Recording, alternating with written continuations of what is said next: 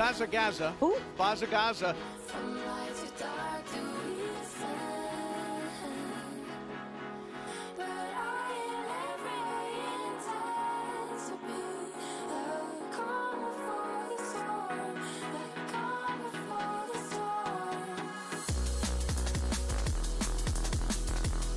Bazza Gaza. Who? Bazza Gaza.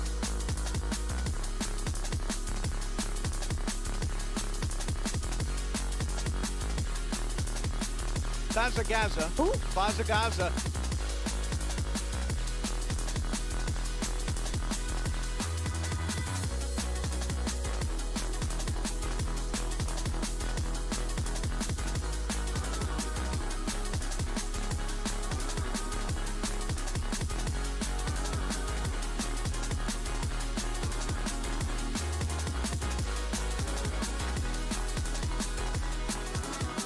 Bazza Gaza. Who? Bazza Gaza.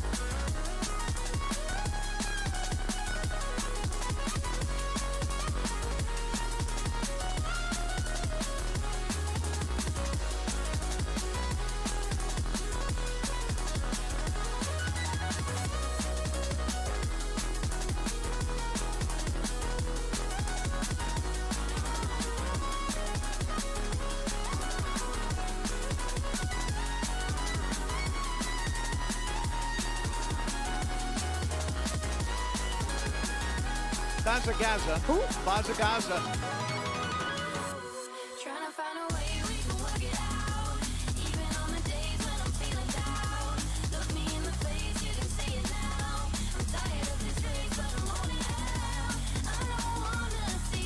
Bazza Gaza. Who? Bazza Gaza.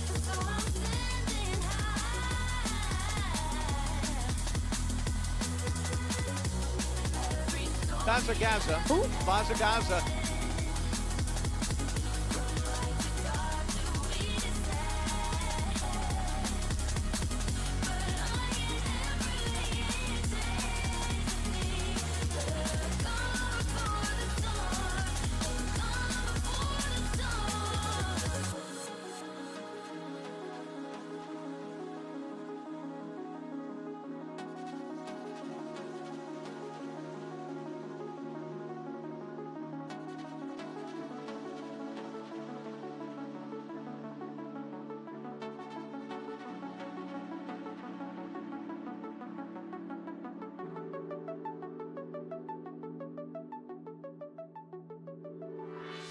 Yo.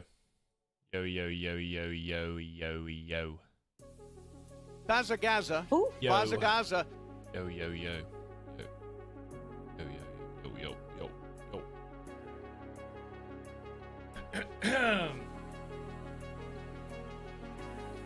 Good morning, Charim. Going. How are you guys going? Rosish, Bazza thank you. Gaza. Bazza Gaza. First sub of the day, 17 months. Everything is fine if we Baz shake. Bazza Gaza. Bazza Gaza. Leafbot, thanks for the 7 months. Baz, I clicked the link. Oh. Bazza Gaza. Bazza Gaza. Nox Exodus, thanks for the 2 months. Artly Endeavors, thank you for the 6 months. Said Baz Shake. Shadow Freya, 19 months. Baz looking cute and rested today. Chat is looking kind of mad. Drink more water. Oh my god. True though, Baz water in chat. Mighty Queer, thanks for the 5 months. Can't wait to see how Barry plays this. Always amazing RP. Plays what? Wait, what are you guys talking about? Bazza Gaza. Bazza Gaza. Wait, plays what?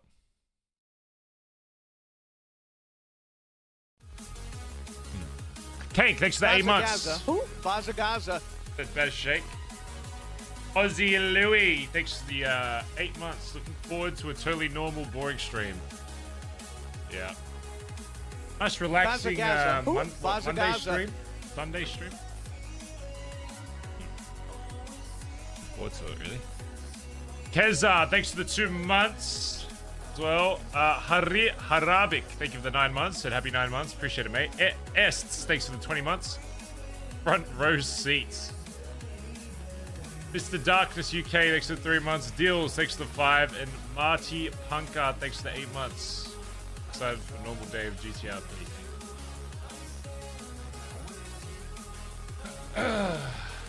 Yeah.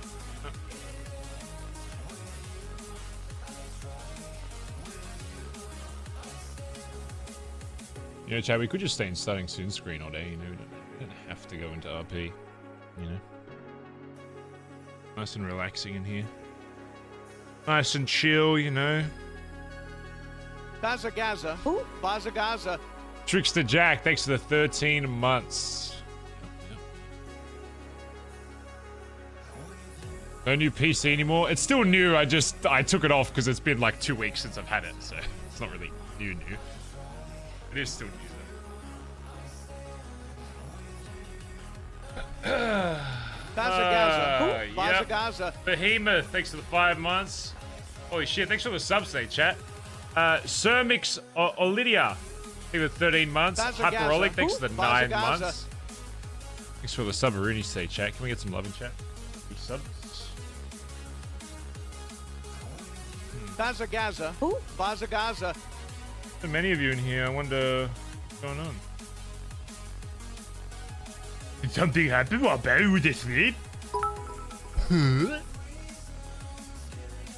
100 bits. I'm using my bits to steal the hype train conductor. What does that even? Thank you. I don't know what that means.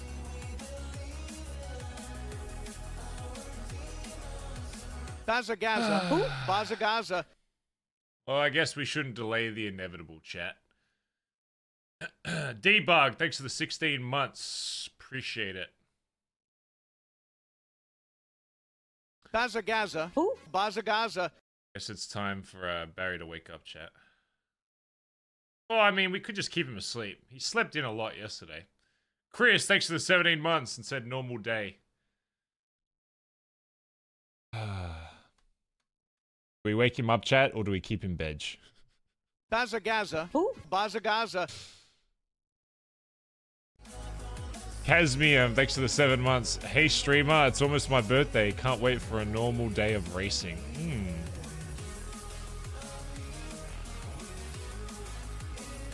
Beds do be comfy.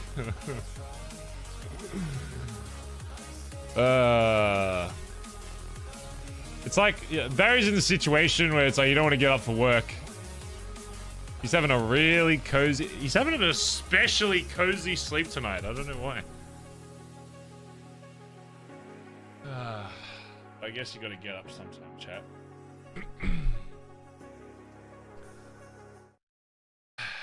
Bazza Gaza. Bazza Gaza.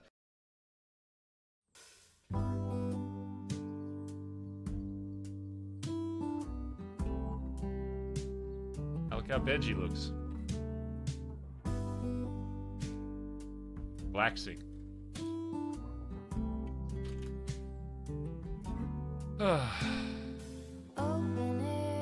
Look at Copper. She looks adorable. Which Copper? Hey.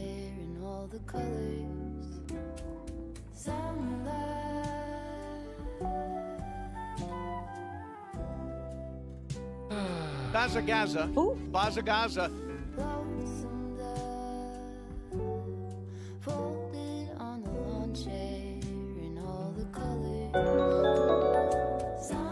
I need my hat somewhere. We need to put a hat in here so I can start my morning by putting my shit on.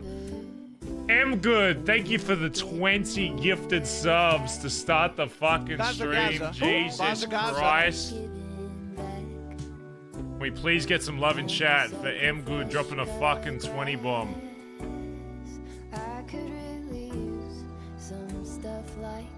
On an unrelated note, chat, I got some new music last night. I'm using an app that has like a bunch of music in it. So you might see some more like cinematic music over like the next few days, hopefully. Hopefully. I still haven't like completely done it, but I've got a few stuff to help set moods and shit. Thank you, Good. I appreciate the 20, mate. Always fucking coming in huge, mate. Wishy Washy, thanks for the 4 months. All the Baz. Good luck with the spice today, lol. Jesus. Kurdash, thanks for the 32 months. Bazza Gaza. Who? Bazza Gaza.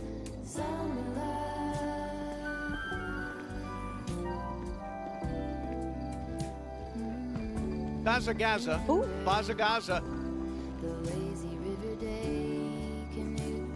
Huskova, thanks for the 16 months and said Baz Shake. Chris, thanks for the 3 months. Gaza. Who? Bazza Gaza.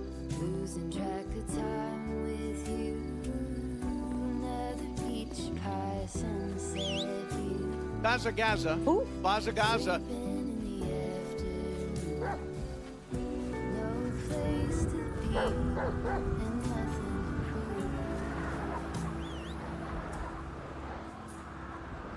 Give me 5 minutes. I need to go for a walk.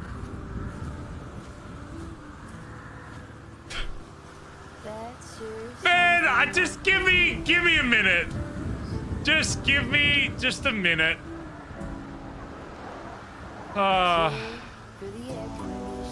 Fuck me, cunt. Just a minute. Let me just stand on my little hill here for a second.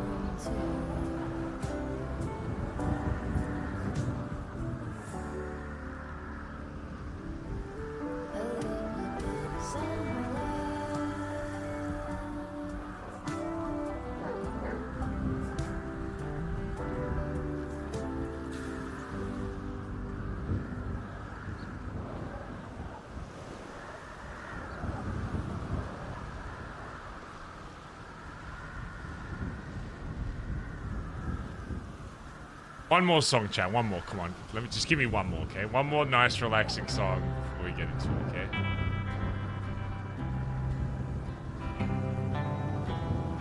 Give me one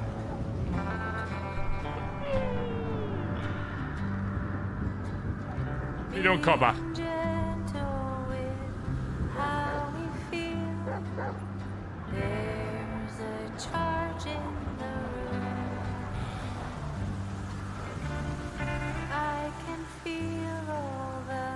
Why is Andi standing at the front of the house with a shotgun?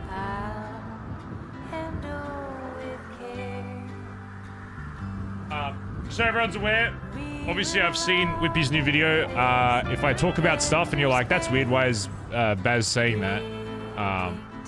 Sometimes in the stream, I'll talk from Barry's POV. Even if I'm not talking in game, doesn't mean I'm not still being in character sometimes.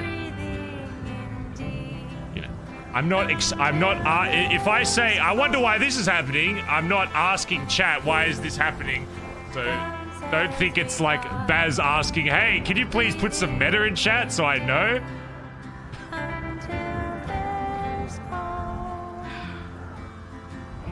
Just to make that clear. Sometimes I'll speak out loud, you know what I'm saying?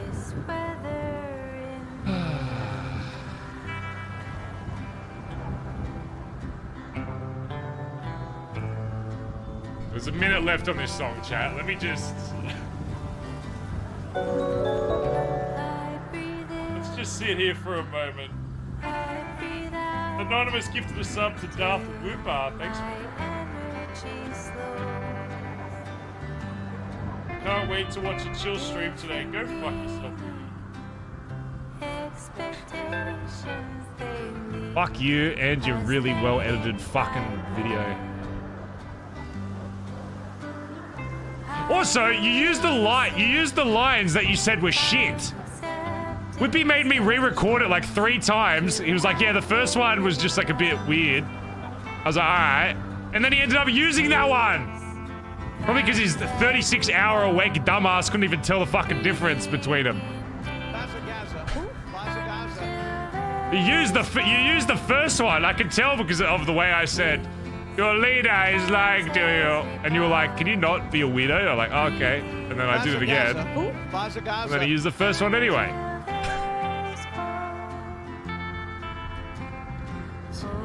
Was the voice acting okay, chat? I've never really done, like... I'm not very good at, like... I think I can be an okay voice actor when it's, like... it's hard to voice act when you have to read it. It's so much easier to just say, like... say stuff in character. But when you have to read a line and then turn that into a character, it makes it, like, so much harder. I don't... It's really weird. So hopefully it was okay. It is something I want to get better at, though. It didn't sound like Barry at all. Well, that was kind of the point, because I wanted it to be like, when he showed me that clip, I was envisioning it like it was D replaying his version of me saying it. So I wanted it to sound not completely as if like with Barry's tonality, because he's remembering it as more of like a villainous version of Barry. Does that make sense? Like, yeah, like D's interpretation. So I was like, oh, he wouldn't be hearing Barry, like, being, like, chill, like how he actually said in the convo. It would be, like, you know, Barry sounding like, oh my god, he's fucking crazy. He's taken over my club, all that kind of shit.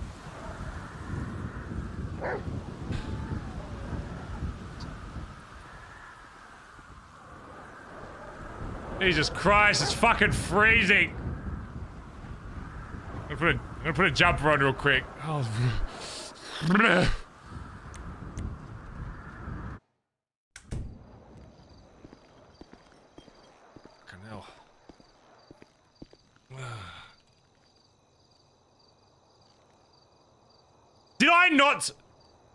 Did I not save the fucking winter? I'm so fucking pissed.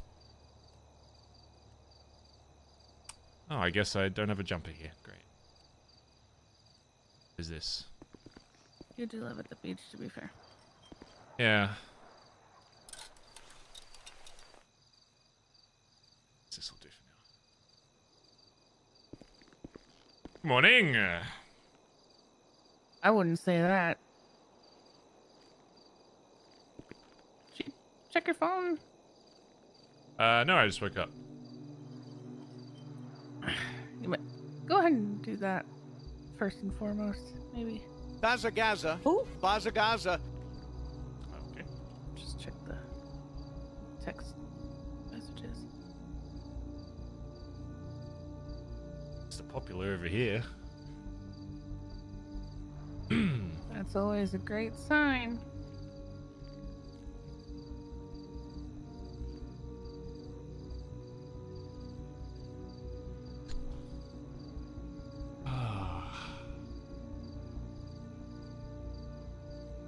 Oh, that's nice. Norman wished me Merry Christmas. He didn't seem like the kind of guy to do that. You know what? Maybe I'm starting to change my mind about that old cunt. No, I don't think you will.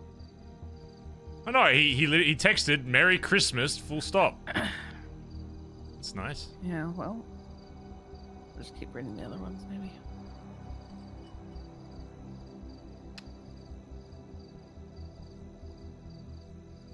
Also,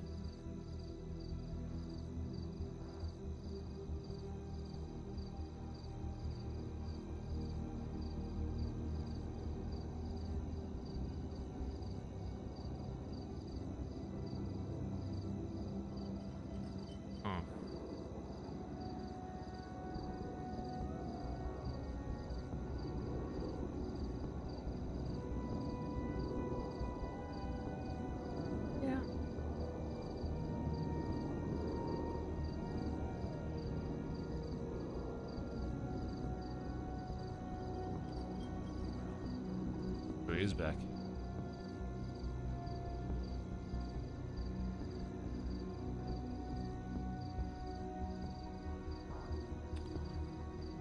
And I really wish that were all very... TJ's outside on the phone with Chip. I'm sorry if I sound like shit. I literally stood outside the house with my shotgun all night because I didn't know what was going to happen, and I wanted you three to be okay. I figured I could just sleep and you guys go off to deal with everything today.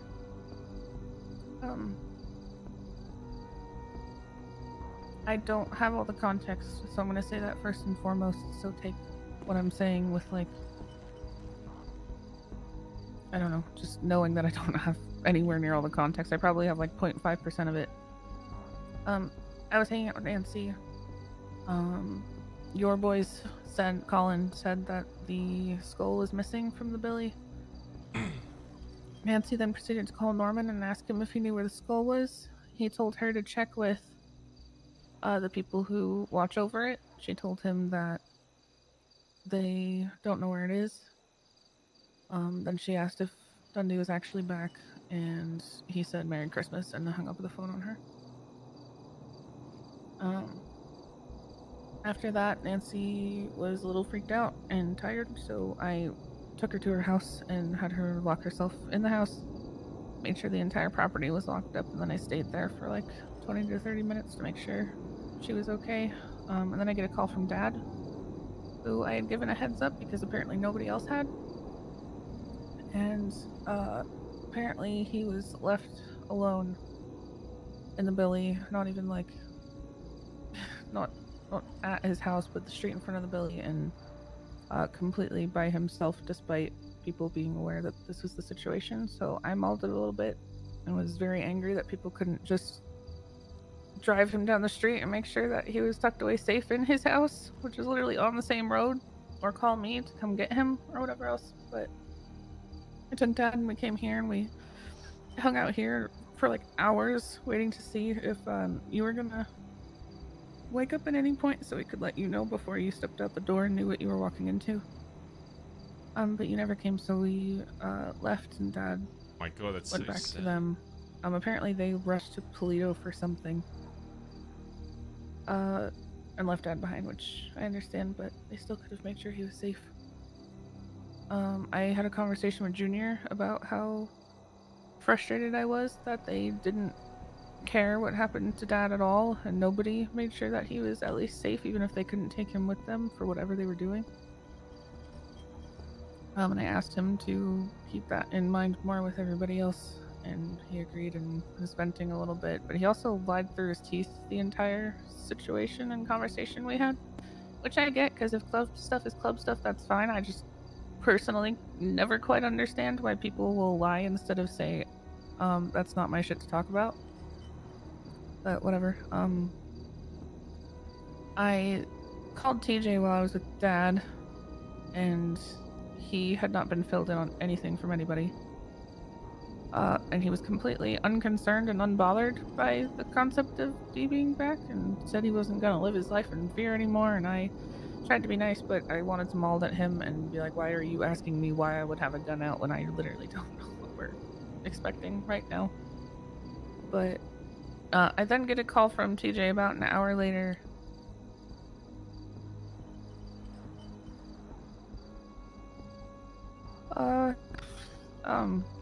I don't know specifically what happened between them, but he called to tell me that he shot Junior in the head. What?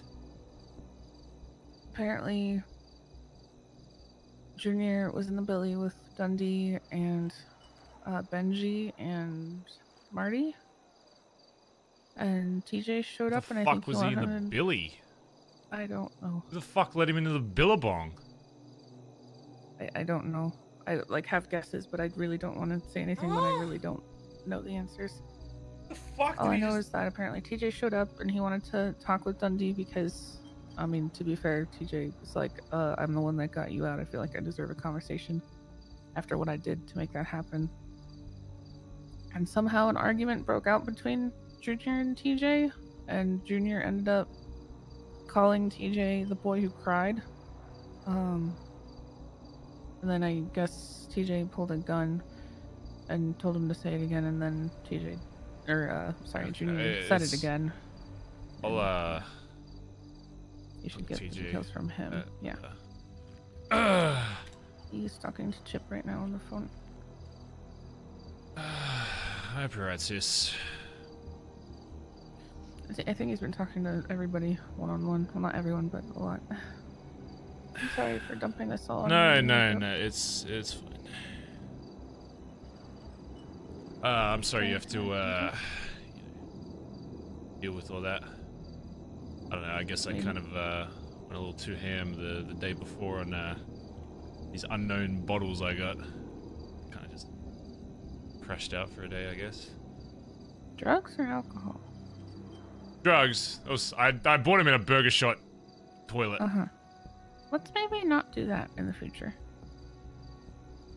Okay? Yeah. The only thing I will say from an outsider's perspective, they are drowning without you. I don't think a single person knew what the hell they were doing yesterday. I've never seen so much scrambling in my life. I don't really blame them. Yeah, and I mean, there's no guidebook for how to deal with Dundee coming back either, so I can't blame him too much, but good lord. From the sounds of it, Junior lied to everybody about something as well. I don't know. I just talked to TJ when he's done with Chip. Quite the day to sleep in, I guess. Bazza. Bazza. Yeah. Yeah, like I said, I stood guard all night to make sure the three of you were okay. Made sure Dad was tucked in before I went to sleep. TJ, I know, had come here and I made sure that he was safe in bed as well. So, and you were obviously still there. So, well, look, let's chill out. Okay, we're gonna take this one step at a time. Let me we can talk with TJ and stuff. If you're chilling here today, just doors and shit. I'll be around. I'll have my phone on me, so just call me if you need me. Yeah, I'm gonna sleep. Yeah. I'll probably have to see you tomorrow or something, cause I've just been up all night. But yeah, just try to hang in there. I know it's gonna be a lot to deal with. I would be bashing my head against a wall if I had to wake up to this much shit that you are waking up to. I'll handle it, sis. It's not a problem. Yeah. You just promise me one thing so I can sleep easy. You will be back here and you will be okay and sober by the end of the night. Yes, I sleep here. Trust me, I think now would be the worst time to ingest anything else. Okay. Yeah, I'm good. Alright, I'm gonna get some sleep. TJ's right outside. So just hang in there, big brother. Love you. G'day.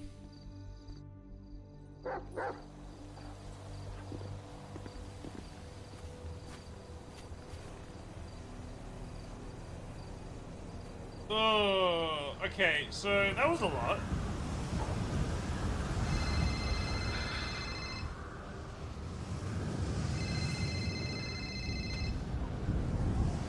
Good morning. Good morning, Barry. I am going to be driving up to Polito to do a little run for Nailed It just to get away before whatever's that. Yeah, because whatever I've just been given a phone call that I'm completely ignoring all of the contents for because I just want to drive up to Polito, Barry. Do you run? Get yourself a nice sandwich, coffee, whatever you're gonna do. I got soup back onto the house, just cooking away. I'm just gonna do my little run. I was gonna invite you along if you want to join me. I unfortunately do not have that luxury. I got my 5 minutes of waking up, listen to some really relaxing country music, and now. I'm actually doing the same. I'm listening to. I'd put your favorite song on, just kind of relax, cruise up. Be careful, it's snowing outside, and yeah. Call me when you're done. Right? I want you to know that I left for 3 hours. Good. Everything was fine up until that point, apparently. Right. So excellent. I'll see you at the Billy. All right. See you there. Bye-bye. Bye-bye.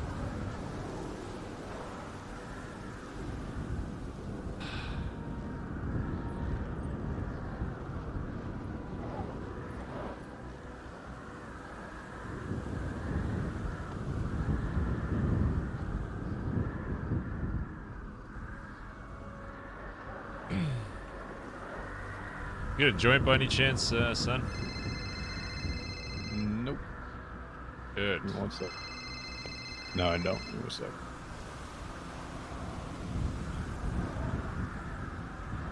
Right.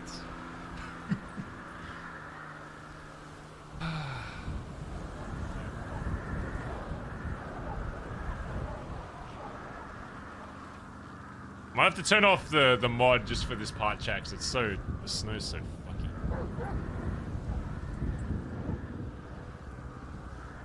So, Andi tell you what I did? She told me a lot of things that people did. Very briefly. She,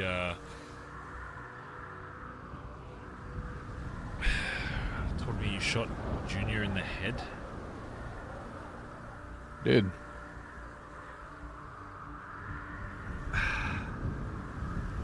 Just... Okay, let's take a step back before we get into whatever the fuck that is. Is it true what she said? About what part? That he's actually here? Oh yeah, he's here. I don't think he particularly cares, truthfully, of anyone in the club, though. Is kind of my understanding of it right now. How many people have actually seen him, though? You know, 'cause I mean, I've seen, you know, D here for a while. Doesn't mean he's here. Well, I will confirm. Junior has seen him. I have seen him.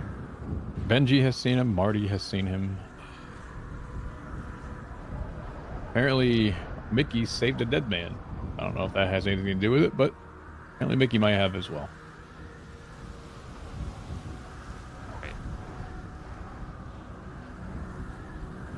And the skull's gone, apparently.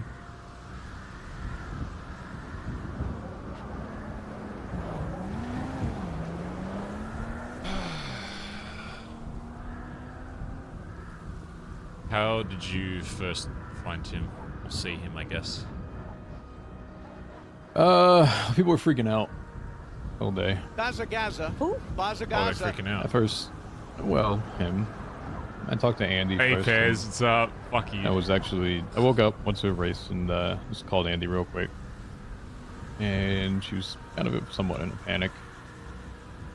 You haven't heard or anything? I was like, no, what are you talking about? It's like, well, I thought someone would have told you, but I had only been awake for just a couple minutes anyway, so it's not like really had much of a conversation, but Who? starts going on about how D is back. And then, like, okay. CB calls me. Cap calls me. Or Cap and I have a conversation about him being back. And CB starts telling me about Junior and him going missing and apparently being kidnapped and robbed by fake cops. You're robbed by cops? By fake cops. Like someone so apparently they went looking cops? for him. I don't know. Which is all a lie. So they went looking for him. Apparently, like, his bike broke down. He was getting back to the city somehow. I don't know. They went to go look for him. They couldn't find him. So,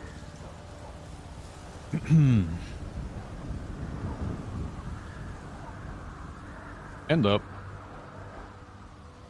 taking out the burner phone, having the voice changer. We never got that conversation we were supposed to have. And obviously the burner phone he wouldn't have. Just want to see where he was at in terms of his mentality and things, and so that's why I voice changed with it. Conversation lasted all about 30 seconds between him and I, and he said something, yeah, I've learned all about the angel of death and how the doctors brought me back, and the club apparently shot me. I don't know. Doctors didn't bring you back. Yeah, what? That's what he's been told.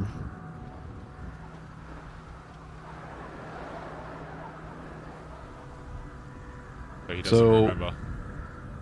Bazza Gaza. No. Bazza Gaza. Not to my knowledge. Thank you for all the subs, chat. Give me a second. I'll read that. So he goes, Gaza. yeah, Bazza Gaza. I'm gonna go talk with the people that shot me. Not my club, not anyone else, the people that shot me. Sorry about the ads, chat. Sorry. If only there was a sub button. Go down to the Billy.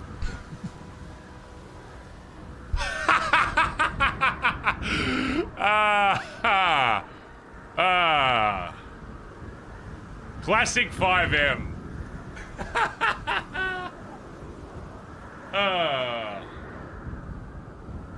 Roleplay detected. Alright, don't worry, if you got ads, you didn't miss anything, chat, alright? Oh, shit. Your head popped anyway. Lil River, thanks for the 6 months. Kirby, thanks for the 5 months. Zyrichi, thanks for the 14 months. Whip King, Whip Boys. Emu, thanks for the 17 months. Pez, thanks for the 20 months. Dope Economist, thanks for 30 months. It's Swaxy, thanks for 8 months. Headshot, Dylan, thanks for 2 months. The Good Goddess, thanks for 4 months. Johnston, thanks for 2 months. Dead and Shoe, thank you for the brand new 2-month sub. And Push Pop, thanks for the 5. Sorry about ads, chat. They run automatically, so. I don't know exactly when they run. I can try and coordinate, so if they ran just then, maybe it's like 10 past the hour. I'll try and keep that in mind in case they pop up. Selena is art. Thanks for the 14 months. Yeah, if ads run during like an important part, I'll try and slow down the roleplay for a second. Yeah. Or alternative. Use your Prime. Smile. Prime. Or just pray to the gods that when the Oilers come out and gift a bunch of subs that you get one. Those are your 2 options. Or Turbo. Turbo's actually really good if you don't want to sub to individual channels. Yo. Hey, did you know that slavery was abolished today? Isn't that neat? Something that happened on this day many years ago. I thought you meant today. I was like, no, I'm pretty sure it's been abolished for a while. I'm pretty sure slavery hasn't been a thing for years. This day, not a thing. It's also Christina Aguilera's birthday today. That's nice. 2 fun facts for the day. Just reading news articles while I drive. Good. Really good. Well, if you have any also, more, just... Steven Spielberg's birthday today as well. Also nice. Yeah, I thought so. For him. But that's... How old's he now? Yeah, old Spielberg. He was born in 46. Oh, so he's like 70. Hey, he's an old cunt. You know, he's old. Yeah. Wait, how old's Chris? Oh, 1980. She's 42. Damn, Christina Aguilera. What does she look like again? Doesn't she have like a face like a fish? Okay, you can't say that. Why can't I say that? Because it's not nice to fish or whatever you said. It's not nice to say that someone's got a face like a fish. Is that what you said? Yeah. Yeah. Well, that's not very nice to fish then, is it? Okay. Right. Well, there you go. There's some fun facts for the day. Just thank you. All right. Bye-bye, Barry. Bye-bye.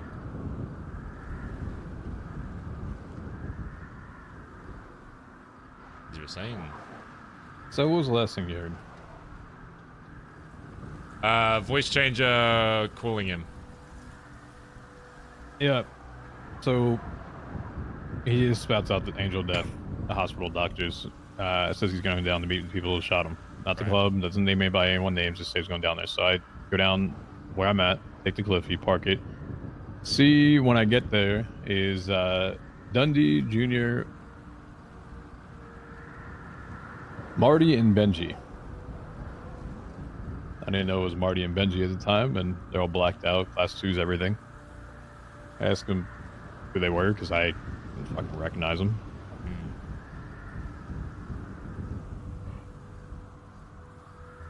And they say, where's his insurance policy? Like, excuse me? Pretty sure I paid for that. That's the right emote. That's not the right emote. What do you need to be his insurance policy for? And I told him, I looked at D, I said, you should probably answer your phone again when you said you're going to call me back in 2 fucking minutes, because Yeah.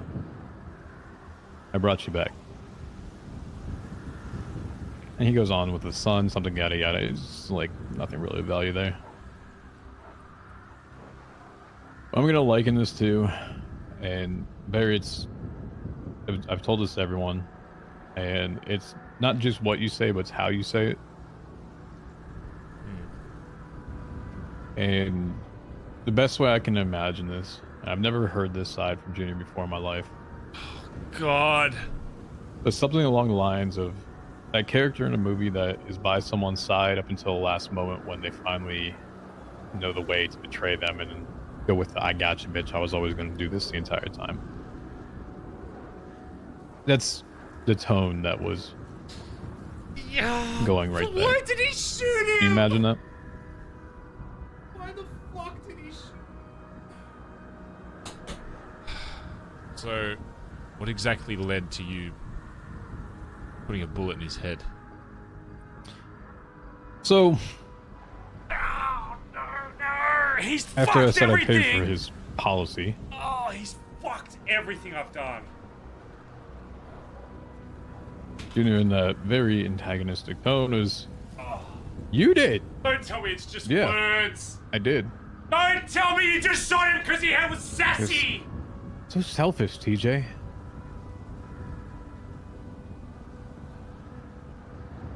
Huh? Fuck are you on about? Like, this was coming out of left field, hearing the way that he was saying this and what he was actually saying.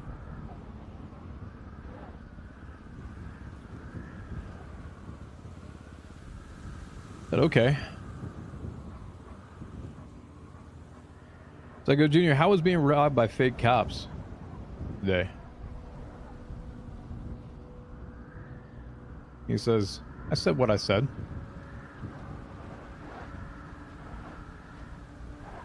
Dundee turns and says, oh, so you talked to him then, huh? Referring to Junior talking to me. Wait, so Junior said he got robbed by fake cops, but you think he was actually talking to D? Oh, 100%. He literally confirmed it right there, and the club had been freaking out, saying that Junior was not around, and... He didn't say that to anybody else? That he was talking to D? What do you mean? Like, he didn't mention, like, after the fact at all until, like, that point? Until I brought it up with him? Yeah, like, as in he stuck to that story until then.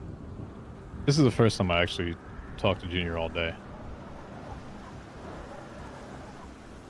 Apparently the others were sitting there having conversations and were freaking out about him and everything else. What would he lie about?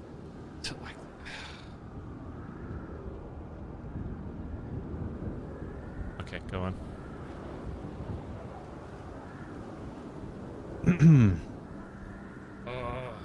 It doesn't mean you can just fucking So we catch him in a lie. Not only though. does he double down on it, we start exchanging some words back and forth, pretty heated between the two of us. Don't we, Jay, like, put out a gun? I start to just walk away at because I'm like, fuck this. I just can't be asked with this conversation right now. Dude. He goes, yeah, fucking TJ, turn around and walk away like you always do. I said, excuse me? Walked back up in front of him, pushed him. I'm right fucking here. What do you want to say? Once again, how you say things is very important. Yeah. TJ, yeah. The boy that cried. Why the fuck would he say that? Bro! Meanwhile, once again, Still shouldn't have shot him, but still. Marty, Benji, Dundee. It was probably Junior just here. big dicking in front of fucking Marty and Benji. And D. They got a gun.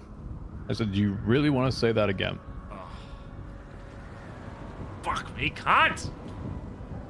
Got right in my face and said it again. Why? I did it. Fuck me, cunt! He apparently walked away, left my him lying God. there. I'm gonna wake So up Marty and crying. Benji, I'm and so then apparently fucking other sorry. people went and picked him up. Oh my fucking God. Oh, fuck me, TJ. It was never my intent to shoot Junior, Barry. The way this man fucking came off and was like... No, I don't mean wake up Cray like that. I mean, I'm going to wake him up the snake the because I'm yelling. Time.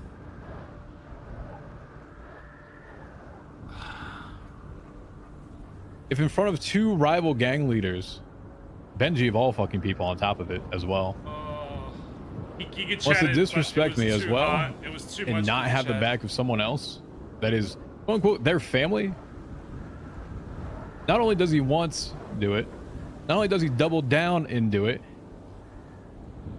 he triples down and does it after being caught in a lie.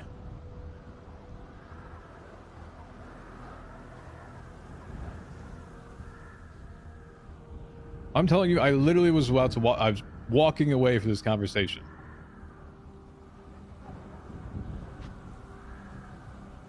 Don't test me like that. Don't pull that shit on me. Because right when he said that to me, Barry, I'm gonna be frankly fucking honest with you. What the fuck is that? Is that a local?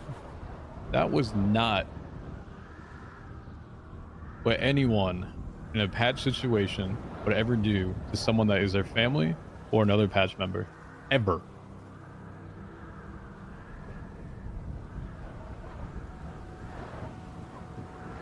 You got 2 rival gang members, you got Dundee there, and you have Junior. Fuck, man.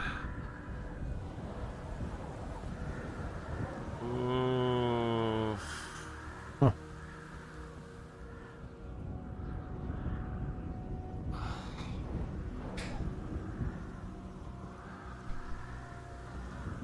TJ, I don't disagree from what you've told me, how he was wording stuff, that he was in the wrong with pushing you and knowing that, you know, you're not the type of person to take that.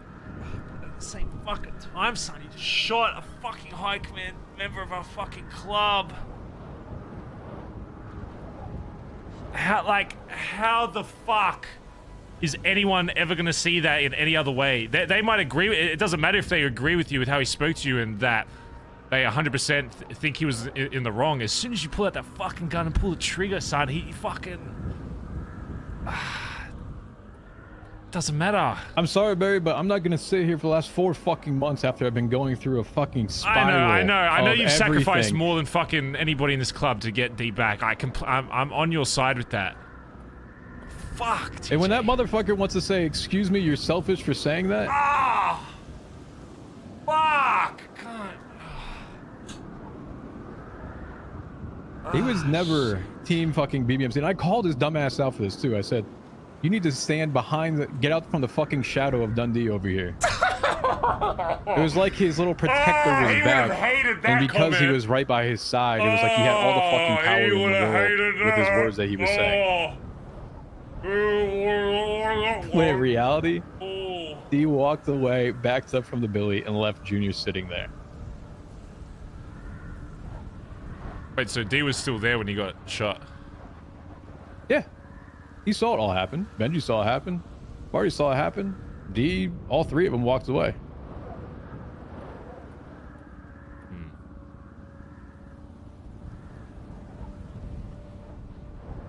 What happened to Junior? I called Stevie immediately afterwards, told him what I did, and apparently they took him to ICU. Okay, at least he called. Okay, at least he called someone. Ah, fuck. Hey, I'm not gonna sit here, lie to you, rate you, whatever the fuck. I'm very well aware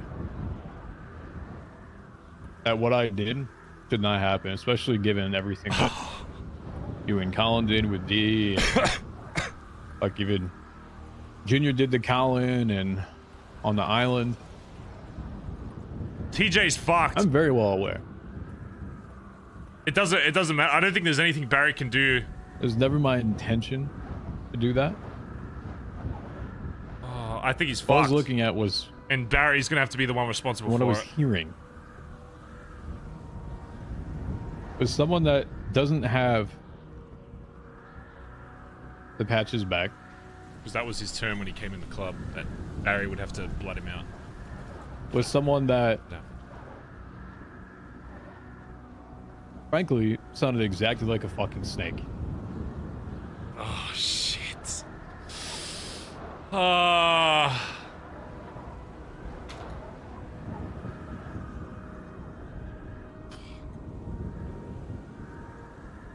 And here's the thing, Barry. I fully accept whatever happens with it. I would have done it every single time again. I could sit there and rewind it in my mind of... I know he fucking would, and that's the worst part. The choices and what led me down the path to do it. Every single time, I go to the same result. There's no doubt in my mind I would have done that every single time.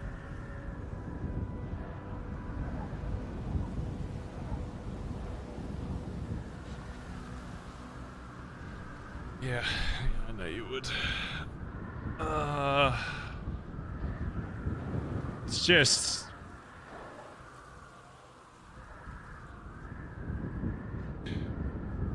You know what happens if the club sees this in... I've literally told everyone. I've opened every conversation, said, ask you questions. What do you want to know?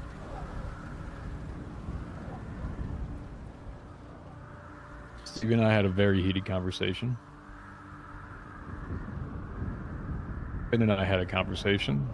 Cap and I had a conversation. Bro, actual civil war though. Peter, oh holy shit! If I'm not careful with my decision, it's actual you might civil need to war. spend a lot more time with that guy because he is brilliant. With who? Peter. Peter.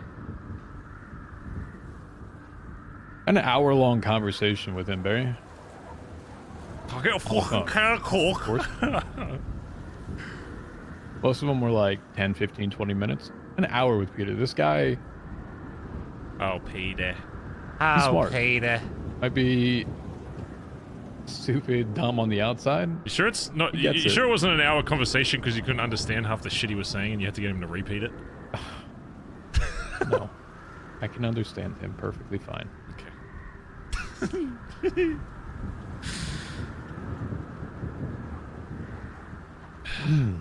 You know what? I've told them all. I've told Collin. I was about to tell Chip here as well, but he's calling as you came over. So, listen, Barry. I understand you're gonna have to do whatever the fuck you have to do with it. Whether that be doing the same thing that I did to Junior to me. I don't give a fuck. Because I know what I did at that time was the right thing that I should have done, and I do it every single time afterwards.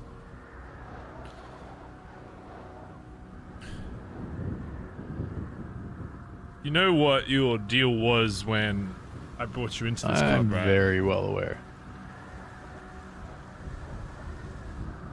It's not something I can just palm off, right? When the club figures out what they want to do because of it. God forbid it gets to the point where, you know, there's more bloodshed, but you know who's the one that's going to have to fucking do that, right?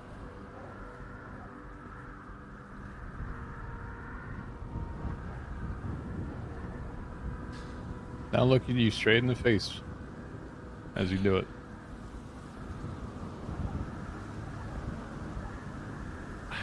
Son, I don't know how I'm gonna be straight up real. I think, yeah.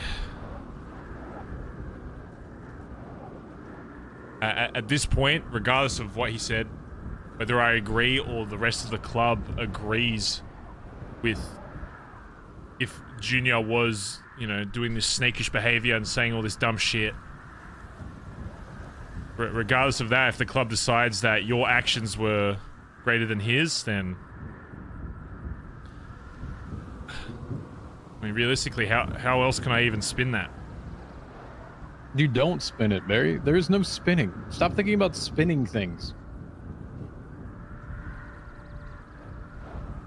I've owned up to what I'm doing. There's no need to spin anything. You're ready to potentially lose your life because of that.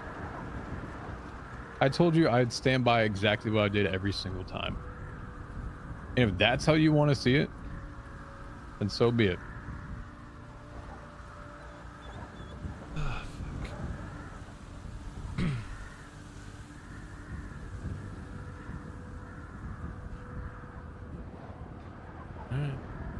When Collin asked me a week ago when we had a conversation, and this wasn't an antagonistic way, but more of a exploring conversation, I asked him the same question back. I said it wasn't negative. What do you bring to the club?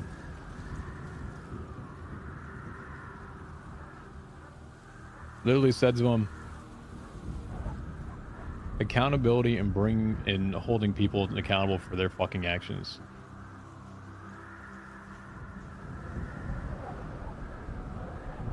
Never change that, Barry. I don't think any one person is above anybody else. You've always known that. Treat people as who they are.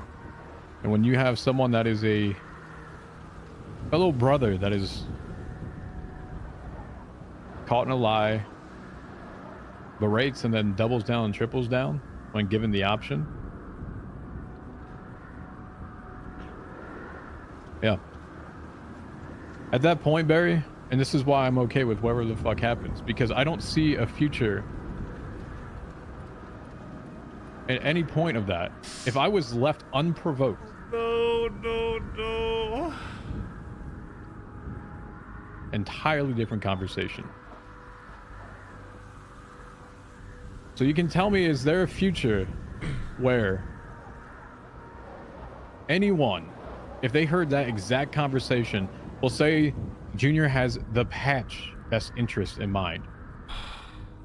That he has your back, that he has anyone else's back? Because I guarantee you, from what I just fucking heard and saw from him, he doesn't have your back.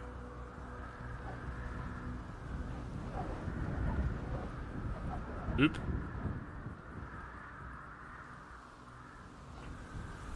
So fuck it. Do whatever you need to do. I don't care. Because I'm done caring. Barry? I'm done.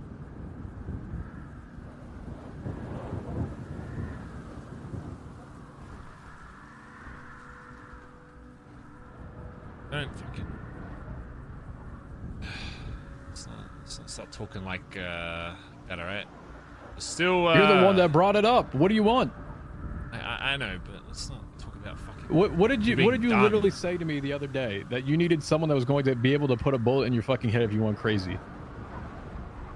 That's exactly what I just fucking witnessed. And I did it to Junior. Oh, no! That is what I said. Choose your words very wisely when you're saying that. Oh, that's what I said! With your VP. Oh, God!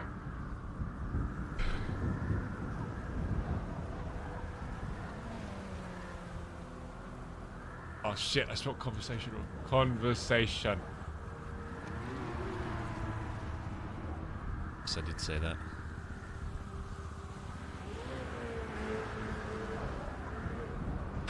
Okay. Alright. I gotta go start my fucking drive through of fucking talking to everybody. It's fucking away. I'm already getting fucking 50 fucking text messages from everybody. I don't know if it's the best thing for me about this meeting tonight, considering when I walked out of the house, there's about four members with shotguns. Yeah, so I figure this shit out, or at least get a vibe on how the rest of the club is going. You need to just be anywhere that's not the Billabong, really. At least until a point where I can tell that they're not just going to instantly fucking shoot you the second you walk down there. And they'll be open for a conversation. At that point, then we can let that happen. I need to make sure that... I mean, for all I know, they could be going fucking out of their fucking mind crazy loopy down there right now and fucking shooting. There could be more fucking casualties. So... do what you do, but I need to talk with them and make sure it's... see where their head's at, and then we can figure that out.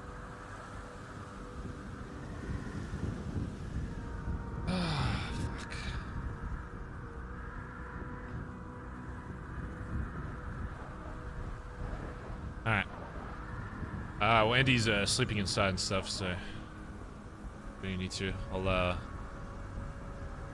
be back soon. I'll call you if you're awake. Shoot me an email. Alright. Till then, look after yourself, son, alright? You as well, Barry, because God forbid I don't know where people's allegiance lie. And apparently, from what I'm hearing, is be careful of Antonio as well. Great. Great.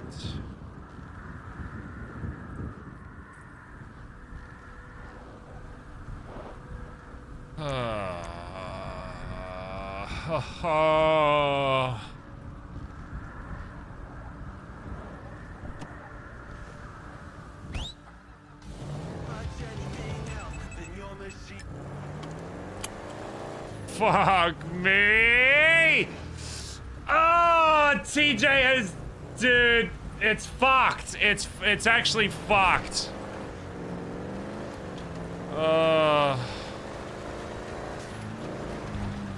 I don't think it's gonna matter. If Junior, my game's starting.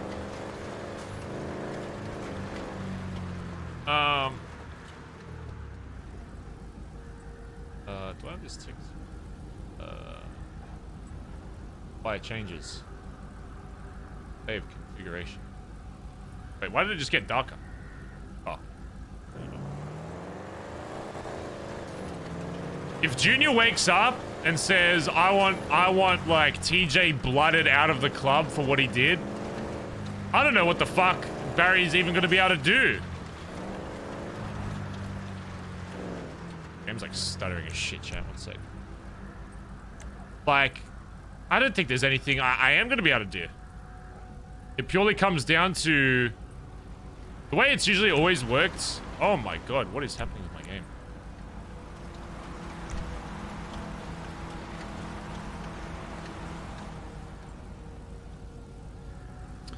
The problem is, chat, it doesn't matter if people think someone was being a snake or not. Taking it to that next level and being like, I'm gonna shoot him in the head for it. Oh.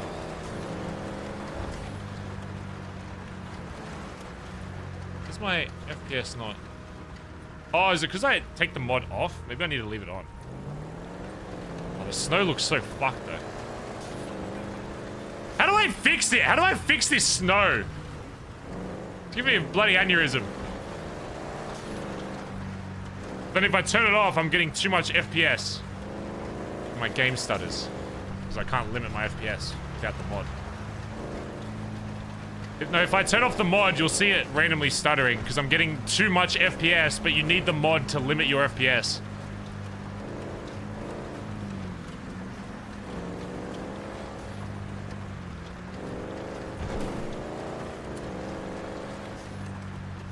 Snow looks...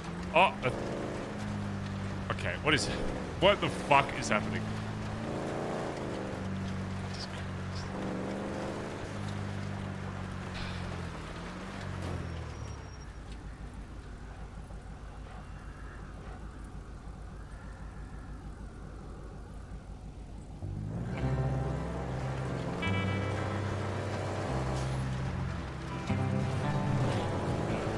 Let me get my nice 2-minute drive in before we go down there.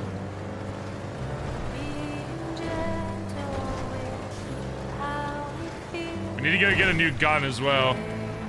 Our gun's literally about to fall apart in our hands.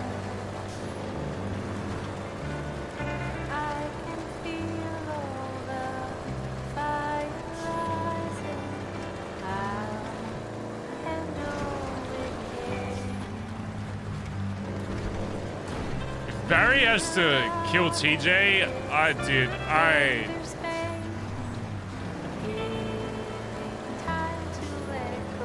At what point can I allow Barry as a character to still exist when he's faced that much like trauma?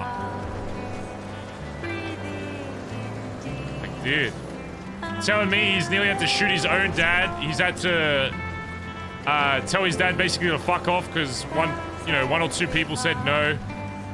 To him being in the club. He's had to almost kill Chatterbox. He's lost Wolfie. He's lost his best fucking friend in the city. He had to shoot his own leader in the fucking head. And just his friend, aside from him being his leader, his closest like friend and mentor. It's like, fuck, man.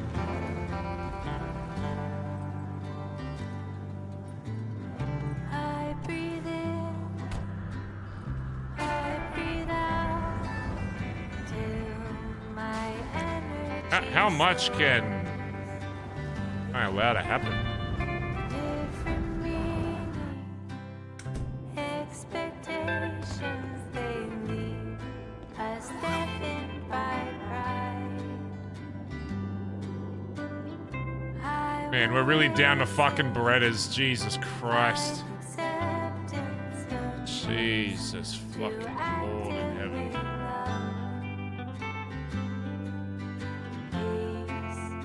Comes as we pause, breathing in deep until there's calm. Peace comes breathing in deep until there's calm.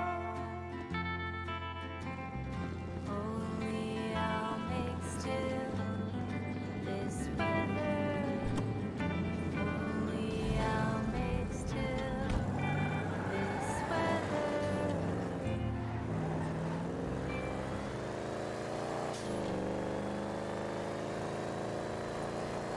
People suggesting for Barry to join another club, I don't think understand Barry's character.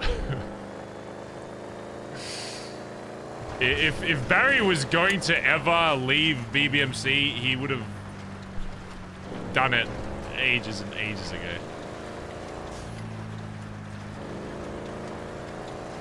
Even on an OOC standpoint, I don't think there's any other club or gang in this city I'd want to be a part of. I'll be real.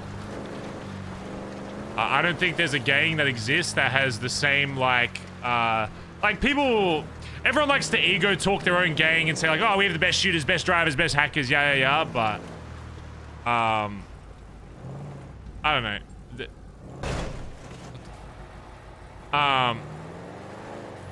I think everyone just has their little home and they just want to try and make everyone think it's like the best. And I know BBMC isn't the best at like everything, but in terms of like vibes and stuff, there's nowhere that Barry, why is it snowing inside? That Barry would fit in as a character. I don't think there's any other club in this city that has as many people as BBMC that Barry would get along with. Like, I've seen how a lot of these other clubs operate. It's like half of them are just fucking,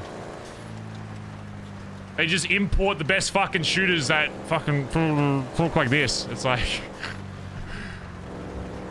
it's not the same, like, I haven't seen like any other, I'm sure I just haven't seen it. I'm sure it's happened, but from Barry's perspective, I haven't seen like the amount of drama that comes out of BBMC that the rest of the city is just completely unaware about.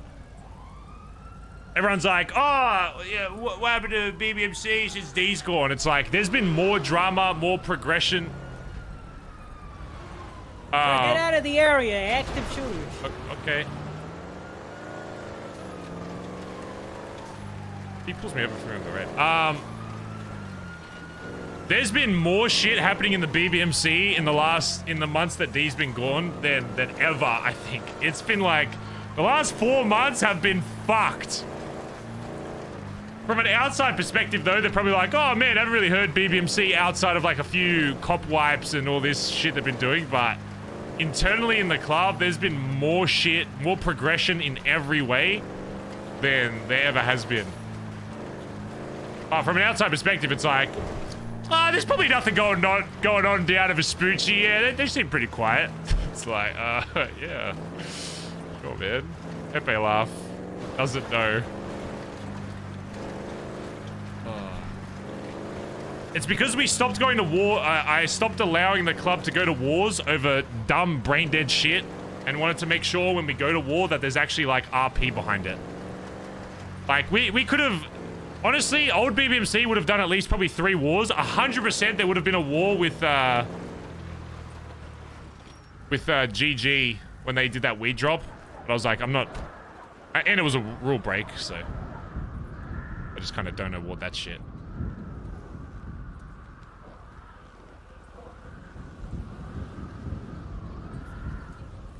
Morning. Morning.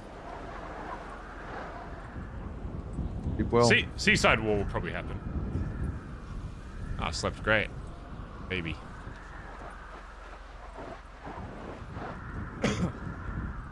You deserved it. I think everybody deserves a good night's sleep. Yeah.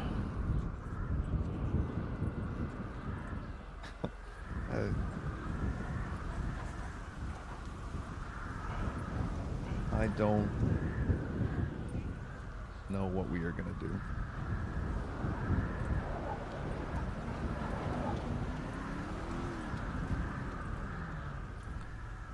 I'm gonna be honest, I had a few outcomes in my head that I didn't really talk about, that I had planned on how this would go. 3 hours. I was gone for 3 fucking hours, Barry. I was like, okay, everything's fine. I just reminded everyone to just fucking have each other's backs. We're a fucking family. We're a fucking club. And it's 3 hours, man. 3 hours, and I wake up to this. I fucking tried, and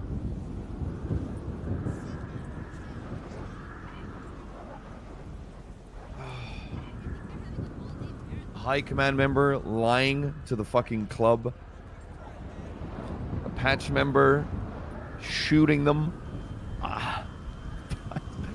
I thought this might happen maybe in a week or so, but in a span of 3 hours, it feels like 5 months of work, and trying to build that up just got pissed away because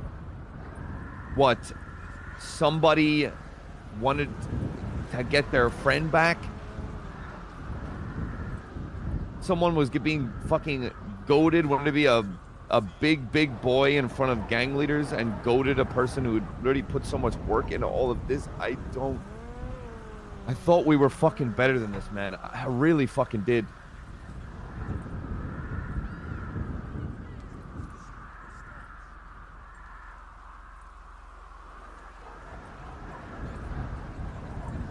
This is the first time in a long time I've driven towards the Billy and just had to stop.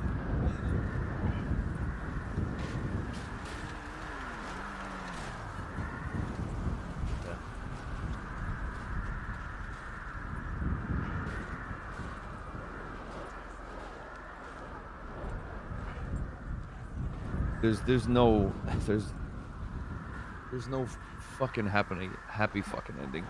There's none.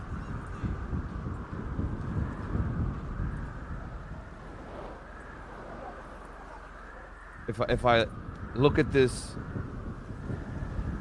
like an enforcer, a high command member lied to the entirety of the club. Oh? That's a form of betrayal to me. Oh. Collin on. Do I think it warrants getting shot in the head? Fuck no. Oh. Do I think TJ stepped way out of fucking line? Yes. Did he get goaded? I think he did.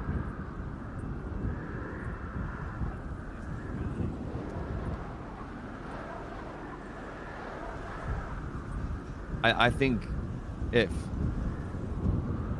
Junior wakes up and doubles down even more, or is like, yeah, I went to go meet with fucking D and it was great, and he fucking blew some fucking wind into my fucking sails, and now I'm a fucking big dick, so I just had to push TJ.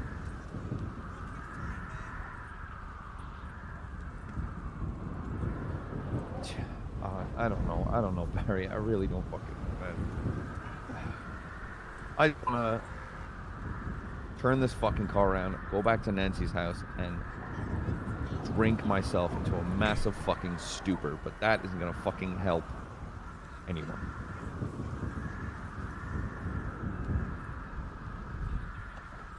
Oh, I'm here.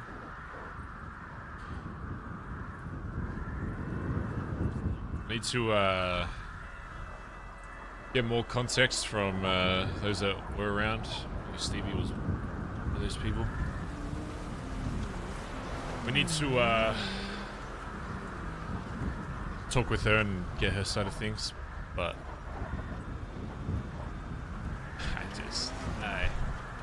You're thinking the exact same thing I'm thinking. If Junior wakes up and says and pushes for something to happen to TJ, what can I even say to dispute that? It doesn't matter what... I mean... It matters how people phrase stuff, but words are only... You know, there's been times in this club where I've not liked something that somebody said in this club and I've thought of them differently because of it. But that doesn't mean I change... You know, I change how I act around them and put a fucking bullet in their head. Look, this has never happened before, except during like a massive fucking meeting. We've never had someone just one-on-one talking without anybody else there that is even in the fucking club and have someone fucking executed, or at least attempted to. Look, I stood out of fucking line. And I was pushed, and I shot Dundee in the fucking head. I'm still here. You and me both. Well, technically I've shot him twice, so. But who's counting? You know, he snitched, spoke to the fucking cops, he'd done a bunch of shit, so he pushed me and I shot him in the head. He did do that, didn't he? What about that? Yep.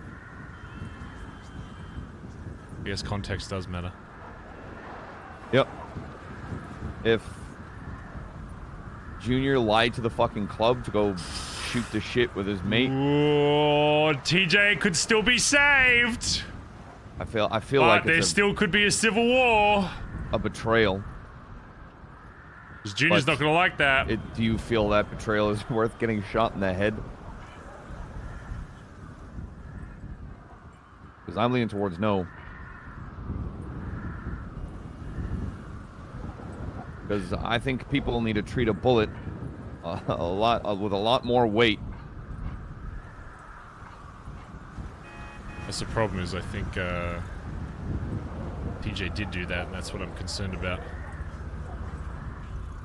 Is he when I questioned him about it, he didn't fucking hesitate. He said so straight to my face. If it happened a million times again, I'd do it again. Yeah, he said the exact same thing to me, and I know we would. Yeah, that's what I said. I said, yeah, I know you're that type of person to do that. It's a case of Team Jacob or team. What's the other guy from Twilight? Edward? Fuck do we do Edwin? now? Team Jacob or Team Hello. Edward? Howdy. Oh, hey Cap. Hey, Cap. Hey, guys, just another normal day, am I right? Yeah, normal day number 2, everybody. Give it up for day 2, everybody. Day 2. Have you been informed about what happened yesterday? I'm the PM. Cap, of course I have. I was informed before I was even awake. I'm 49. Of course I know. Either of you got any food on you? Yeah, here you go. Stuff. It's a little dusty. It was in my back pocket, and I've been kind of ripping hard ass, but there you go. Meet me at Queenie's. Apparently, there's a few people there. Is the whole meeting? I don't know. We'll see who's there and then figure out who's awake, I guess. Jump in, Cap. Chip and Stevie are there right now.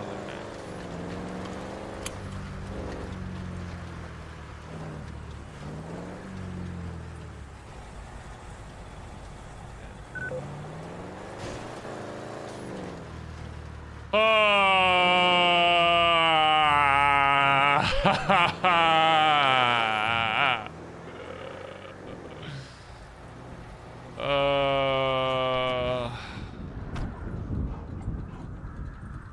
I have to, chat? Do I have to?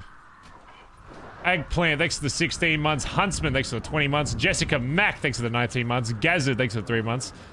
Enterly, I never know how to pronounce this. Dusk, thanks for the 12 months. So excited to see how Barry handles things from here on out.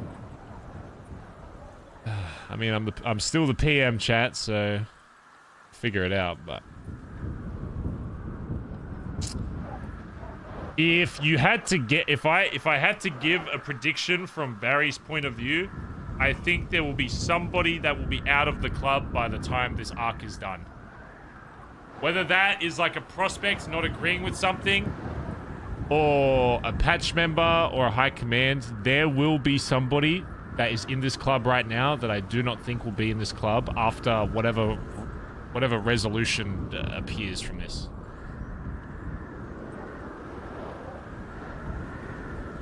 That's what I think.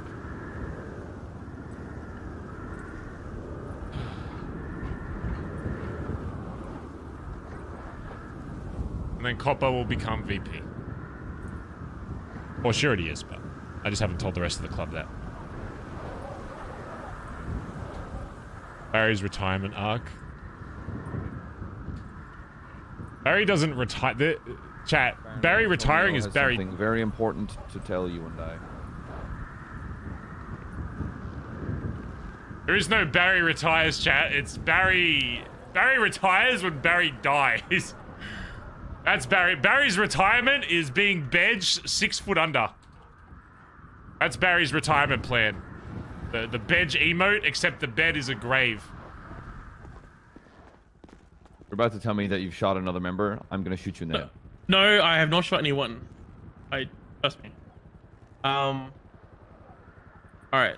I just wanted to let you both know. One sec. At some point yesterday, I learned that members of the club were looking for Brooklyn. And they were speculating that D was around. Ooh.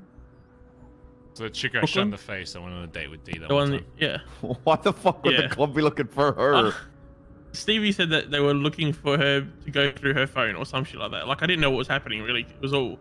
They were just off in Polito looking for her.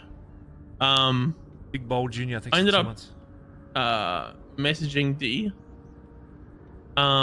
Which then, like an hour later, he calls me on an unknown number. Basically, from what I gathered and what he was talking about, it sounds like he doesn't really understand why he was shot. Doesn't understand what happened to its full extent. He's trying to find out who shot him, okay, and I wouldn't tell him. It's not my place to fucking tell him that shit. He didn't sound like he was in the right state of mind. And of course, as much as I did love D, the way he spoke to me yesterday and basically played the fucking victim, trying to act like he did nothing wrong that day. Honestly, he rubbed me the wrong way a little bit. So Barry, I did want to tell you this, that he called me, try to get me to not tell anyone.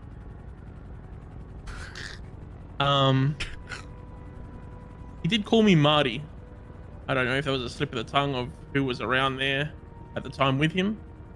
That might be some useful piece of information for you. Well, apparently when he was at the Billy, he was with Marty and Benji. So I thought he probably... Okay, so that makes sense.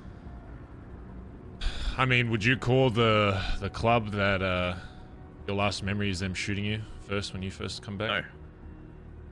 And I mean, who else is? I mean, we sort of knew this was going to happen. Part of the deal was he wouldn't remember anything to do with Norman. We were told that. So he's probably... That's why I was kind of like, okay, he's going to come back. He's going to be angry. He's been shot in the fucking head. Who knows what the fuck he's going to do? Like I said, he deserves to know the people that shot him. Yep. Yeah, he definitely is angry. He deserves He's to know that. also confused. And I think he kept expressing that he wants to be left alone. I don't know if I believe that, if I'm honest with you, considering what happened yesterday. Now, I don't know what happened to its full extent yesterday between Junior and TJ. That's for you guys to sort out, really. But I did want to bring this shit to your attention, that he did make contact. And yeah, I didn't want to tell him exactly who did what that day. He blames me for being shot too. When I called him out on the fact that he hid behind me and he hurt a lot of my family before that time, he played it off as if nothing ever happened, really. He didn't believe me. Does he know who shot him? To my knowledge, no. I didn't tell him. If someone else has told him outside of me, then, I mean, yeah. The problem is, if he's... I haven't spoken to Marty or anything about it, but we have had a very in-depth conversation with Benji about what happened. So... And if he was with Benji, then... I don't know what Benji's told him. TJ told me that he gave him some story about like doctors and body parts and shit, so I don't know if they've just completely like fed him some random ass story or what. I don't know Benji and Marty that well, but I could imagine if they're helping him, they're twisting the story to suit them. 100 fucking Of course. That's fucking Benji. It's literally Benji's MO, fucking bullshitting way through fucking... He's a bit of a snake. My other issue with all this other shit that happened is why the fuck were they allowed to walk into the Billabong? That's one thing I don't understand with all of this is... I don't know. This all took place apparently inside the fucking Billy. Well, Junior's with him, so he probably let him in. No, but why would you and if Dee was with him as well, he just let him into the Billy. Why the fuck would you let someone into the Billy after everything that... That makes no fucking sense to me. I don't understand why what happened, but yeah. I just thought I'd let you know that. Make sure you understand, but that's what happened yesterday. Okay. Alright, I'll let you guys Where's Stevie and Chip? Are they at Queenie's? They're at Queenie's, so you gotta go there. If you want to head there, Antonio, we'll meet you there. If there's anybody, I think it's a high command. I think it's a high command thing. I mean, at this point, I need everybody on the same page, regardless. But I mean, if they want to chat first there, I want everybody there, though. Okay. If they want to have like a high command if I need to leave beforehand, then that's fine. All right. Let's go deal with this shit. You guys need food or anything? I'm okay for now, thanks. Gold, thanks for the 72 months.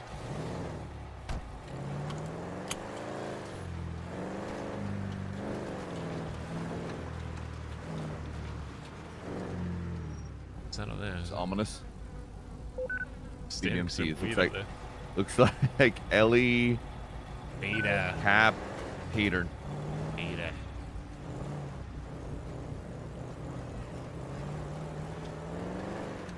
You know the club radio? I think it was like Sun.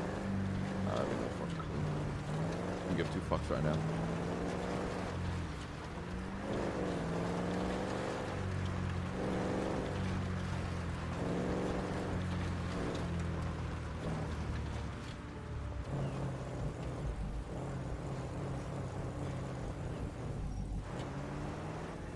Oh god.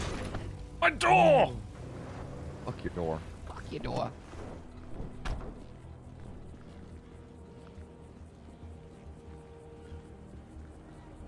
Harry, back to VP. Dundee is back, baby.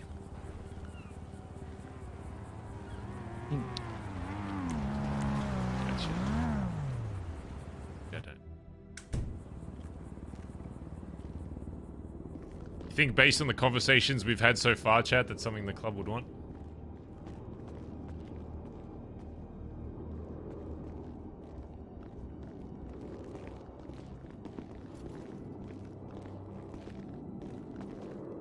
Apparently D watched Junior get shot and then walked away. So even if Junior was on D's side, like, once he figures that out, like, do you really think... Hi. Howdy. I mean, even if I... to be here too, but even if I was against the club, one way... See, that's where D's fucked up. If D was smart... What was that busting? Is there a club radio? Yeah, 883.1. Hold up, I got a D-boost. 3.1. I don't even have a fucking radio on me. You got a D-boost, boys. Let me grab a radio real quick. This can wait. This can wait. If I was in D's shoes, I would have picked up Junior and been his fucking guardian angel and picked him up from TJ and implanted a bunch of shit in his head, being like, Get on it, then Collin, join my group. oh my god, I can't believe fucking, you know, TJ did that to you. So why didn't he do that? Hello, hello. Hey. Down here? Did you call someone? Yeah, I did. I think I called you. Call me? I tried to call Antonio. He hung up on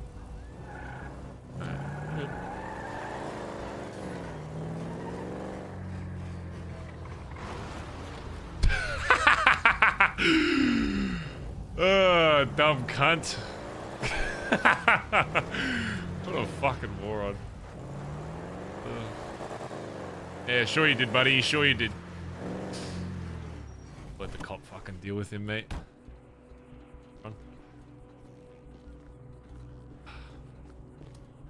I think D's fucked up by not, it's very clear that from what we've been told so far, Junior very much still seems on the side of D and wanting him back in power and all that kind of stuff.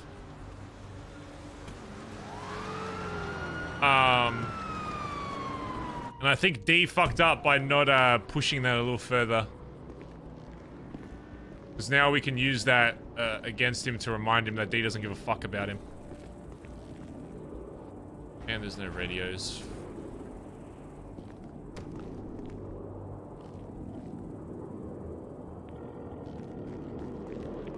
Wait 2 minutes because there's no radios. That nailed it. So I'm just quickly getting a radio. Oh wait. So. No, they're being made. Just wait. Well, you've lost the sales, sir, so we'll have to... Oh, I fucking hate you, man.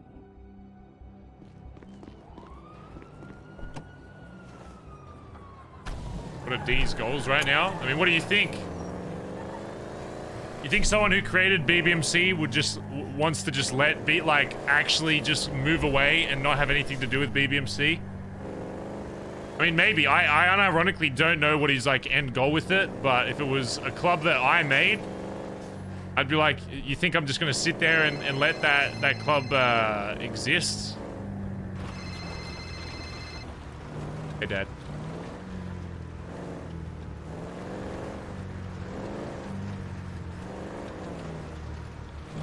Dad, hello?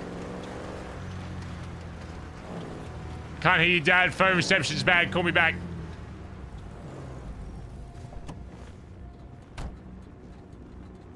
Which one of these has radios again? Is it this one?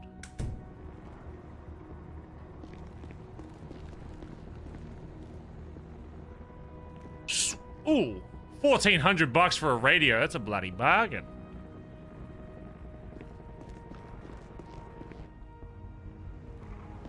Dad always knows the right thing to say.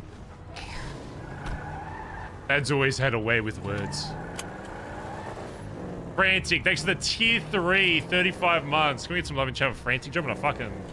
You don't know, tier 3 is like equivalent to like 5 normal subs. Oh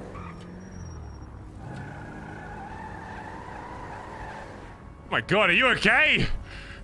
I'm in pain. Oh, what happened?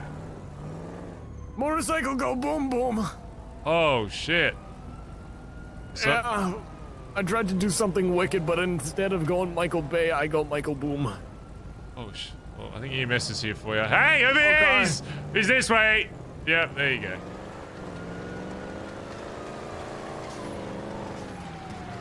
Jesus Christ.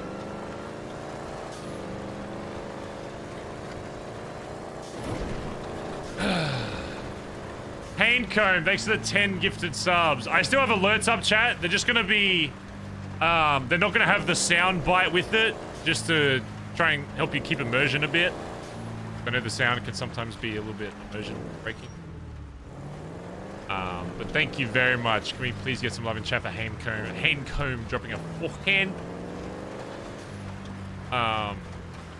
10 bomb, appreciate it. Fuck is Queenies again?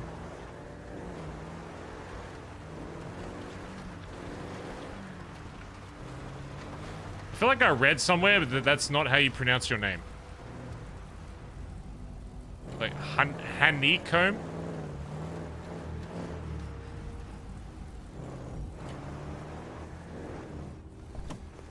That's probably 90% of chat. I've probably butchered 90% of chat's names.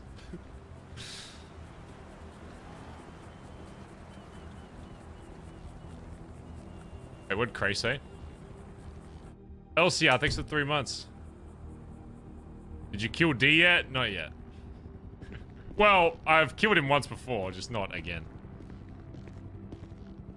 Hello, BBMC. What's up, Hutto? How you doing? Are you still on Facebook, Hutto? I swear I saw like a Hutto like Twitch stream, or were you just like fucking around with it?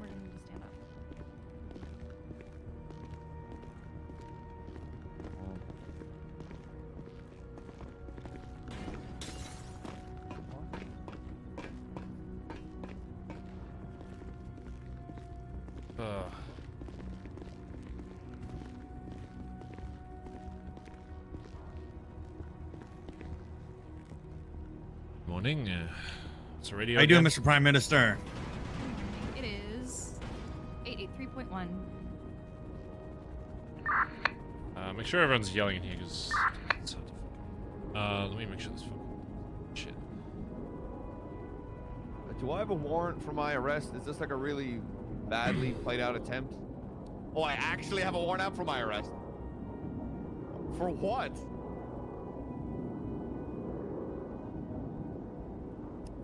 Fuck no. Go fuck yourself. Yeah, I am. I don't give a fuck. Tell her. And I'm not turning myself in. Suck my fucking balls. Bye. Hey, thanks for the 3 months. Appreciate it. And M good. Thanks for the gifted sub to Hutto. Sounds nice. Apparently I have a big warrant out for my arrest. I have no idea what for. What the fuck? Yeah, what? Did we get raided while I was asleep or some shit? No. Nah. Don't make Just that don't- voice. just don't check the Did pub. we get raided? I don't think so. Okay. Make sure everyone's yelling. Oh, fuck.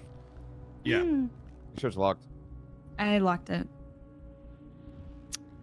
Okay. Hi, everybody. I'm here to deliver a series of information that might be confusing and or concerning. But I'm just gonna get into it. Okay, so yesterday, obviously this is after you went to sleep, Collin. Crazy. Yeah, we were, partnering up, making sure we were all like in pairs, just because Norman was being Stevie a does fucking have weirdo. a good fit on. She's And got the Ugg I boots. realized that. Good morning, everyone. Oh my god, radio. Oh, hello, Buck. Good morning. I realized that we hadn't heard from Junior in like a long time. And like last someone had heard that he was gonna go run errands and he was in Polito and he had taken his bike and he was coming back down to Vespucci. We hadn't heard from him in like a really long time, so we were like, oh fuck, like did Norman get him because he was alone? Did something happen? Like did he crash his bike? So we take off, do like a little convoy up the fucking road to try to see if we can figure out where the fuck he is. Can't find him. At that point we were in Polito. We ended up going to like the Benny's there and shit, and around this time we get like a call over the radio that's like, or, I don't know if it was over the radio, somebody heard that Junior had gone to, like had crashed his bike. So we were like, oh, okay. When we heard that, we ended up kind of like searching around some like hot spots just to see if there's anything at all to give us a clue to like what the fuck was going on. And then we were like, okay, we're just gonna go back down to the Billy. We're gonna have a little conversation. We're gonna make sure everybody is rolling with somebody, even, you know, it's not war, but, you know, even if they've got just like a fucking friend with them. So all that happens, and then we still haven't heard from Junior. Like, we have like this whole meeting, and then we're kind of like backed out of the Billy, and we're like, okay, like what the fuck? And then he comes down and he said that he, like, when he crashed, they took him to the medical thing in Sandy, the medical tent in Sandy. And we were like, oh shit, okay. And then apparently he got fucking robbed by 2 cops who were not actually cops. They were in SDSO looking uniforms and on bikes. There was 2 of them, and he apparently got robbed by them, but he didn't get like they handcuffed him, went through his phone, and they like robbed him, but they didn't like bring him to cells or anything to do like any of that, or it wasn't like processed for anything, which is why he didn't think that they were cops. So we were like, oh shit. So then me and him went to get a phone. So all this is going down. We're all kind of doing our own. Well, like an odd story. Partnered up still, but we're all if kind it of is like a fake story, it's such a weird driving story around, to go with. Kind of on edge. Just be like, I was at the shops. You know, Collin received a call saying that from Norman saying, oh, he has a gift for all of us. I was talking to someone. So we're all on edge, and that's when I receive a phone call from Cora. And Cora sounds like super freaked out. And I was like, Cora, what the fuck is going on? And she says, I just saw Dundee. And I was like, are you sure it was Dundee? And she said, yes, but I will swing back again and I will check. So apparently she saw Dundee at a payphone outside a Seaside block. I don't exactly know where, I can't remember, but she said it was somewhere near Seaside. And she said that he was in a orange muscle car. She thinks it was a Dart, but she was too far away. And whoever he was with, she couldn't tell what the chain was, but they had a gang chain. She told me that, and I was like, okay, thank you. Wait. Antonio, when you spoke with him, did you call his phone, or did he call you from a phone, or what? He called me from a payphone. It was an unknown number. Okay. Nice. Go ahead. So, yeah, he was at the payphone, and then he was in the car. Connecting the dots. So Cora told me that, and I was like, oh. Barry, connecting the dots, Benson. That Junior's back down at the Billy at this point, so I pull him aside, and I'm like, Junior, like, Cora just saw D, and analyzing, we had like a connecting, conversation about that, and connecting. After that, you know, people were just like starting to hear, like see him around, like people found out. Oh, it's my dad. Let me just. Hey, Dad. Let me. Can I call you back in like 2 minutes? Yes, you can. Just make sure you're safe and all that. I am at the farm. Okay. All right. I'll call you soon. Okay. Okay. All right, bye-bye. Okay. Bye. So. 2 minutes. Anyways, I need to stop saying such low numbers. So basically, at this point, I say it not to be rude and say like, "Oh, I'll call you back in 20." But then I don't know where Junior went after that. I think he was talking to somebody or something. I can't remember. But anyways, I grabbed like everybody else and I was like, "Okay, everybody's kind of starting to hear this. Such a bad habit. I guess D is alive. Let's not we're not gonna go fucking do something stupid on our own. We're not gonna go fucking antagonize. Just stay in pairs. Be aware. Don't fucking do anything stupid. Basically." He never spoke to Hubcap again. So after that, we all kind of were again on edge, and I was driving around with Finn and Cap. We were up at the observatory, and while we were driving up there, I got another call from Cora, and I was like, "Hey, what's up?" And she's like, "Hey, I just went to the courthouse to check the MDW to like see a picture of Dundee and like triple check that it was him that I saw. And it's definitely him. And also in his MDW, he has keys to GG shit." And I was like, okay, interesting. So then he has keys. Again, like we're just out there driving around, and we're at the observatory, and I reach out to Junior again because I mean, it's fucking like this shit is not like easy, and like I wanted to check in on like how he was doing. So I was like, hey, like, are you okay? And we were having this conversation, and he says, oh, GG is coming down. And I was like, to the Billy? And he was like, yeah. And I was like, are you okay? Like, what's going on? And he was like, I think they just want to talk. And I was like, okay. And I was like, I'll come down there. Do you want me to come down there? And he was like, no, don't come down. And I was like, okay. Yeah, it is a bit weird that stuff's accessible. I'm gonna stay like around. Sorry. It's good for some he things, said to but not come down to the Billy. I almost don't want to. I almost don't want to use that information because So then I was like, It does okay. kind of suck that was when like you have keys to something, people can just look it up. So I heard that and I was like, okay, that's weird, especially since I just heard about like the stuff with like the keys. So I was like, I wonder what Gigi wants to talk about. So I told him, I was like, okay, can you please, like, if you don't, like, if I'm not gonna be down there, can you like please call me in like 5 minutes or like when you're done the conversation, so I know you're not like at the bottom of the ocean somewhere. So a little bit of time passes, like not very long, and I like literally pick up my phone to call Junior back, and TJ's calling me, and I'm like, oh. So I pick it up because I had seen TJ earlier in the day and kind of like filled him in on like the D stuff. He didn't seem like too worried about it. I don't know, I tried to tell him to stay with somebody, but he was going racing or something. Anyways, so then I pick up the phone and I'm like, hey, and he said, I just shot Junior. And I was like, what the fuck? Obviously. And so I started heading back down to the Billabong with Finn and Cap. And he basically told me what, this is what, from TJ, this is what he said happened. He said that he came back to the Billabong and he saw Junior in the Billabong standing with Dundee, Marty, and Benji. Did Junior tell anybody that when Dean that came to the Billabong? No, no. When I literally when I called him, like when GG was coming down, I think that think it was probably makes Barry a bit sus. Like GG. there's 3 different encounters that you haven't called someone. It was probably him that he saw. So now I've got potentially 3 different situations where Junior has had some kind of interaction with D potentially and hasn't called anybody.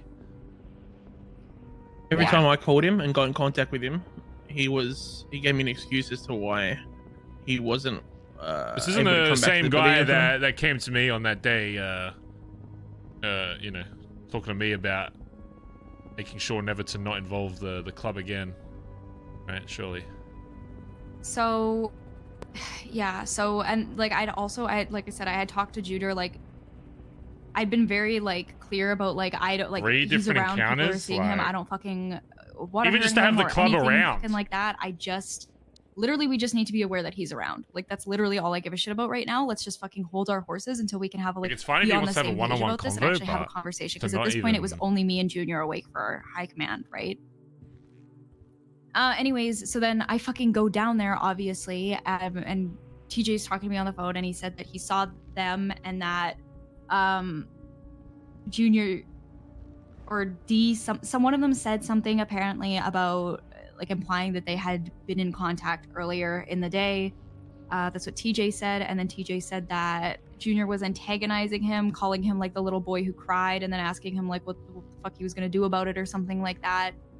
And then TJ said he shot him and then he was chilling in his house, and I was like, what the fuck? So we swing down to the Billabong, we figure out what the fuck is going on. I feel like if Benji, Marty, and D weren't there, Marty and Benji, if they were down there, they were gone, and they also left Junior. Wording wouldn't have happened. And so did TJ. So he was bleeding out, so we fucking grabbed him. Like that, our first priority was to just fucking get Junior in a car and get him to the hospital, because at this point we don't know what the fuck is going on. So we get him to the hospital, come back down to the Billabong, and I'm like, okay, like I need to fucking talk to TJ. And I like made it really clear, because like at this point everyone was like figuring out what the fuck was going on. So I was like, I made it really clear, like we're not gonna fucking escalate this shit. We're not gonna escalate this shit. We're not having another fucking member have a fucking bullet between their eyes, because like holy fuck. But I needed to fucking talk to him. So he said he was in his house, so I was like gonna go in his house because he was on the phone when I tried to call him.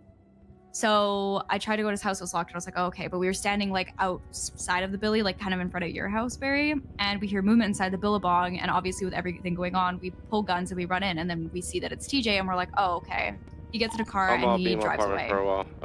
You guys just radio in or call me if anything happens. So then I'm like, okay, what the fuck?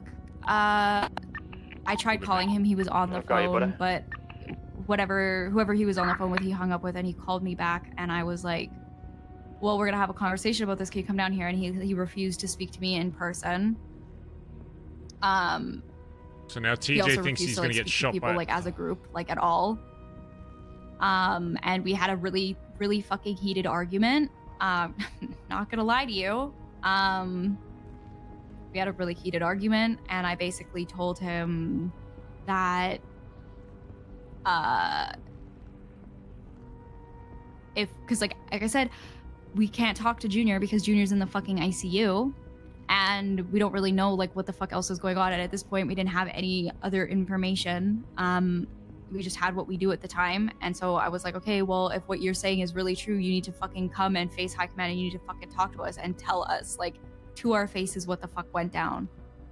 I said that he would one-on-one. So many people against Junior without knowing the truth. But and then that's not how truth works, though. If Junior hasn't told them, if Junior lied to them about talking to D, then their truth is, as of right now, that Junior's hiding something. It's a whole separate thing that doesn't matter to the conversation. Good shit on holding it down, though. As of right now, if Junior withheld information from them, he's in the wrong for that. Even if he has something that clarifies things, that it's his job to say that. Then picking. If you don't tell someone something and then they act on the information they have, speculate all we like. You're still in the wrong. We need to hear because you have the information that can save your ass, and you chose not to do it. I'm not about to. TJ's not in the right either. He is majorly fucked up by shooting Junior. No one is saying no to that. Junior's point of view that could change one side of it. From what's happened right now, it seems like Junior has had 3 different opportunities to tell the club that he was at the very least just talking to D and hasn't, which makes him sus as fuck. But I do think because obviously people now know the situation and like what's happened, and some people are really fucking angry, like really angry.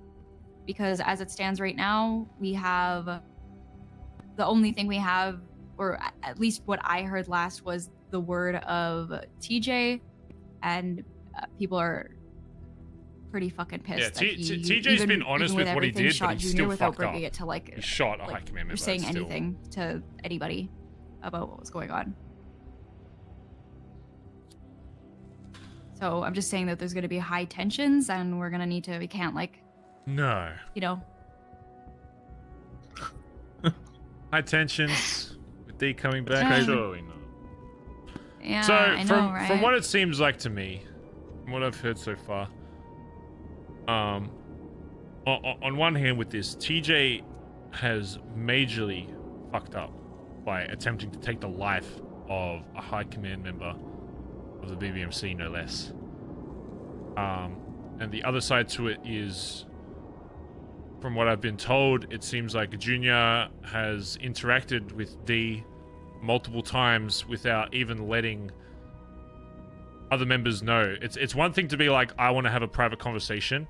It's one thing to hide that conversation ever happened, or not even allow members to know that the literal person who was shot for betraying the club is now in our fucking home, inside the fucking Billabong, without anybody being fucking told.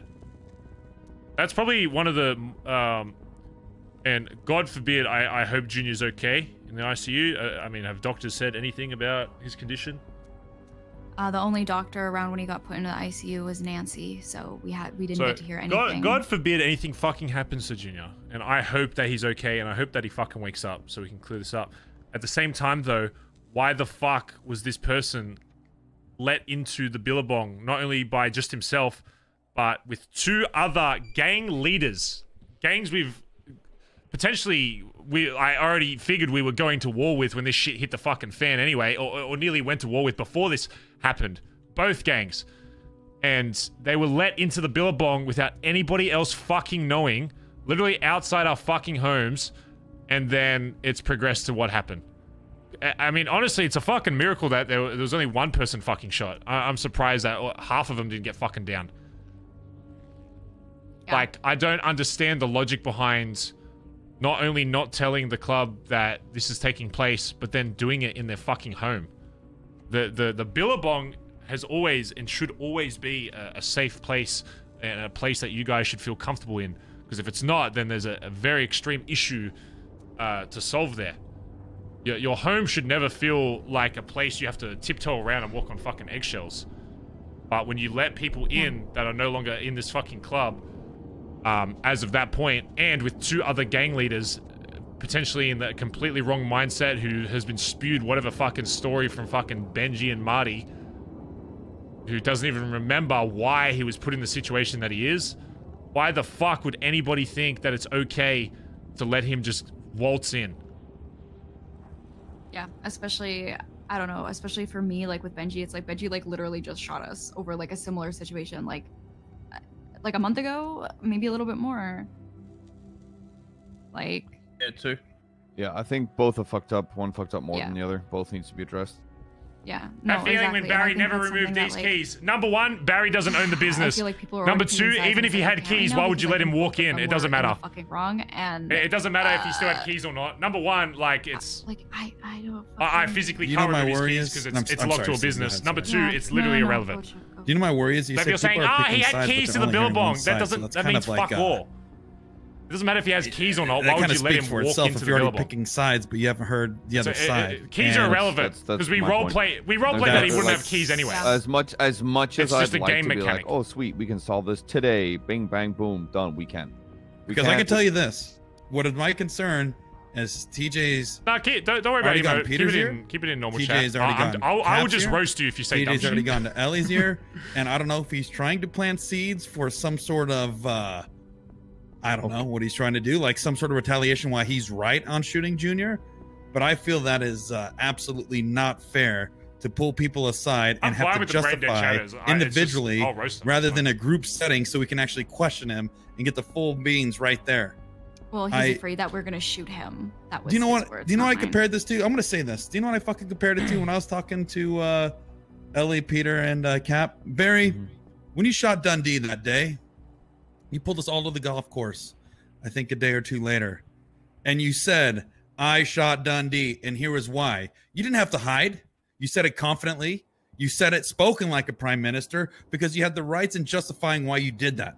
Why could TJ not do this? Is this a guilty conscience thing? Is he worried? Why are you worried if you did the right fucking decision? And that's what worries me too, is because I'll be honest with you, TJ said everybody that's not high command is panicking right now.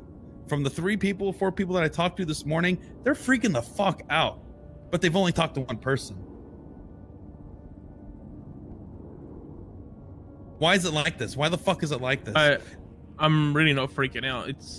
I I'm was not saying on the you. same I'm not- wavelength as Stevie yesterday, that people were off trying to do their own thing, trying to fucking even started from like the whole little chasing Brooklyn shit. Like people just need to fucking. Why? I don't understand. Why the fuck were you guys going after Brooklyn? That's what I don't get. Why? I don't. Oh, that was on me. So basically, we went to. Literally, what happened was we went to the Polito Benny's because we. This is all Brooklyn's fault. Benny's and. Should have shot her again. At this point, I'm kind of like I'm like racking my brain. I was like, okay, like where's somewhere we could check for like signs of like anything to get like some clue about like what the fuck is going on, honestly. And then Finn says, oh, like literally the other day, literally right behind here because it's right behind the Benny's in Polito, I ran into Brooklyn. Wasn't the Brooklyn thing like a one-day thing? Apparently. Isn't that like a one-day arc? Just, like, how is she so? That's how they found her. How is she so important So we went in there this and whole guess who was story? there? It's crazy. Brooklyn. She's had so much impact of one day. Yeah. And she said that she had previously said to Finn that spot was important to her and Dee. So it was weird that she was just there on the day when all of this shit was going on. So I was like, that's fucking weird. The fuck? And then I was like, fuck, like I just want to ask her a few more questions. I was like, maybe What? The 1-2 days they spent together, that day was okay. Yeah. All right. Cool. So then we were fucking swaying back around to like go ask her more questions. And I mean, I'm really nosy, so I kind of wanted to handcuff her and read her phone. And then as we went back, she was on the back of like a motorcycle. Sanchez? I think it was a Sanchez. Hello? Who is this? Is it important? And they drove Alright, Pez, I just got promoted to full officer. How good's that? away from us, and we lost them.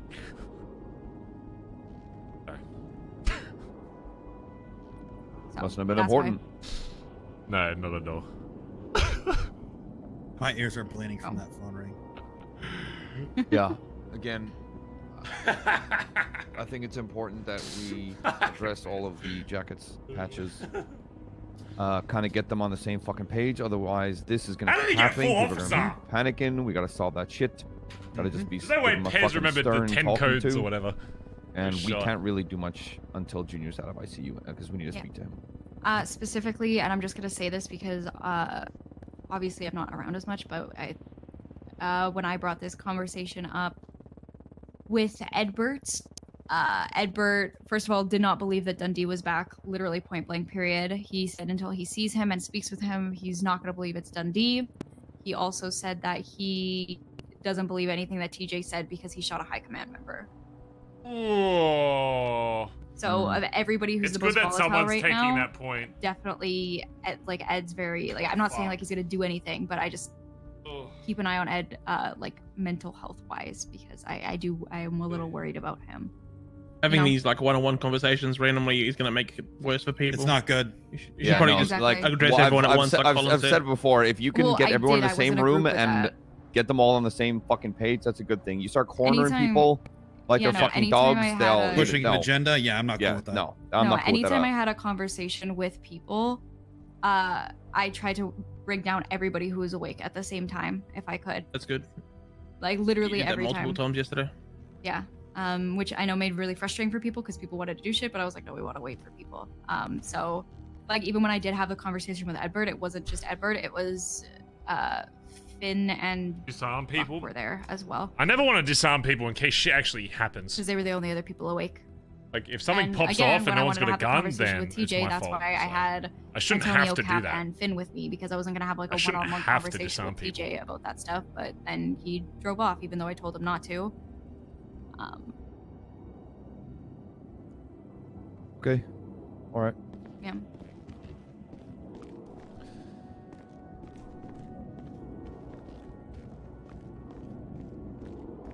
So that's what I have. I wanted to tell you guys because I was there all day. I want you guys to hear it from Colin's me, looking at the bottles of alcohol. instead of hearing like a bunch of different like stories about like maybe what happened. Appreciate you, Stevie. Or if you wanted, from TJ's point, I mean, Oh, I had a conversation with him. I know, It was not but a pleasant one, but we had the it. rest of the club hasn't. If we're talking about making sure everyone's got the same page, then yeah, I can get him down here and explain everything. I just want to make sure that nobody's going to do something they regret, is all. Whether you think someone's regretted? whether you think someone's in the right or wrong, you know, I don't want any more people fucking up like that. Well, and that's what I said to him because when we were fighting, he basically implied like at one point like, oh, I'm gonna shoot him, and I basically told him to get fucked, and I would never fucking raise a gun to anybody wearing this fucking jacket. And I made it very clear to everybody when I was trying to have a conversation face to face with him that no one would be fucking pulling a gun because that's the last thing we need right now. That's how we fucking got into this mess. You don't fix a mistake by making another mistake. Yeah. Oh my god. Well, all not things so much. considered, Stevie, I'm proud of how you you know, conducted everything yesterday. I know it's hard taking that shit on, especially when there's like nobody else awake that you can kind of bounce on. So should be proud of yourself for you know what you did. Let me see if I can get in contact with TJ if you want to get any other jacket that's around. I gotta go for a quick drive and just think about some shit. Yeah, you're fine. Okay, please be safe. I will. Don't let Norman turn your spleen to liquid, because apparently he can do that. Don't worry, the beer's already doing that. I gotta call Dad back. Just yeah, to if you want to clarify, get I've been any other drinking jackets out their of my way. brain, just to clarify. Okay.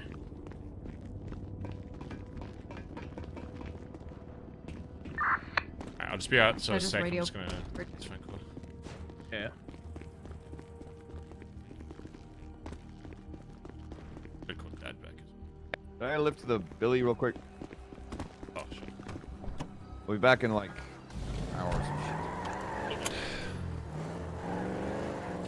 Day 2, everybody. Give it up for day 2.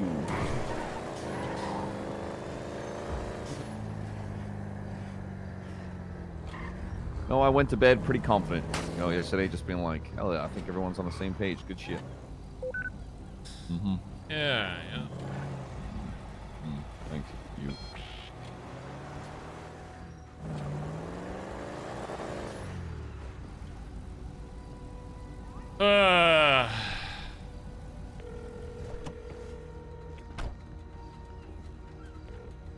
Hello, son. Oh, Dad. Sorry, I'm just getting everything all together, Yeah. I guess. Yeah. Well, I don't know anything that went on yesterday other than I was told that that skull that was in the billy was gone, and that D might be around because that's what was told to Andy. And He's definitely back in the city, Dad, and you need to be extremely careful around said city. Oh. Yeah. He is definitely here. Uh-huh. I don't know where right now, but he's in the city somewhere. Oh my fucking god. Yeah. Are you okay? All right. I mean, expecting this for a while. It's just, yeah, it's still shitty when it actually happens. Yeah, there's a bunch of shit I need to do beforehand before I even try and start trying to track him down. Right. And making sure my fucking club doesn't fucking implode beforehand. How are they handling it? Let's just say I maybe shouldn't have slept in yesterday. Let's put it that way. Oh, for fuck's sake. Yeah. Okay. Andy's like sleeping at the house or whatever. Yeah, so she'll just be in there. It's probably something similar if he's not out and about. But yeah. If I can help you in any way, let me know. Oh yeah. If you want to talk, let me know. Yeah. Yeah, it would be okay. nice to have a chat today if you're still around. Yeah, I'll be around. Yeah, I'm not gonna stop you from doing your shit around the city. You know, whatever, fucking, stay in the house or whatever. I just think, when you're around the city, just be careful. Those around you and that kind of stuff. If you're seeing like random fucking cars and stuff, just make sure you're fucking strapped and all that shit. Yep, I'm strapped. Because I mean, as of right now, he doesn't. From what people are saying, he doesn't remember anything to do with Norman and just remembers what happened to him. Doesn't have any other context outside of that. So. Fuck.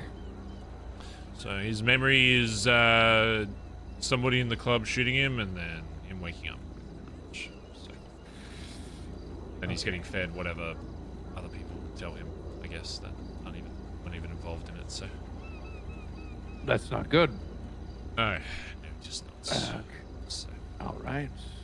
Yeah. Well, I'm worried about you, so if anything happens, call me if you need help. I'll let you know, if I Dad, can of help. course. Yeah. Yeah. Yeah, I'm just talking to them now, so. All right. I'll give you a call in a bit, chat. Yeah. All right, buddy. All right, Dad. Talk to you soon, all right? Love you. Be safe. All right, ditto. Bye-bye. Oh my Lucifer, thanks for the 2 months.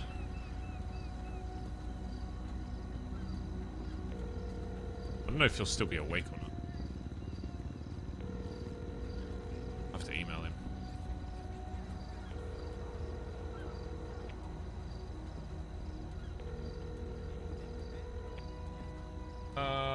Let me email and see if he's wake up.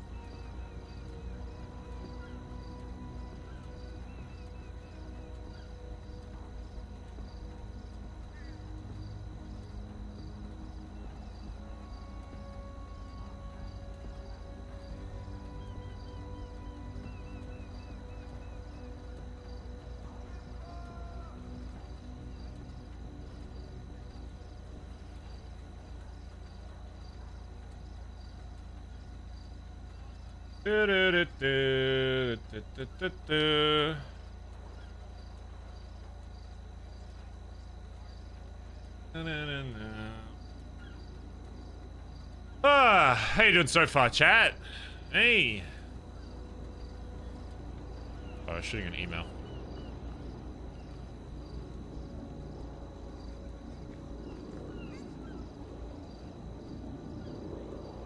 If they're even awake. I don't think Benji and Marty usually are awake at this time.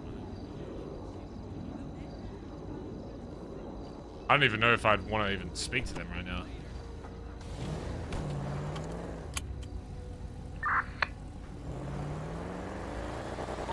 Alright, I sent an email to TJ, so just, yeah, just chill for now and stuff. Just make sure you're, strapped in on that. I'll, go back soon. Oh, actually, didn't Peter want to chat? Should we chat with Peter? Andi, thanks for the gifted sub. Appreciate it. Kind of interested to see what a hang around with prospect would say about it. Oh man.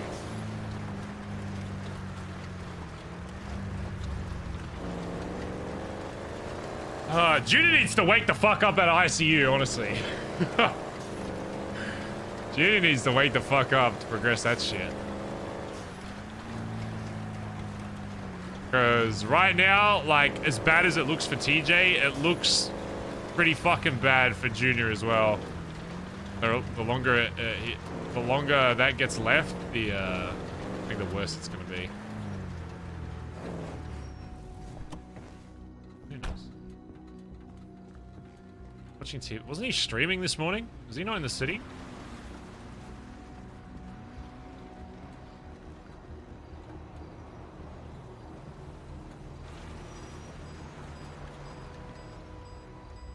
Oh, man.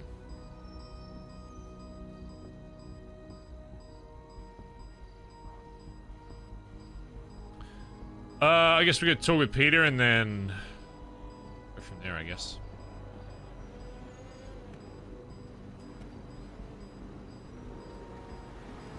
Alright, TJ said he'll wake up in a bit. Ready to check? Hello. Okay, you guys heard what I said earlier, right? Yeah, we're chilling. Okay. Yeah, TJ will be awake in a bit, and then we'll get everybody that's awake.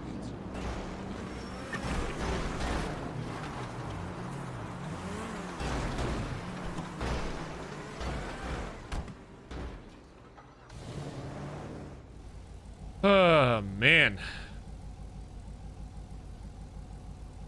Man, oh, man. What is this? I have some random other music. What is this? Ah. Ah, this is relaxing. I feel like I'm in a Disney movie.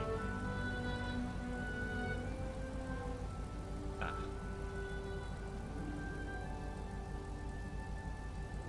I feel like a Disney princess.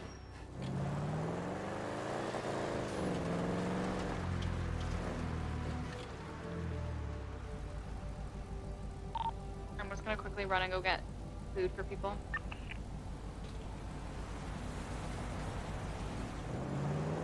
Alright, let's talk with Peter. Where should we have a chat with him? Where should we chat with Peter?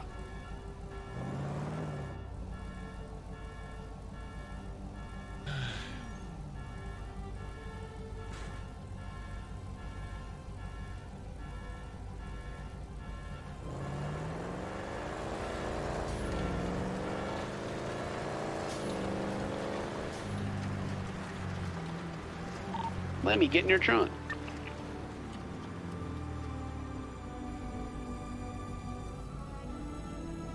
I accidentally just T-boned somebody. I hate the snow on the ground. I can't have my fucking mod on. It's annoying. It's not very empty in here. I think it's still late, Ellie.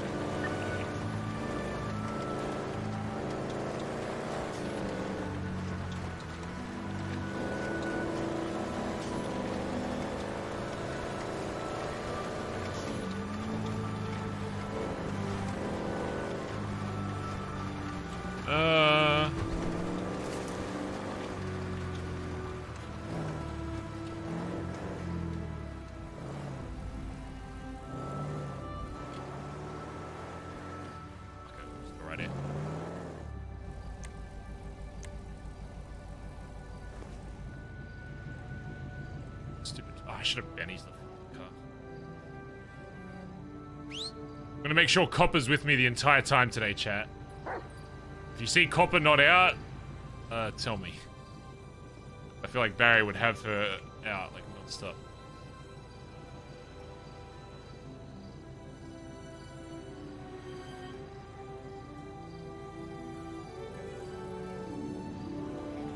Comfort dog.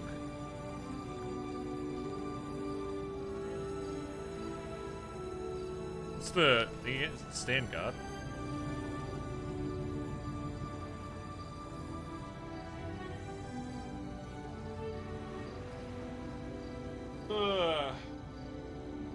Dog's still around? Yeah. The only reason I used to not take her out that much was because she used to be like in a pocket where she could get stolen, whereas now you can just pull her out and she can't get robbed off you, which is honestly good. Because I feel like I still like the idea of like going on a John Wick arc if someone like fucked Barry, like shot Barry's dog or some shit, but make sure the RP is working for it. Kiwi Pie, thanks for the 9 months and said, yo, smile.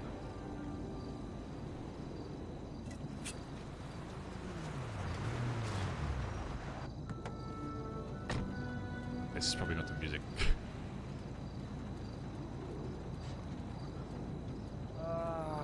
What a day, what a day. Yeah. How are you holding up? Oh, I'm fine. Are you sure? Hmm? Alright, well...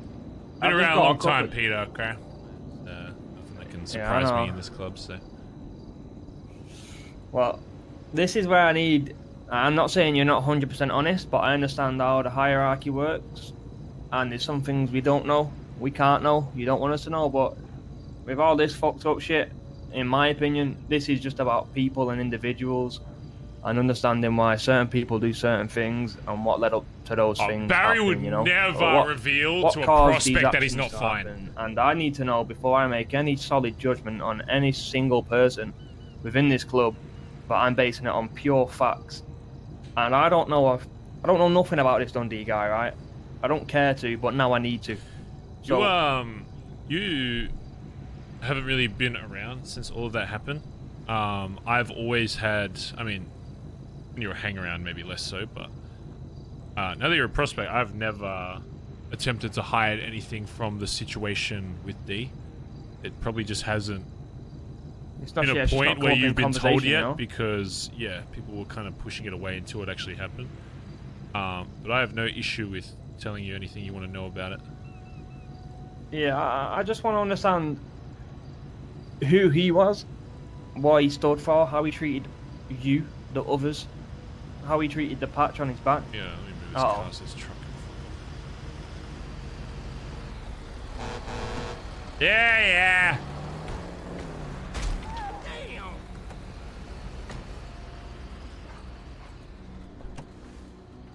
Did you just run over my dog, Peter? Nah, that was the truck. Wanker. That wasn't me, that. That wasn't me, was it? Ooh. Ow! Wasn't me. It's your VP, you just attempted to take the life of Peter. Ah. So, what do you want to know? So, I just want to know everything about this guy from top to bottom. And I also want to know, I heard Chip talk about some weird situation where Collin shot Dundee and Junior shot Collin. And I need to, any weird situation that this guy was involved in, I want to know, I just want to understand how he made his decisions, what led him to make these decisions, how he treated all of you guys. And this conversation go on for 10 minutes. It could go on for an hour, it could go on for a day. I don't care how long it goes on for. I just need you to be open and honest. If you don't want to tell me something, go, Peter, shut the fuck up. You don't know me. You know what I mean? I need my mind clear out. My head's full of shit right now, and I just need to know everything. I need to be prepared for this, because I can guarantee someone's going to ask on my opinion, and I'm going to need to give it, you know? Of course. I'll give you the most important stuff, and then if there's still stuff you think you're unclear of after, then we can go through that. Otherwise, we literally will be here for 24 hours. Yeah, just tell me what I need to know, I guess. Well, we're going all the way back, you know. He found me in a van one day, trying to rob a house. That's where we first met. We were both trying to use the same van. He found me picklocking it and then said, instead of me handing over the van, let's just go together. I said, sure. We hung out a lot after then, got in a fuck ton of chases together, a bunch of shootouts. And then he asked me if I wanted to help him build a club. And he showed me a jacket he'd been working on for a while, which is the one you're wearing now. It didn't have anywhere near as many colors and different little fabrics that it does fucking now. It was blue denim, that's it. And some shitty other colors that no one would ever fucking use, but it was blue denim. That's what I brought into, that's what I wore. That's why I still wear blue. You'll very rarely ever see me in a different colored version of this jacket because I like to stick by the OG. But, you know, I don't have problems with other people repping whatever. He asked me to help him build a club along with some other people that are no longer in this club. The previous VP, who was Riley Carter. The reason she's no longer in this club is because she was convinced that he was messed up and had gone past the point where he couldn't be fixed, and she wanted to take over, essentially. And with the influence of Benji, tried to do that. Realized that even though D had fucked up, the club wasn't anywhere willing to want that to happen. So her and her boyfriend Malachi pretty much left, along with another member shortly after. In terms of what kind of person D was,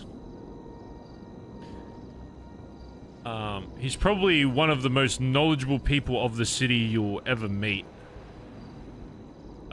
D has knowledge about parts of the city you probably don't even know exist. His driving and getaway capabilities. Everyone likes to think that they're the best driver or best shooter or best this. There's a very big ego battle in the city that you'll find, especially with other gangs.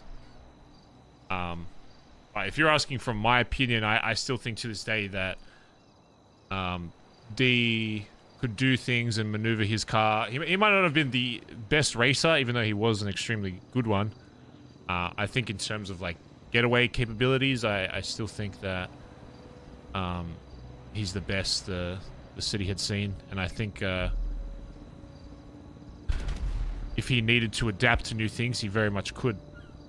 I think if what happened didn't happen, I think he would still be known as one of the better drivers. There's no disputing that. I learned pretty much everything that I do in this city from him.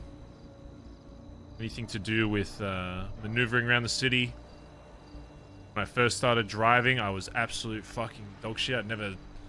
I'd driven before back in Oz, but never from away from any cops or anything. He was my mentor, really. Told me everything I asked to know about in this city. Wouldn't hold back anything. If I asked, I wanted to learn how to do something, he wouldn't hesitate to tell me, even if it was something that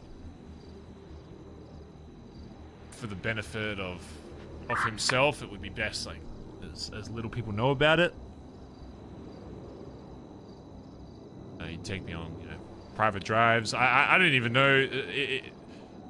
Put it in this way. Before I came to the city, I didn't even really understand the concept of a racing line. That's the level I was at versus where I'm at now. And a great portion of that reason, of course, I spent a lot of hours in the city finessing my own shit, learning routes, practicing just general car maneuverability. But the start of all that was because of him. That's something that I will never deny. In terms of D as a leader, he was a great one for the most part. I think D definitely has leadership qualities that you'd be surprised that a lot of people think they have until they're actually put into that position.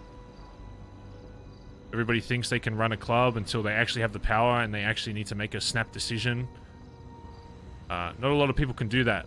Whether you agree with someone's decision, right or wrong, being a leader, to me at least, is less about making the right decision, but making a decision that you are confident in, and you are using all of your experience and expertise and everything that you have in this city to make the best decision for you and for your club that you truly believe is the right decision.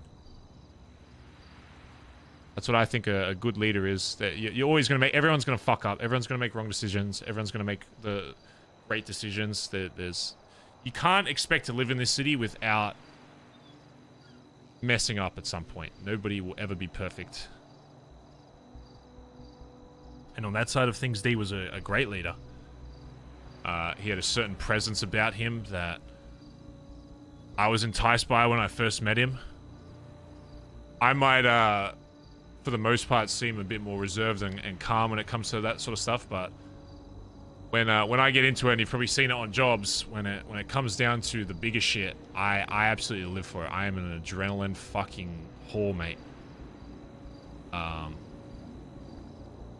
And he just kind of brought that spirit. Yeah, didn't give a fuck. Would absolutely do whatever he needed to bust for the boys. If we're on a job, someone's getting fucked, there would be no hesitation when turning back. If he was down or pinned somewhere, or I was down, we'd both look after each other's backs. And but some of the memories I've made with that man is I don't think I'll have with anybody else in the city. Some of the moments we've had where we've literally been in chase with cops, 180'd, fucking headshotted two of them and kept driving. Shit you would only see in a fucking James Bond movie. Some of the routes we've fucking done, some of the getaways we've done on jobs is... some of the stuff I still haven't seen from other people. Given everybody's probably done everything at this point, but back in the early days, you know, there was some shit. Oh my god, the story I could tell you about a Polito we did where we got like 20 people all dressed the same and put them on a bus, and we brought all the loot to the bus, got on the bus, and one at a time we'd make one person get off. Back then, obviously, it was a lot easier to conceal inked bags, so they wouldn't know who had all the loot, and we just drop them off at random points. So the cops had... there was like 10 fucking cops chasing us, but they had no idea who had the stuff. And we got out. It went pretty much perfectly. And even our last guy who was driving the bus by the end didn't even get arrested because they couldn't even prove that he was in the bank. And we also had a bomb on the bus as well. There was a bomb strapped to it. And we'd scream out like bomb on the bus over and over in a funny voice. With all of that in mind, as with anyone in this city, they definitely had some faults. To which I thought originally was just part of him and just part of his person and just part of who he was.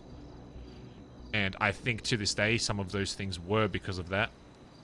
I probably argued more with D than anybody else in this club. Because when I took on VP, I mean, that's just what naturally happens, you know? When you've got two people essentially running the club, we're obviously always going to butt heads, but I'd never let that affect how I worked within the club. I mean, that's how it is at the top, right? It's yin-yang, you know? Otherwise it won't work. That's what a lot of people don't understand. In my experience, there's two styles of running a gang or a club in this city. One is you've got just somebody at the top who's undisputed, nobody questions ever, and it runs a bit more like a dictatorship where things can be a bit more simple for the most part, because for 90% of it you're just going off one man's word and all you have to do is listen to them, even if you think it's wrong or right. And then two, sometimes that'll naturally happen, is the person that is taught by them, or the second in command, or whatever you want to call it, kind of provides a different outlook on certain shit in the city to kind of... It's an alternative way of thinking, right? Yeah, and it's not to stop that person from acting how they want or leading how they want. It's just to give that other perspective so that...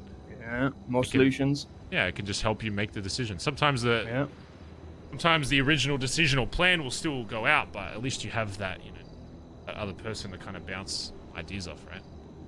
And that's kind of what we were. You know, I still, don't get me wrong, I still absolutely live for the crazy shit. And when he told me we're going to go blow up a fucking hospital, you know, there'd be rarely a time I'm arguing with it unless it was completely fucking for no reason. As long as we have a reason for doing things in this club, I'll do just about anything. The only times we really argued was when he wanted to be chaotic for the sake of being chaotic and not having any kind of reason for it. And back then, I used to think it was just, I don't know, maybe he's got something similar to me where he just has a need for just causing random chaos. And that was until I found out about Norman Bones.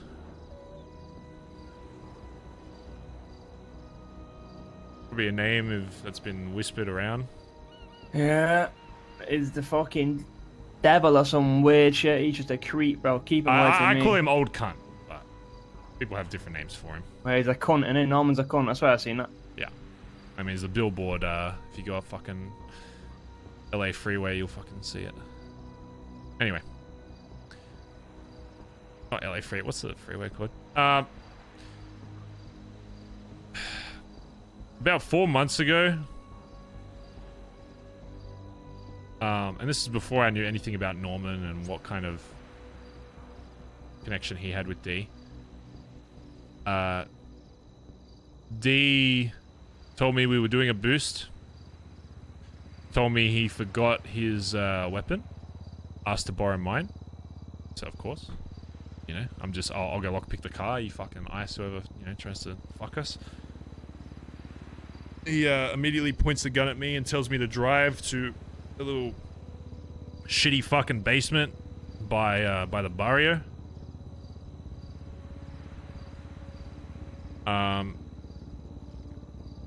He tells me all about this Norman Bones guy and how about months and months prior to that, when Dundee first went missing and was ocean dumped by the chief of police, Sam Bass, that the only reason he survived that was because he spoke with someone named Norman who gave him an opportunity to continue living on the condition that when he requested, he would continue to cause chaos for him around the city. As vague and as open as a statement that is, you know, it's something he agreed to. And that's the problem with agreeing to something that's not clear, is people can hold you by the balls for it and tell you, oh, well, this is what we agreed to. You just didn't fully understand. And then I started connecting the dots when he told me that a lot of the things he was doing that didn't really have reason for it was because of that. He took me down there, gun to my head, and told me that every few months Norman likes to step things up a little bit, and this was a part of him stepping it up, where he had entertained everything else to Norman that he could. Terrorism, shooting cops, all this shit. And Norman wanted someone a little closer. So he held me at gunpoint, called me down there and said, after explaining all that, told me that you need to call somebody down here from our club,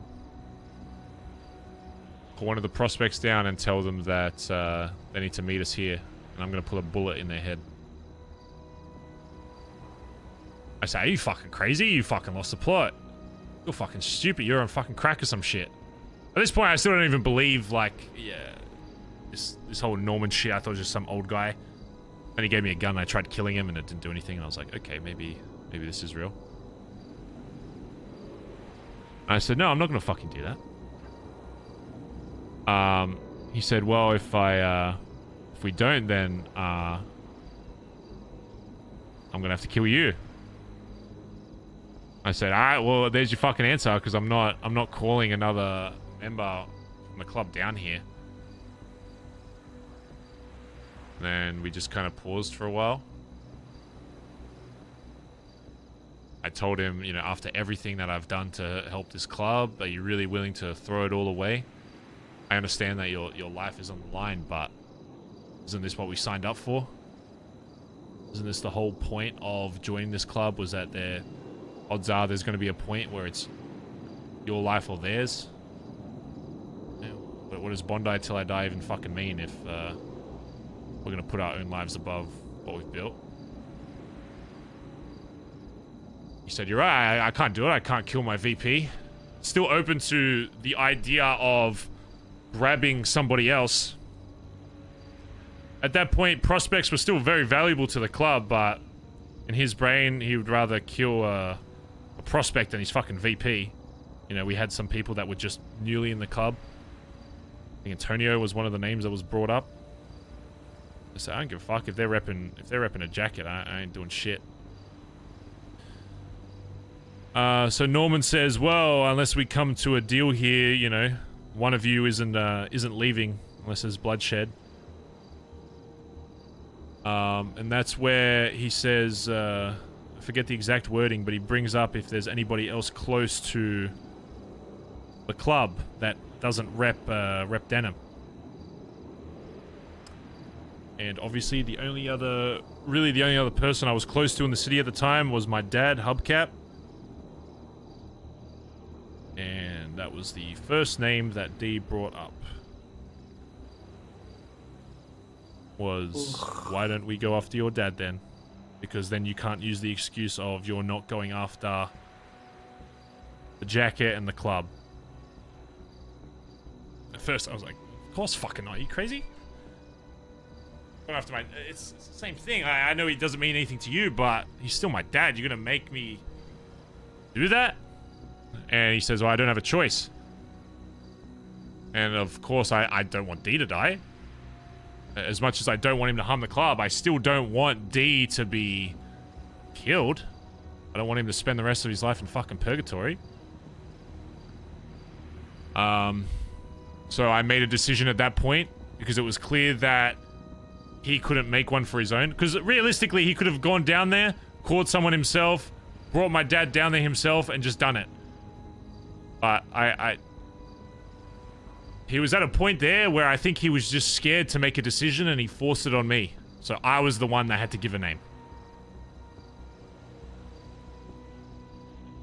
And that was like the first point I think I realized that I didn't see Dee as a leader at that point. Up until then, it was perfectly fine. We disagree on money shit, club shit, whatever. But that was the first point where I was like, this is a decision that the leader of the club needs to make, and he couldn't do it.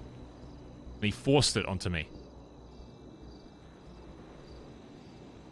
I said, fine. Let's get Hubcap. I said my only exception is that I get to spend an hour or so with him prior, and that I'm the one that does it. Because if you think I'm going to sit here and watch somebody else execute my own dad, then you're a fucking loony, mate.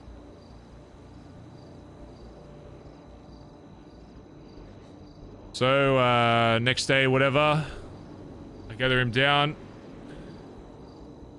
I tell Dad, basically like, hey, I can't hide this from you. This is the situation I'm in. I basically explain everything to him. I explain everything to Collin. Originally, I was going to talk to everybody in the club, but at that point, Dee was already awake. He was already aware that I was speaking to my dad about something, and I was aware that he was already talking to other people in the club.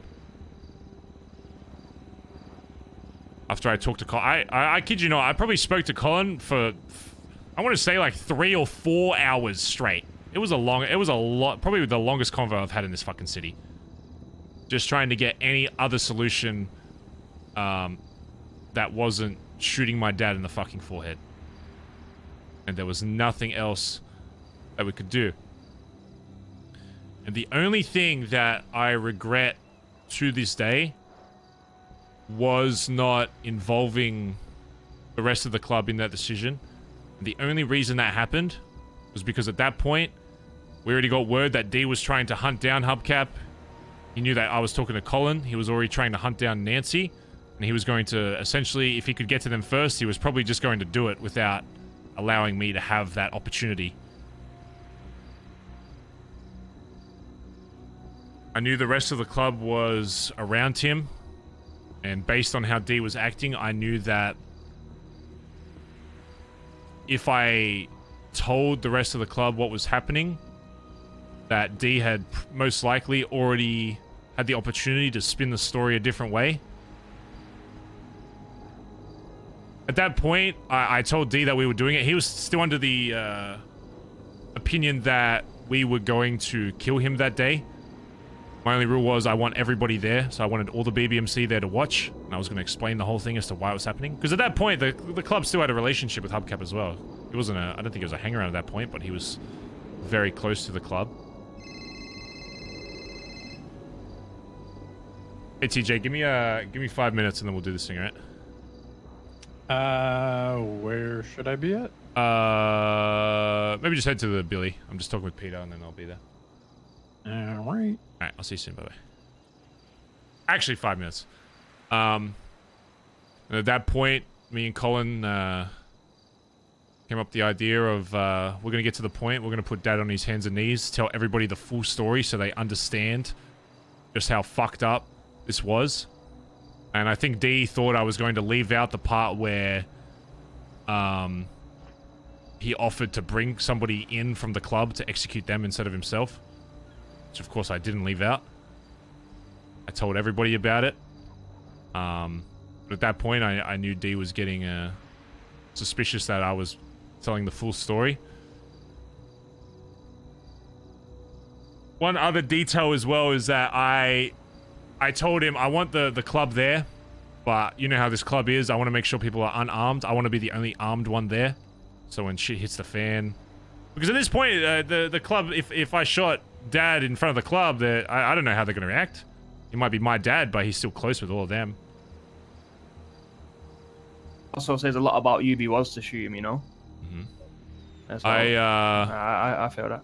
I told him, look, I don't want anybody else armed,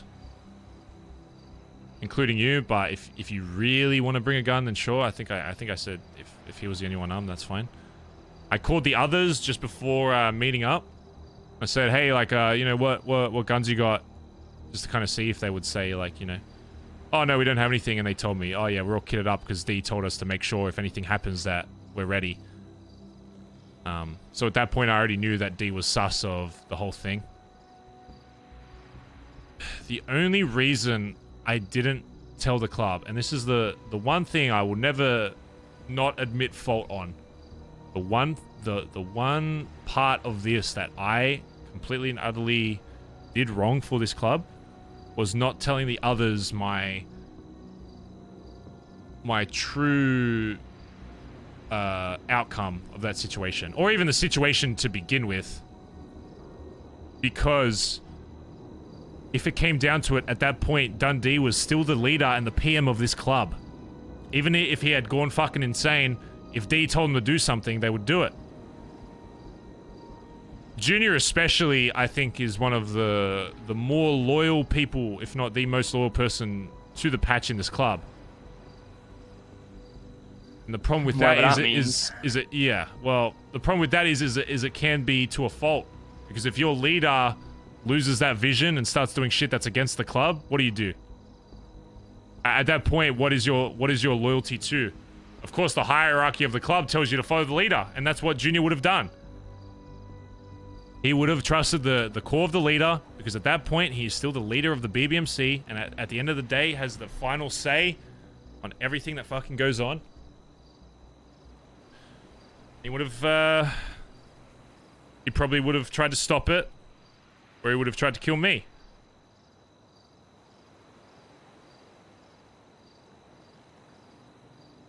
And, we gathered them all up there, and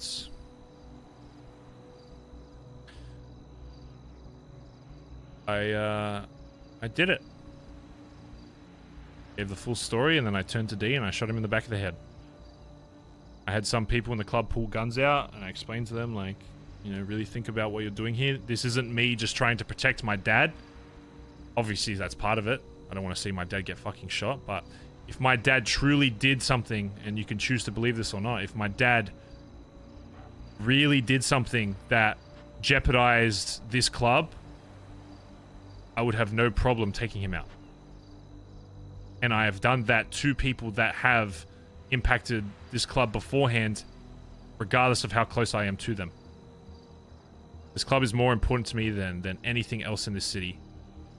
There will be people out there that, especially people with other gangs, that don't understand how long I've been in this club and what I've done for this club and what I've sacrificed for this club, that see the full story and think, oh, he wanted to take over his leader, he didn't want to shoot his dad, yada yada. The only solution to that was taking D out was because I knew that even if I took out Hubcap, it would be a few months before Norman Bones would get bored once again and be like, you know what? Time to progress things a little. And what is the next possible step in this city that goes above killing somebody that is close to somebody outside of the club? What is the only other thing you can do that is more impactful than that proves loyalty to this club, that isn't killing someone outside the club?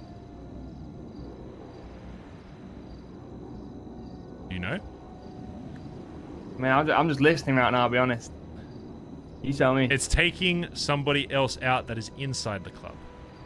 That is the only other solution. And he was already at that point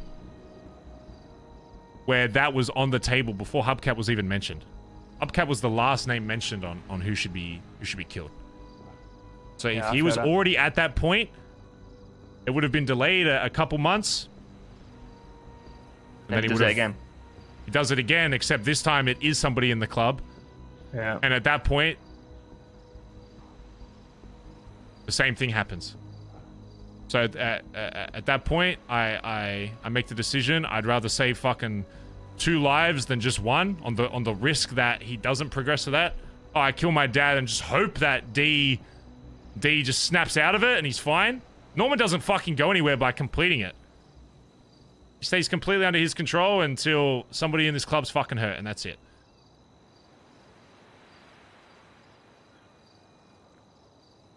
And that's where we are.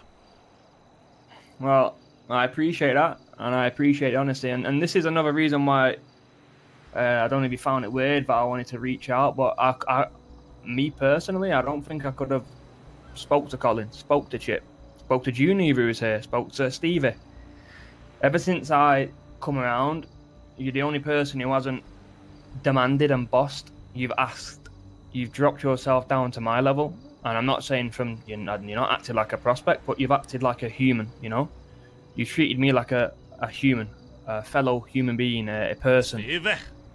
That's what family is to me, is understanding that deep down we're all the same. Yes, we have objectives, yes, we have goals, and yes, we have different, you know, responsibilities. And this is where my next point is now. I understand all that, and I understand the whole shenanigans with Dundee and the thought process. I don't think he was in the wrong, but this is my big problem now. How come it took me to come to you to waste your time to get all of this information when there's much more going on than there's much more that could be happening than me and you speaking right now, wasting time on this? How come someone's not feeling the need to run an errand or fill me in? And I'm not blaming no one, but I'm just saying it's just another fucking big problem. And it's like, we go back in your conversation there, and I'm gonna be, this ain't me trying to disrespect you now, Barry. This is me just giving you all my honest thoughts. I give it to TJ, and I'm just gonna tell you how it is, alright? Because I ain't trying to see you get hurt, anyone else get hurt. I don't think I've told you yet, or I've told anyone, and I don't want you feeling uneasy with all this Dundee shit. You are my Prime Minister. I plan the future with you as my Prime Minister, and you will be my Prime Minister. And that's how I see it. That's how I will always see it. I now don't need to speak to Dundee. I don't really care for his side of the story. You've dissected his brain enough for me to even care about it. I trust your word more than anyone's at the minute. Just from the conversation I had with TJ, how can you tell me all of this and you, at first, you big Dundee up because of what part he played in your life? Do you know what characteristic trait that takes for you to big someone up who's caused you so much harm and wanted to kill this or kill that or kill what you stood for or kill your dad? That takes a true human who has feelings, and you've had to adapt, you've had to overcome. And like, I just think everyone else in the club isn't on the same page, Barry, and I hate to, I'm going to bring it back to your Prime Minister and prospect. I don't want to tell you what it is and what it isn't, but that's all I can do now, because I fear for what can come for people like TJ, who I believe wants better for this club than 95% of the people in it. And I know I've not been around long, and I may come across silly and stupid and dumbfounded, but I can tell you now, I do it for a reason. I don't really want people to listen to me. I listen to listen, and I don't listen to reply. I don't like speaking to people.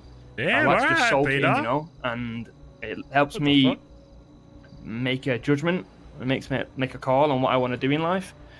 If I wasn't this way, I would be 50-50 about everything, and I wouldn't be dead set on what I want.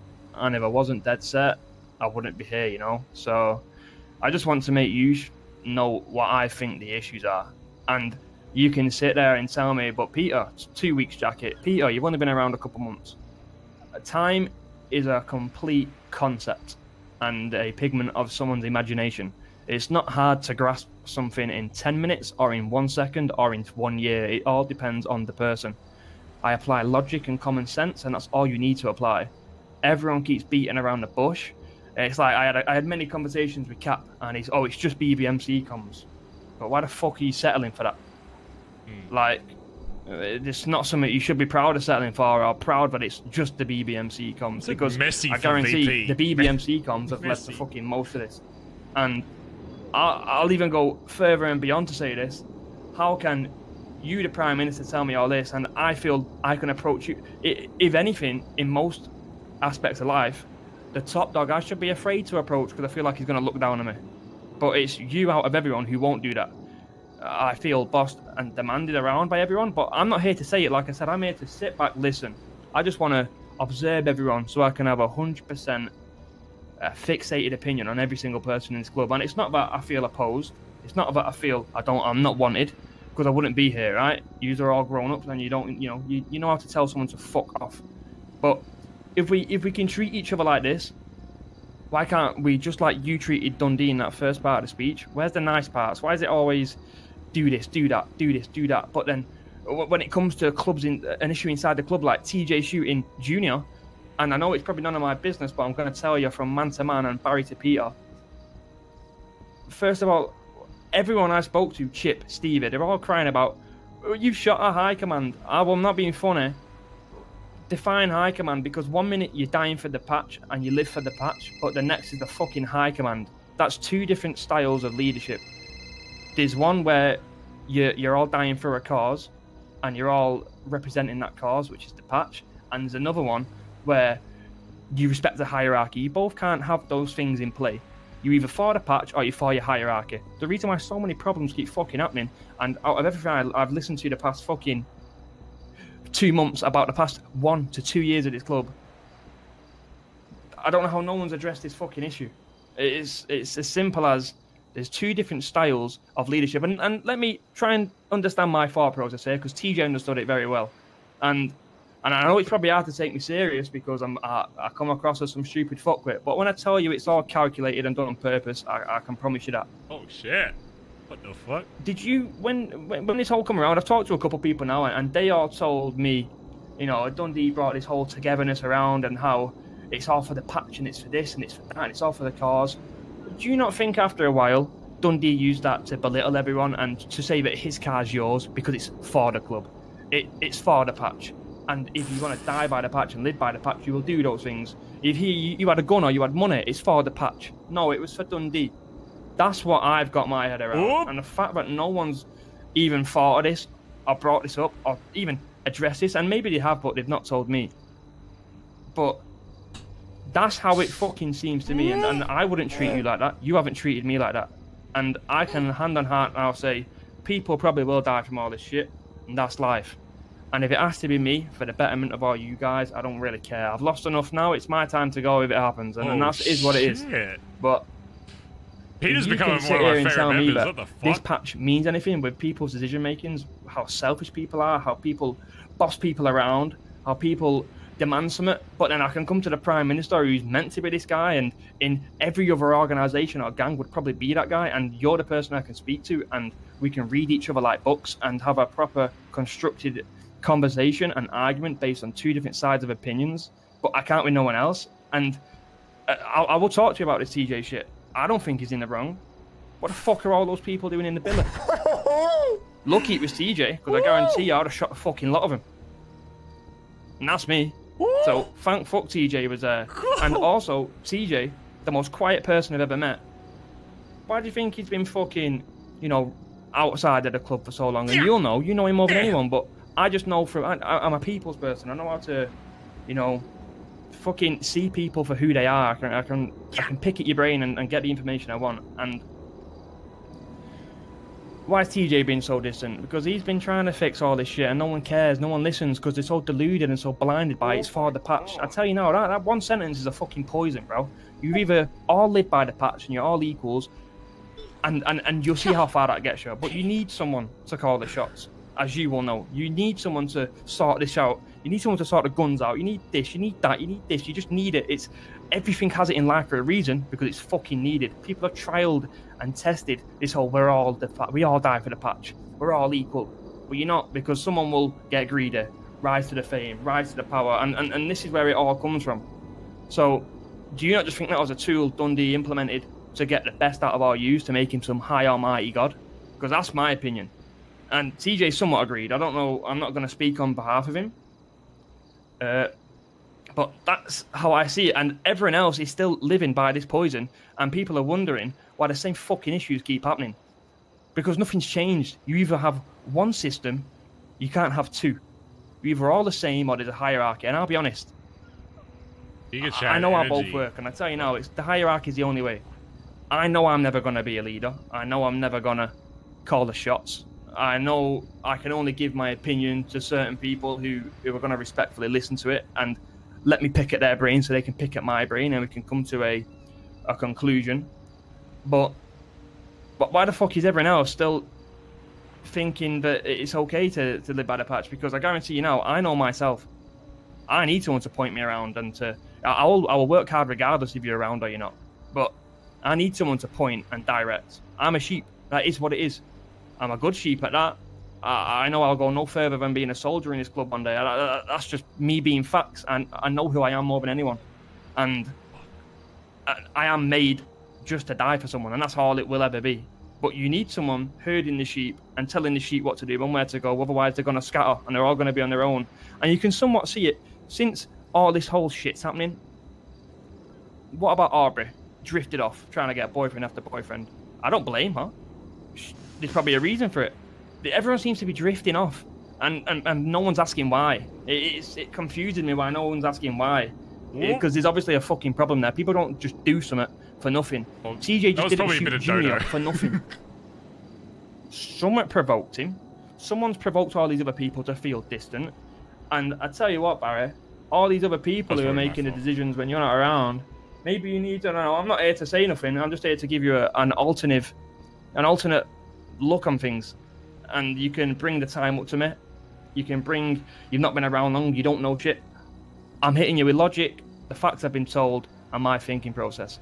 Everyone else needs to snap out of it because they're living by this whole, Junior shot high command. So, wait, are we living by hierarchy or are we living by the patch? Because what TJ done was for the patch.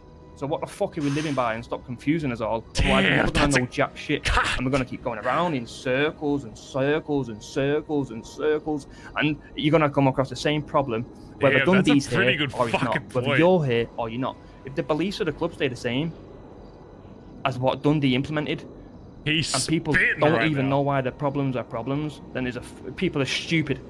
You're not just like, I don't know if anyone's ever broke it down to you like that, but do you not think there's an issue there? Like, this whole patch thing? Let me put it this way,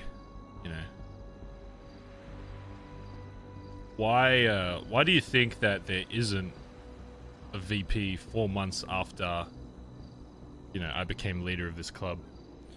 There's no one worthy. Because yeah, I have to reluctantly agree with some things that, and I think a major problem is not necessarily that people are in positions that they shouldn't be. Maybe they are. But I think the biggest issue is that those people in those positions haven't really fully understood what was expected from them.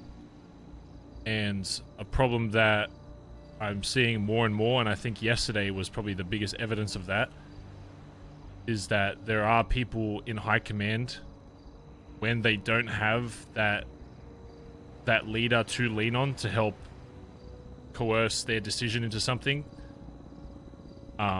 they can't make one. Or if they do, it ends up in people being shot.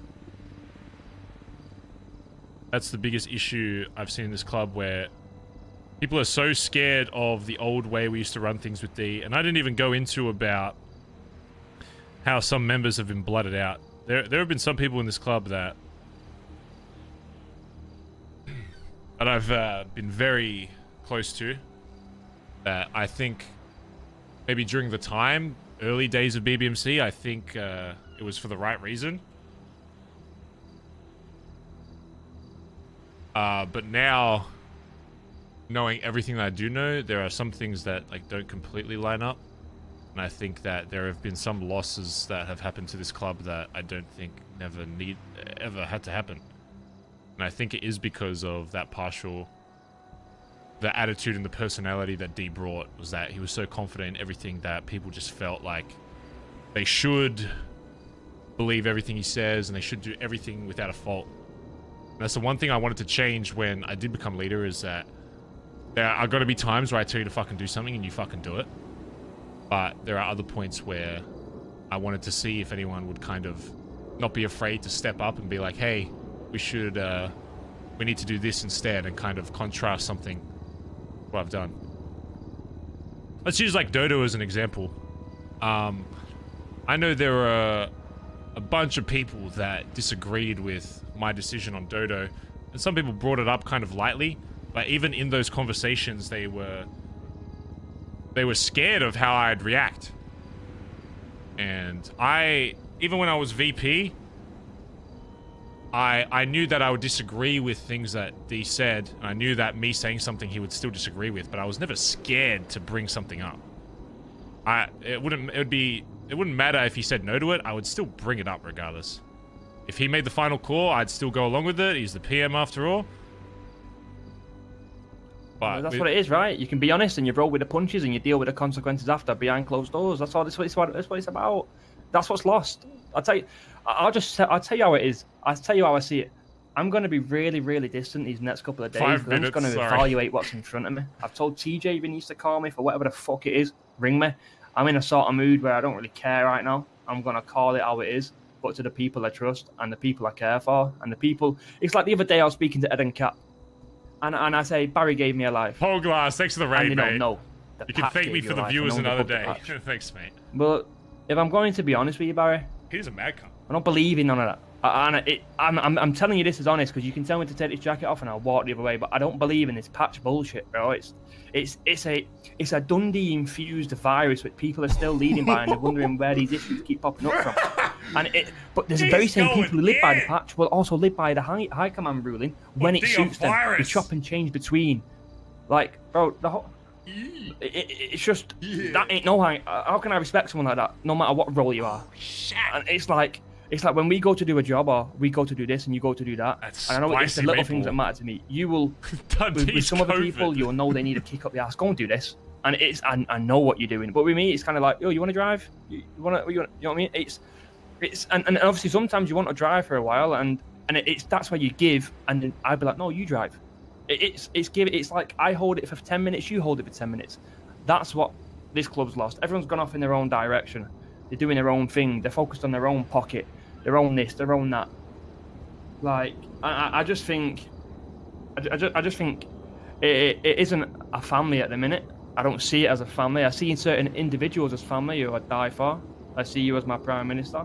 I value TJ's opinion as a patched member. But I just think if certain people, even like Edbert, I love the guy to bits, I would die for him. He's also someone who gave me a life. If he didn't see potential that day, I'd be fucked. But it's also kind of just like, how am I going to sit there and give an opinion and my own opinion based on pure facts that I respect you for giving me a life as my Prime Minister, which I'm told to respect as High Command and follow the chain of command. And if I'm to die for you, I'm to die for you because you're my High Command. If I'm to sacrifice myself to get arrested for you or any of your properties, I do it because you're High Command. But then the minute I say that, I'm hit with, Barry's not above the patch. No one's above the... Fuck the patch. It's the problem, bro. I'm telling you right now, it's the problem. And I'm not going to force it down your throat. I just wanted to tell you this before this meeting because you're not going to hear a word out of me. We spoke to Chip before, and he wasn't even asked about TJ's opinion. He was like, why's Jay being shot? Why is this? Why is that? He was pissed. He was crying. He then gathered himself. I went on my laptop. He snapped.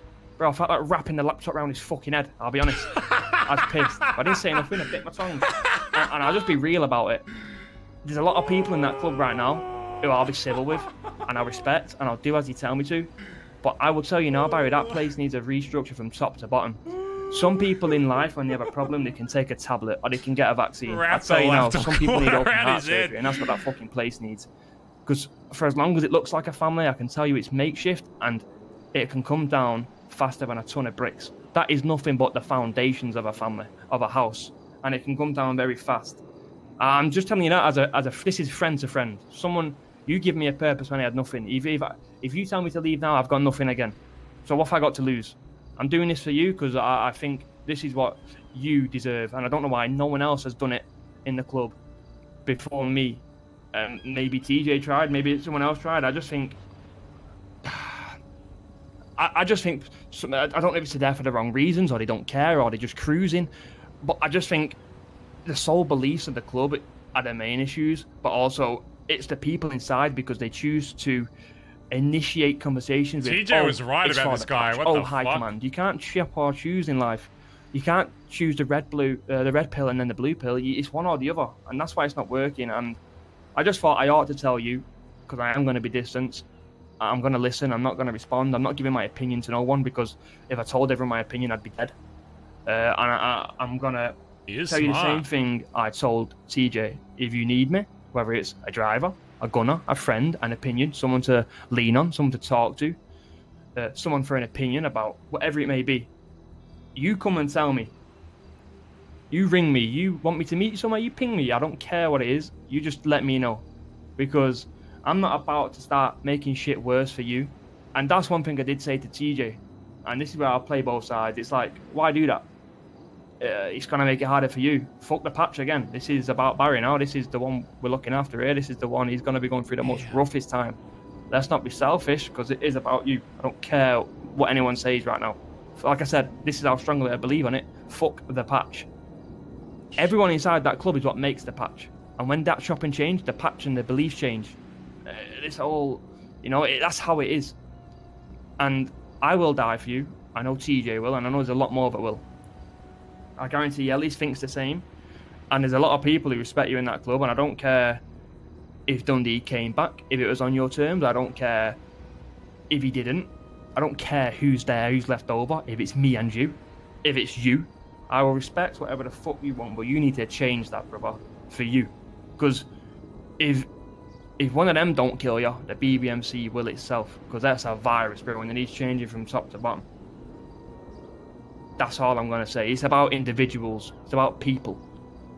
And I feel like you've got the people skills to individually pick at brains and go from there. I'm not going to tell you what to do. It's all opinions, and you need a lot of brains and a lot of minds to discuss this over days on days, weeks on weeks. But that's what it needs, bro. And I just thought I ought to tell you as a friend, as a brother, as someone I see as my only family I've possibly got left. And if I didn't have you, I'd have nothing. I thought I ought to tell you. I appreciate you saying all that, Peter. Obviously, there are things that do need to change. I can see your viewpoint on a lot of things. I would be very careful with how you phrase stuff. A lot of stuff I completely agree with. If I was you, I wouldn't go around saying "fuck the patch."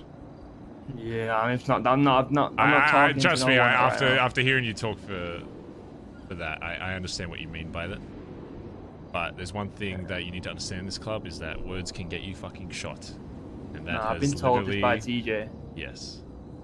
You have the right idea. No, I'm trying to say though, right? I can. No, trust me, Peter. Can't word that one bit. Peter. I understand what you're saying completely. You are right though. You are still a prospect, and you need to be very careful with how you carry yourself in this club until you get up there, because I've seen it before, and after talking with you now, I think you are going to make a very good member of this club. But you need to be very careful with how you get there, and you have the right mindset as for right now. You need to make sure that even if you don't agree with people that are higher up in you, you need to understand that they do have power in this club. Yeah. And you need to realize until you get to that point that your input will still matter to me and those people that you speak to and choose to share it with, but you just need to be careful with how you convey that, because you get too many people on the wrong side of you on this club, and they can have a lot of influence, right? That's why I chose to come and speak to you as a friend, as a brother. It's just me to you, and as I ought to tell you, no matter. I come here with an open mind, but anything could have happened. You could have shot me in the face, and that's it. Bye, Peter. You know, oof, out with the fishes. And I just thought I ought to tell you that because I'm all for the truth. I'm all to be honest, and that's that. I'm gonna go to this meeting now. I'm not saying a word. I don't have an opinion.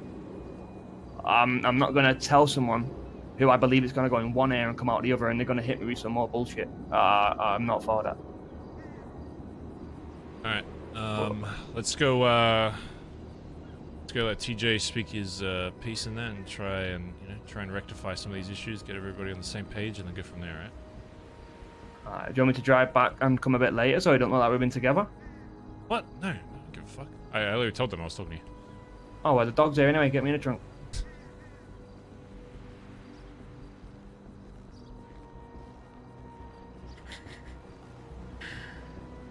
The back seat, Peter. You can jump in the passenger. I think there might be a Queenie's over there. Yeah, they are. They're all waiting, I think. This car real quick. Damn, saucy! I did not expect a... Damn! TJ was right about Peter. Holy shit. Barry doesn't like... I think Barry's mentality with him saying fuck the patch though is a little bit off. But I understand what he means by that. But he needs to be very careful with how he phrases shit like that, because that will literally get him shot within this club. I agree with him with a lot of the stuff he was saying, but at the same time, I think in Barry's mind, him uttering the words like fuck the patch kind of goes against everything that Barry has been taught. Whether he's actually right, like OC, from an OC point, I feel like Barry as a character would never be like, you know what, yeah, fuck the patch. Because then that just kind of removes everything he's like done thus far, in his brain at least. But he does agree with what he's saying for a lot of it. See?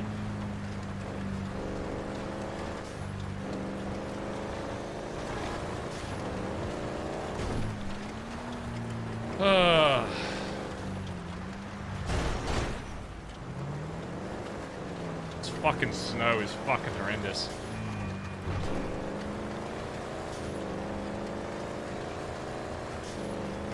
So when's Peter's first S Plus or meth run drive happening?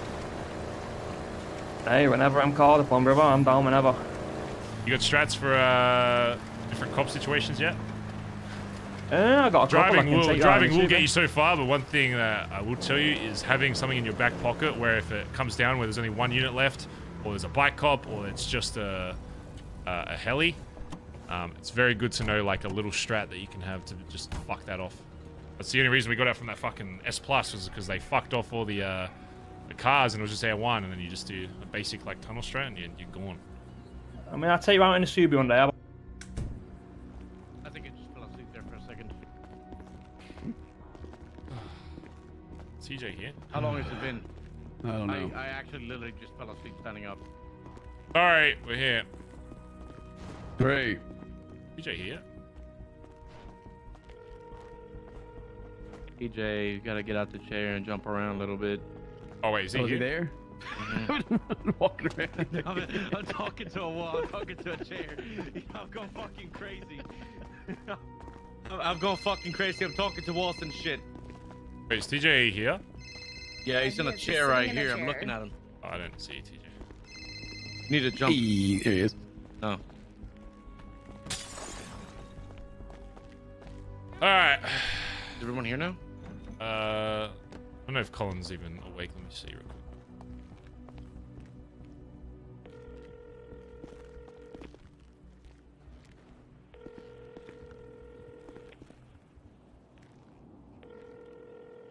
Maybe you said.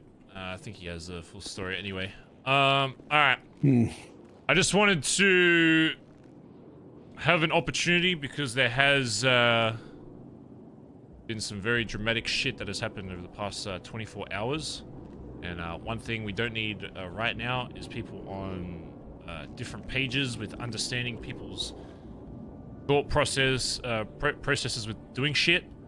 Ideally, I'd love to have fucking Junior here as well, but it seems like he's still recovering.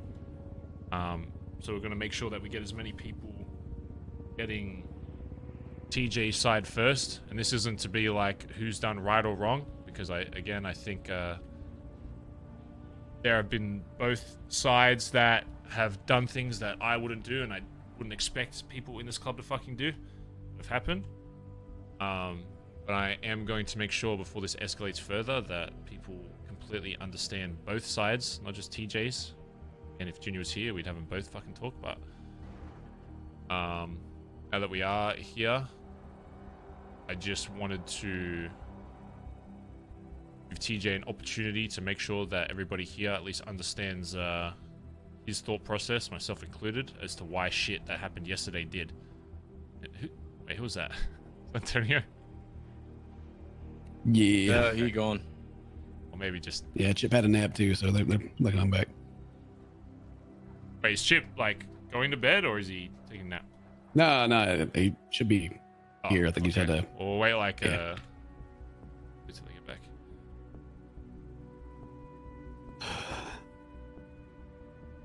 But other than that, is anyone unsure about anything that's, the current situation we're in, I guess?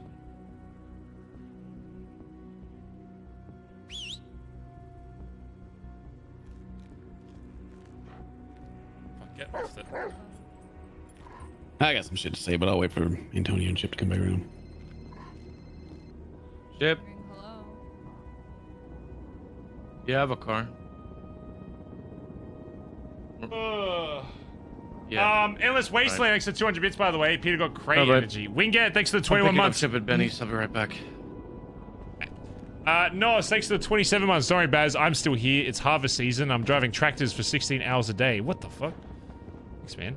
Lauren Cat, thanks for the 16 months. Sassimus Maximus, thanks for the gifted sub to Dracona. Dying Clocolatier, thank you for the gifted sub as well. I'm interested to see everybody's opinions, chat. I'll be real. I'll email Collin in case he wants to.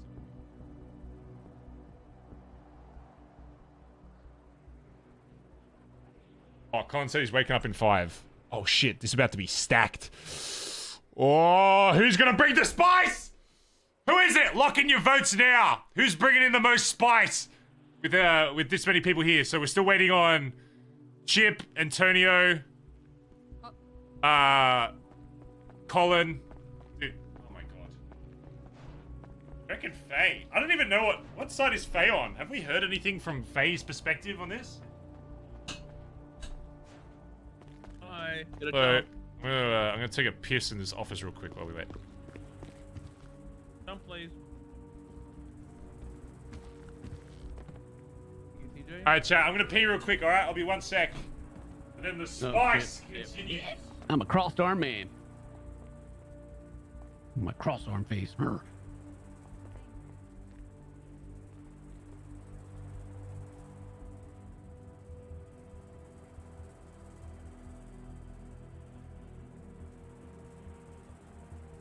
texting these things to you? But yeah, yeah.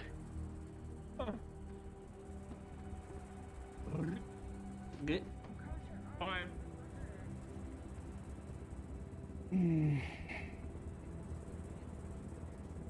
Go ahead, man. Yeah. No, I Pretty thought I good. would have had a 750k katana on my back.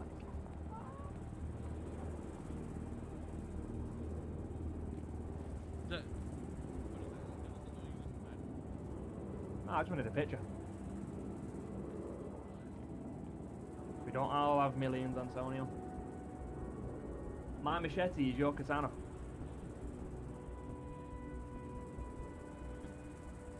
Nah, not in a minute.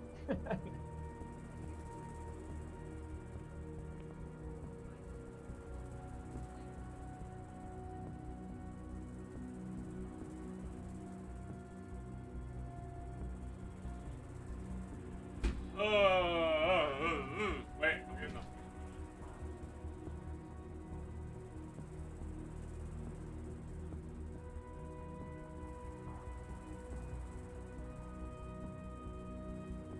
Oh god, it's gonna get saucy. Oh Jesus. Jesus Louises. Just Cap. Rory Jr. next to 19 months.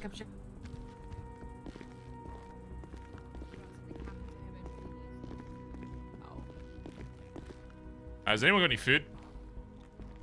Yep. Hi, we're Queenies. Yeah, Edbert and Finn wake up. If they're not awake, I assume they're probably doing stuff.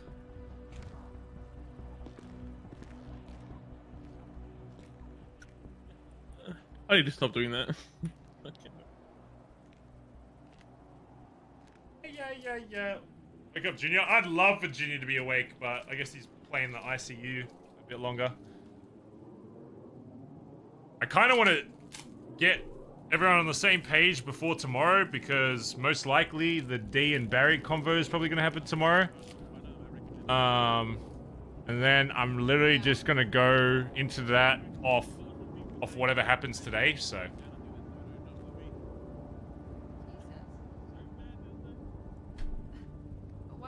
I'm not looking forward to that. Subscribe to Twitter Blue. And based on how D's been acting around the club, I don't know if D's even gonna want to meet by himself. I'm probably gonna have to do a lot of convincing to get him to come alone. I'm fucking with you. And you're crazy if you think Barry's gonna talk to D in front of like Marty or Benji. You're crazy. Is Barry gonna talk to Marty or Benji? If they're awake later today and I'm still awake, I'll ask them just because I'm curious to see what they'd say, but I'm not really interested in their opinions on the whole thing because I can kind of already assume what they are. They don't give a fuck about BBMC, they care about D and that's it. You know, what is there really to learn from that conversation? That's how it's always been, you know? Have you ever bitten a jawbreaker? They don't have their clubs probably have connections with people in the BBMC, but them themselves don't. Yeah, it's like made of layers. It's basically like an onion. Do they care about D though? Oh no, I don't think they do they care about D a way the club does? Absolutely not. Ship's on its way. But they care about how D sees them and how D, you know, and what D can do for them and vice versa. We're about to have an important club meeting and he's having a fucking service for his car. No, I told him. Wait, who is?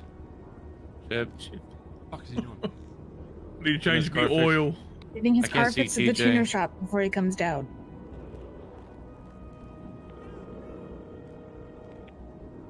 Shit, where you at? Yo, B. Pulling up right now. Alright, bye-bye. Pulling up. Pull up. TJ, please get out of the chair. You might as well just wait for Chip at this point. Ah, that's true.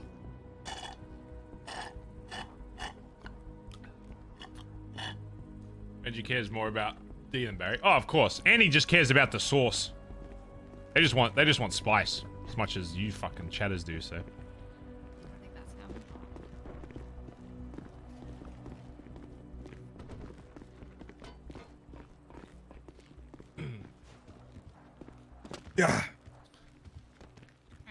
locked. Welcome back. Sure, Yeah, I everyone's had a yelling before this. Big headache. That's why yell. TJ, you need to stand up. Oh my god. Oh, Jesus. Fuck. As I was saying a before, one thing that I want to make sure during this shit that's happening is that everybody's on the same page. Ideally, we'd have both Junior and TJ here, because obviously they were the ones involved in the situation we're talking about.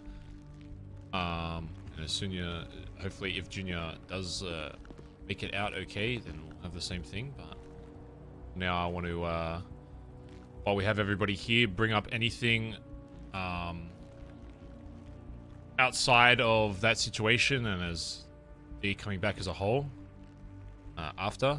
But first, I want to make sure that people have the opportunity to speak their side of things before people make their judgments and that kind of shit. And spiral down from there.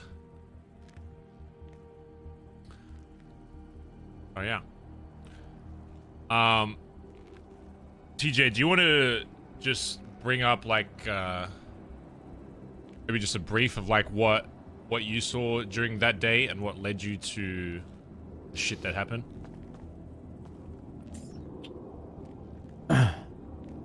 Yeah. Oh, I hate that he's not wearing cuts. I hate that. I think a lot of you have already talked to you about this, and I haven't yet. It's always been the intention to tell you, and understand we're doing it in a setting that everyone is around, and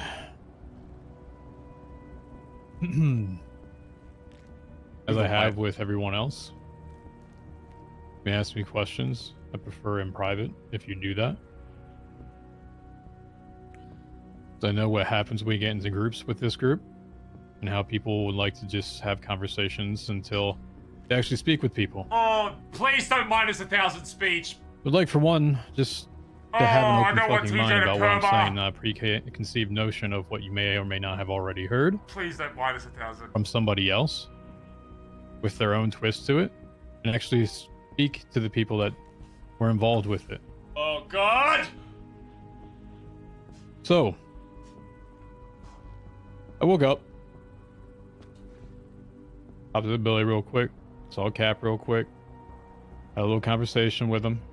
Asked what radio we're on. This is my new favorite emote. Going racing, and I did. A little copy. He had mentioned that D's skull was missing, and there's a little bit of a freak out of where Junior was at. Like, all right, whatever. Just gonna let this go for whatever it is. Get more calls. Talked with Andi during the day as well, and she mentioned that he's back on top of it, and Stevie as well, and like, all right. So as many of you are aware, as part of the deal, it was supposed to have a conversation with D before he came back. Should get a Bazza waiting email. So I took out my burner phone, put on a voice changer to see if he'd actually answer. Talked to him for about a whole 30 seconds before he said in the conversation about how it was about an angel of death, how the doctors brought him back, and that he was going to speak to the people that shot him. I'm like, ah, fuck. All right. I go down to the Billy.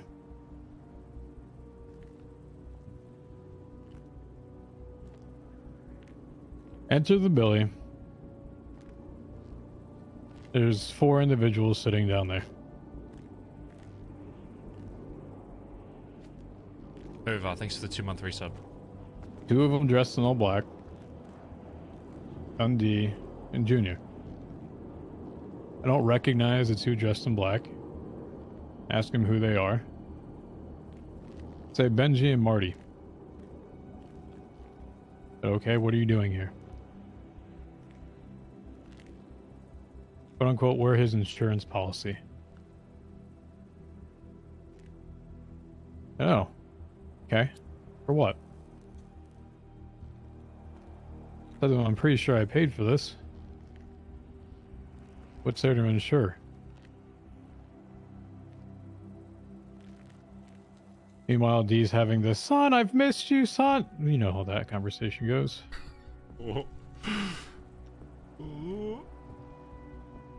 So as I'm talking about this, and just having a quick conversation with D,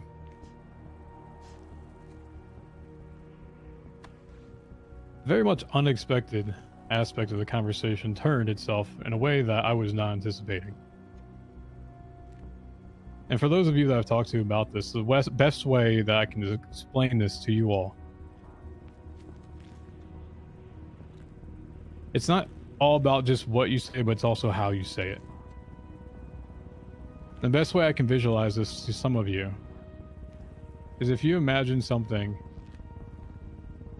in where somebody in a movie has someone by their side at all points in time up until that last part, that twist, that turn, and they get that tone with you that is, I've played you all along. I've never heard that tone before from Junior, and I heard it that day. I don't know if the tone's gonna be enough though. So when I said I paid for D to be back here, Junior starts saying, selfish. You paid for him to be back. I said, yeah, I did.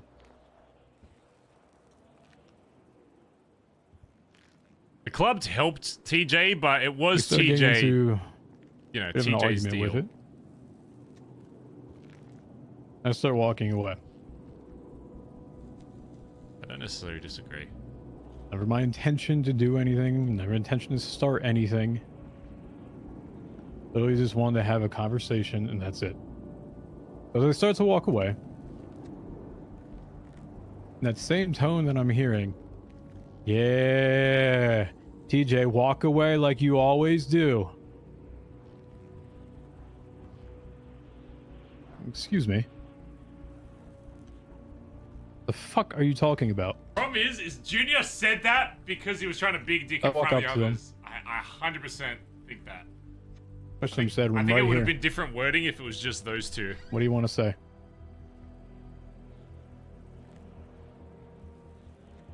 Next line was the same tone. Yeah. TJ.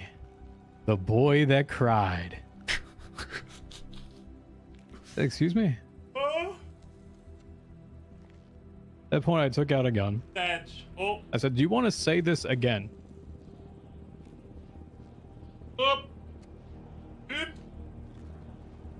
He steps right up to my face and says it again. Incoming oop!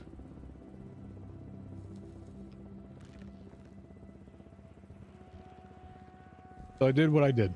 Am I proud of what I did? No. I would have done the same thing every fucking time, though, if that situation played out. Oh, shit! Doubling down Dundee in front was of everybody! walking back towards the front of the Billy and left Junior back laying on down. the ground with Marty and Benji, who then walked out of the Billy on top of it. It's gonna get saucy! I felt as if I was watching a live betrayal happen in my fucking mind. Whoa! Literally felt the person that was supposed to have I think it's gonna everyone be else's split. back in front of me. I think half people gonna be TJ, half people gonna be Junior. For a family, right? Yeah, I understand the irony in that one. Of supporting each other on top of it. That's going to, A, bring someone in that had literally just shot everybody in front of the fucking Billy about where's Dundee and Benji. Have Marty on top of it. And then you're going to shit talk your members in front of them to look big. I told them to get out of the shadow of Dundee. That was a Junior I have never seen before in my life. So yeah, that's what I did. I think I left out the part about lying on top of that, but I think some other people can leave a whole lot about that on top if they really want to. The part of it was also if the, I had been told throughout the day that Junior was missing. That he was kidnapped by fake cops. That's a very important part he needs to mention to get him on his side. So during that confrontation, I said to him, so how was it being kidnapped by cops and robbed? The response was, oh, I said what I said. That's probably the biggest part. I think he needs to put the Can I most take a step emphasis back on. for a second? And Dundee says, oh, so you talked to him. As in referring to Junior talking to TJ. Okay. His next line before everything else was, Mr. TJ, always Mr. Sneaky. But this time you're too late. That's what started the conversation. Oh, see And that? unfortunately, I left that part out.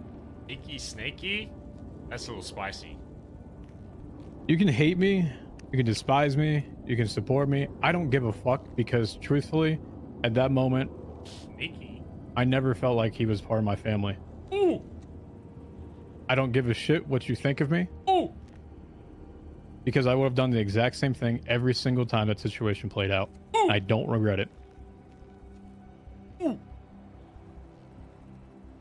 Oh, shit! That's my side of the story. Is there anything anyone wants to bring up? Yeah, I got a question. I actually have something to bring up before question time. Go ahead. That supports that Junior was sneaking around with Dundee. During the time he was supposedly kidnapped by these cops, I have receipts from Fauna's shop of him making purchases up there, so... Doesn't really seem like that checks out. But, you know, maybe they forced him to buy things from a storefront as well. Wait, so what did you say you had evidence of again, sorry? I have receipts from him buying shit from Fauna's shop during the time that he was supposedly kidnapped by these fake cops, which was the reason that he didn't come down and wasn't answering his phone or what the fuck ever else. Damn, Faye got literal receipts. What the fuck? So, from what it sounds like, it doesn't sound like Junior at that point was denying it, right, TJ? Like denying no, he that. confirmed it. Yeah. Denying what?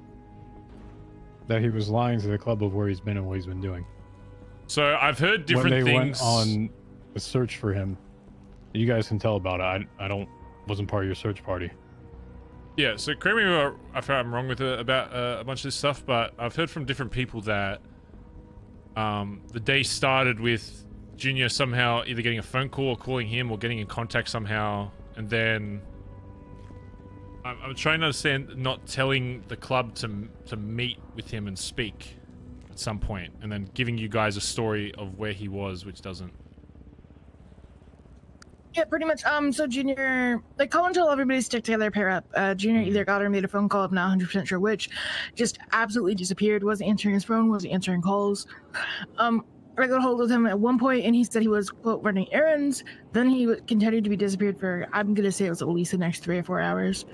And he got a hold of Antonio at once during that point, so Antonio can fill you in on that, on what he said during that call.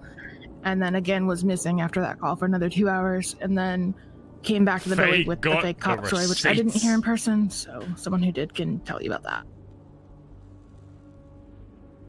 that. He did tell me that he was in Paleto earlier on, but then I got another phone call from him later about the cop stuff. He did originally tell me he was in Paleto. At any point, did Junior tell anyone that he was speaking with Dundee at all throughout the day? No, and I several times, and like this is just a thing with us, I did speak to Junior a lot of times, like obviously once we found out where he was, at least 3 separate times, just me and him, and he never said anything to me either. Before we go anything further as well, the one thing that I'm more concerned about is why Dundee, along with 2 other people, were let into the billy to have. Oh, thank you. That's what I any was going to kind of ask if I could conversation. speak. But yeah, there you go. Yeah, why the fuck are they down there like they're going to make some kind of a stance in the fucking billy? Fuck that. Should have shot all of them, TJ. Goddamn. Just to confirm, there was no one like around the billabong when this happened, right? So when you put up TJ, do you know how long they had been there for before you like arrived to talk with them? Nah, it couldn't have been long. And where were they talking exactly? Back wall. So they were like by the garage. Yeah. They were like in the billy. It's not just like front gate. That's like. No, all the way in the back. My biggest issue with, despite everything, is why the fuck, after 4 months of me telling you guys that, and obviously you guys weren't there or whatever, but I'm just gonna speak out loud here. Why the fuck two gang members which have literally been open about wanting to start a war over this shit. The only reason we didn't go to war with Seaside was because I spoke with him and was forced to give him the full fucking story and tell him that D was coming back at some point. They were allowed to come into the Billy with fucking D after all this shit. I don't care about people wanting to have conversations. I understand. Whatever your feelings are about D, you want to talk with him, sure. You want a private conversation, sure. But the problems that have arisen from this is the same thing that I admitted fault for originally when this all started. And I stand by the original decision of what happened and why I had to do it. But I don't stand by that me not telling the club was the right thing. Regardless if I thought you guys would tell D, I should have still brought it up regardless. And the fact that even after all of that, we've still done the same thing on an even larger scale with the amount of people that were around makes me a little concerned, I won't lie. Well, I know everybody's worried about why the fuck those people were down there. Only person who knows that is Junior. Hence, I'm glad we're all here hearing out TJ. That's how it should be. Nor should anybody in this room be making their mind up about anything before we hear the other side of the story. And Alright, Junior, wake the fuck up. really Literally, you're needs to be stalling said RP. here. It's cringe as fuck. Wake up. Alright, okay, you're in ICU. We get it. Everyone's been in ICU for the last month. No one cares. No one cares about ICU. If Barry goes down, I'm never ICUing because it's boring. So there's something that's pissing me off. And I don't get pissed off very Junior often. doesn't wake up. I'm just gonna start pushing TJ's narrative as the only right narrative, and then. I mean, all you guys know that the only reason I'm even in this club to begin with was because my friendship with Dundee, right? I'm still here. Dundee was dead. And with the information that we have, the story that's been told, when it comes to this club, who gives a fuck if Dundee's back? Shush! It doesn't fucking matter. If that makes you feel some kind of way, then you need to decide if you're BBMC or if you're Club Dundee. And if you're the latter, save us all the time and the heartache and go ahead and fuck off. I never know if it Buck's gonna doesn't be on my matter. There's side or no not. universe in existence where Dundee comes back to life and takes over this club. It will not happen. Yeah. Dundee's back. We're shooting each other. It's the fucking same story all over again for different reasons. Yeah. Fuck that shit.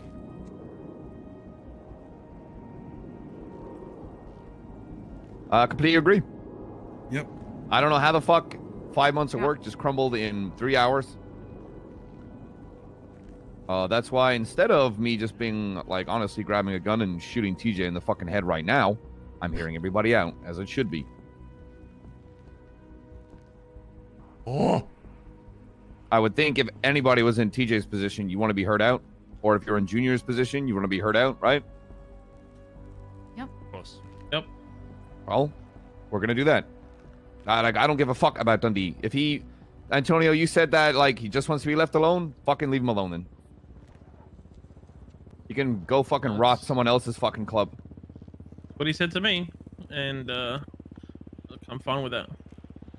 Yeah, so am I. We're gonna worry about ourselves. Wait, he said he didn't want to involve himself anymore with the club. He said he wanted to be left alone.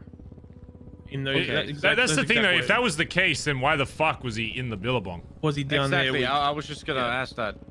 Yeah. Well, that's where I think the influence of the other two that were with him might have come into it.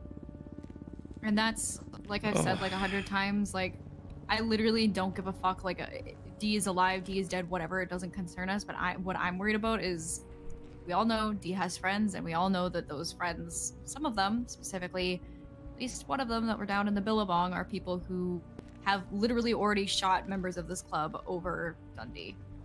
They're not Without even him his being true there. fucking friends. They're fake old friends of his. course, but to him, he might think that they're his, like they're friends, and they'll be using him. That's what you got to take into account here.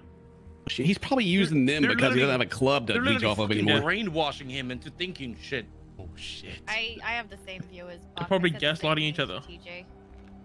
That D probably has no one else, so he's reaching out to the people that have shown him loyalty at some point in his life that isn't us. What, those guys other gang leaders? I genuinely believe that D is probably using them more than the other way around. He's still $3 million, and just because you die, your debt doesn't go away. He needs powerful friends, and so he's going and talking to them. I agree. I'm gonna say something actually. Counter spice? I don't give a fuck about Dundee. Counter spice? Did Dundee have a cut on yesterday, TJ? Where are you going with this? I'm just asking. Do you have a cut on? Yes or no? No. And you left. Why do I give a fuck about him? Why do we give a fuck about him? I'm not worried about Dundee tearing this club apart. I'm worried about us, everyone in this room, tearing this fucking club apart. Dundee's not gonna do shit. Fuck the guy. We've created more drama than Dundee in the past fucking day. Why? Why the fuck? Around and fucking lying. That's why. But listen, we have ways to handle that, Faye. Yeah, like not lying to each other, not sneaking around when we've been told to be on fucking alert, Faye, and then going off and talking to the person we're on fucking alert from. Let me talk, Faye. Let me talk. We have people in positions like an enforcer where you got to bring it up and go through the protocol of the club, because as soon as you start taking it into your own hands, shit like this happens. We have protocols and people in position to work. Chip. Do we actually have protocols, Chip? Do we actually? When we have problems, where do we go? Where are we supposed to go? That's a great fucking question. Because wait, Collin, what's your job? Fuck up people that fuck this club. Okay, thank you. I think we should all know that. And if you don't know that, then we should figure it out. Ooh. That's a big problem. Did Dundee pull a trigger yesterday? Did he shoot anybody yesterday? He's not a fucking problem. It's all how we communicate. Did he and how bring we himself do things into the together. Billy yesterday? Okay, That's okay. We don't know that. We don't know We have no that. idea, Faye. We have no idea. But this is on us. Shit went down yesterday, and people need to know about it so we can handle it in the proper way. So people are not getting fucking killed. Our high command's getting fucking shot, and if he lied, he'd be handled. But instead, people took it in their own fucking hands. We have people in position to make things work so we don't get to the point where we're all now, where we're internally destroying this fucking place. I care about every motherfucker in this room with all my goddamn fucking heart, all right? We have to go through the proper fucking channels to make sure nobody gets hurt or gets shot without all the information because somebody's upset. And TJ, you did what you did. Until we hear the other side, there's gonna be consequences if there is or not. I'm not the one to judge that. A single fucking thing either. TJ, it's not my one to make the call, TJ. You did what you did. I don't care if you regret it or not. You did your thing. That's fine. I'd do it if again. You stand behind it, good. You stand behind it. But if the other side comes out, everybody needs to be heard so this can be resolved properly. This is what I care about. I care about the motherfuckers in this room and not a motherfucking dude named Dundee trying to cause problems, all right? It I will wasn't shoot D motherfucker causing in my problems, face. Chip. Do you not get that part? It wasn't D. Literally, Junior is shit-talking everything in front of this. D walked behind everybody and said, fuck everything else.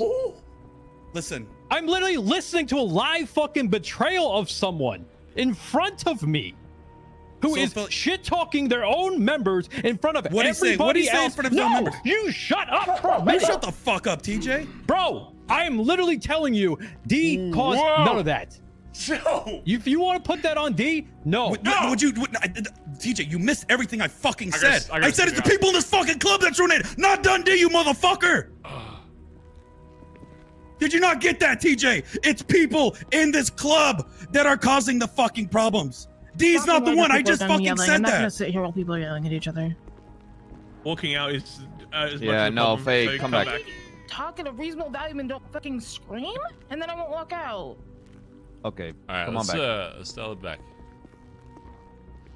I literally just said Dundee did not cause the problem yesterday, did I? Oh, saved. We saved. He didn't do anything. He showed up. Let's move on from it, all right? We got you, all right? I think, yeah, both of you. It's how we responded making, to a situation. This is something, you know, you're both making your fucking points, but again, I fully agree. I don't really give a fuck that fucking D's back. If he was been the Billy, fine, fucking, he shouldn't have fucking been there. Something's happened. Someone's been fucking shot. It can be viewed in one way, but it cannot be viewed as a whole until we know all the answers from both sides of the story. I'm happy we fucking heard TJ out.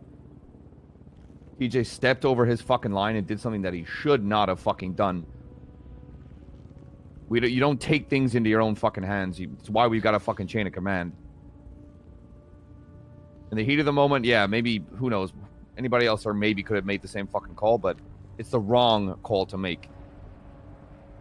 Very quiet at meetings? No, it's just called fucking listening when somebody, when the whole meeting is about somebody else talking. What's that? Hello? Question that you asked me. Barry talks when it's when I'm saying shit. This whole meeting is to get TJ to explain his point. I already know all of TJ's points. Oh yeah. What does Barry need to say? I've already said what I need to say to everybody in this room. Let's say I do, but Just tell the called whole giving class. other people an opportunity to talk. It's not about being quiet. Accountability and keeping people accountable. I think you're just used to people literally yelling for no reason. I speak when I need to. But I gave him that option if he wanted to say it again, fully well knowing that it was there. When I felt that that man was not a brother of mine at that moment, I gave him the choice and the option. And he tripled down on it. That may be the fact, but that is still not your call to make. That's fine. In that moment, I still would have not done anything differently. Which, fantastic, but again, not your fucking call. Because probably what's going to happen here, and if you had gone the route of holding back and, you know, actually thinking for a moment and approaching the high command that can deal with that kind of shit, if all of this crumbles, chances are we're going to have to fucking shoot you in the head. Oh, you just agree to shoot me in the head, Chip? You want to do it? Give me the gun. I'm not going to do it. Oh, come on. I follow the order, You just TJ. I would said, never uh-huh. shoot you. I said You that. literally No, just said, you know why I said because that's a consequence if you don't do it right, TJ. I would say to anybody if they were in that position. Yeah, consequence, right? Consequence. When we do the same shit to other people in this fucking club for the same exact fucking thing, is there a consequence there? Does that truly run up the chain of command of everybody else on top of this? I'm sorry that I'm calling you out at this point and everybody else on top of this, but literally the exact second fucking thing just happened 4 months ago. And before that, on top of it, was there an actual consequence to any of that, Chip? Tell me. Tell me. He's dead. No, and it he's was not. for the betterment. Well, the other thing too, TJ, it was for the betterment. The patch. It was for taking care of the people of the club because chaos would have reigned. I already didn't get so the consequence. I have a good example. I can't hear you, Faye. You gotta shout. Yeah, Faye, you gotta shout. If you want to point fingers, TJ, who's the reason Dundee's not dead anymore? Okay, whoa. Okay, in TJ's defense, at that sort of time, a lot of people clearly wanted D back in what had transpired shortly after that. TJ saw that and wanted to help the club. Let me say why that went down that way. The main reason that, at least myself especially, pushed for D to come back, number one, is because I wanted to rectify something that I have never denied fault for, which I explained earlier. That there was a decision originally that got made in executing the previous Prime Minister that was made without the entirety of the club, or at the very least, every blooded-in member of this club. So that was part of the reason why we wanted that rectified, so that if he came back and we decided that it was the right choice, then it could be done, and everyone would be on the same page and realize that their word had impact and that they had control over the direction of this club. The other side of that was when we spoke to Norman about all of this, he never explicitly said what kind of version or, I guess, type of Dundee we'd get back. If you've been around for a long time, you've probably seen D in quite a lot of different ways. Maybe more severe towards the end of his life, but I still believe to this day that there is a version of Dundee that can exist, that can work and operate within this club. And half of the reason why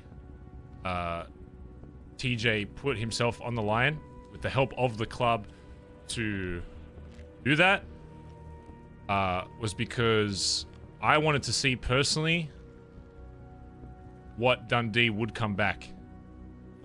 Maybe a little optimistic, maybe a little too hopeful, but I wanted to see if there was any kind of possibility that before we just write it off forever, that if there was a version of D that could still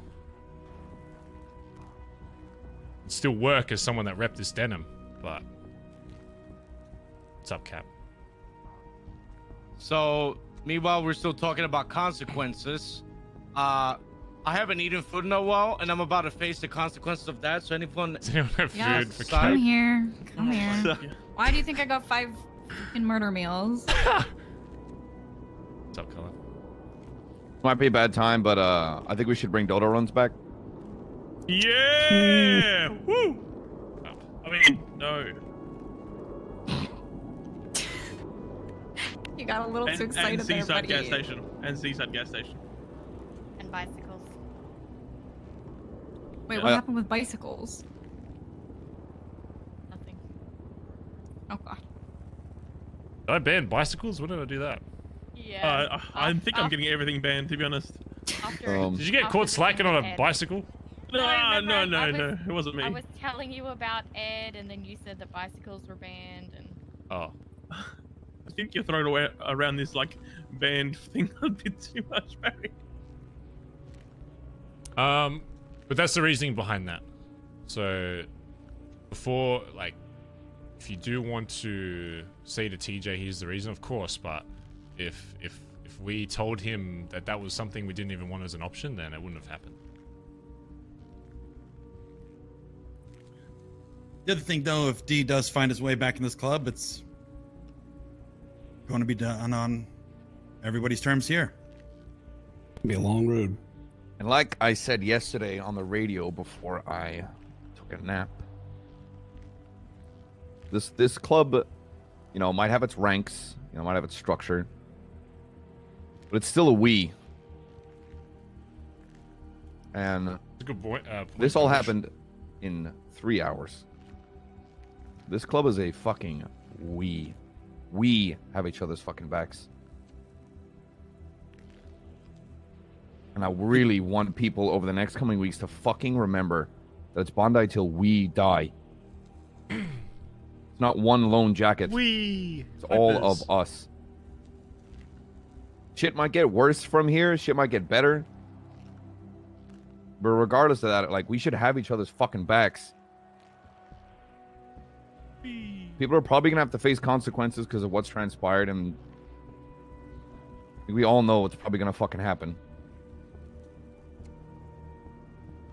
But just for the love of God, this is a fucking family. Oh my God, he's implying TJ getting shot. We get out of our fucking Billy every fucking day, and we pay for it.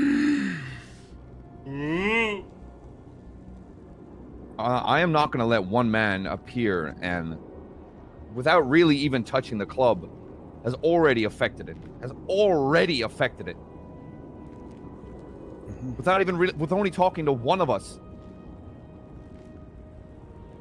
If he wants to be left alone, leave that old cunt the fuck alone. Let him go fucking run with GG or Seaside, whoever the fuck. I don't care. You could curl up and fucking die in the fucking cold in the next 5 minutes, and I wouldn't bat a fucking eye, because he's gonna have a jacket on his fucking back. So for the love of God, remember, it's Bondi till we fucking die. And you guys know me, I usually don't raise my voice, and I apologize for raising my voice. TJ, I didn't mean to raise my voice at you. All right? Listen, the reason why I did is because I care. All right? Ooh. Even though there was a scuffle between TJ and Junior, I still appreciate both of them very much. Oh, good save. Nice. I raised my voice because I fucking care about everybody in this room. I care about this jacket. I care about this patch. And I'm passionate about this. I'm passionate about everybody in here. And the thing is, the only way we're going to be able to get through this shit is if we continue to keep working together and talking and explaining and making sure we're trying to go through the right procedures to make sure that everything is handled properly. Because I don't want anybody getting hurt. Not even by our own selves. That's the worst. We've had more members die in this club at our own hands than actually fucking gang wars, guys. That's what worries me. Listen, I know everybody kind of looks at me as a jokester and doesn't even take me serious as a high command, but you know, I have fun. I enjoy being around you guys. And when I need to be a fucking high command, I'll be high command. But do you know what? I want to show you guys I'm willing to shovel shit at the bottom as I hang around all the way to the fucking top. I don't care. I don't care. I'm in this. I think everybody understands that emotions were going to be high. I think most people surely would have predicted that this is how it was going to be. Which is why I questioned so many of you so many times. Just wanted to make sure that you were at the very least thinking about it, so when this day actually did happen, that you'd be prepared for how people would respond. I never want people not to be vocal. Of course, there's ways we can communicate things without, you know, fucking each other over or shooting each other in the head, but anyway, BBMC, I mean, your whole fucking philosophy since you've been brought into this club is be fucking loud as fuck, so I can't really blame anybody for trying to speak their piece. In the meantime, I haven't seen anything in regards to D today. Has anybody heard anything since yesterday about D? Has he been spotted anywhere else? No. He's most certainly somewhere in this city. You need to be very careful on how you go about your day. Listen, you guys are fucking BBMC. I'm not gonna say, you know, don't go anywhere unless you're fucking, you know, in a group of fucking 6 or whatever. I trust you all enough to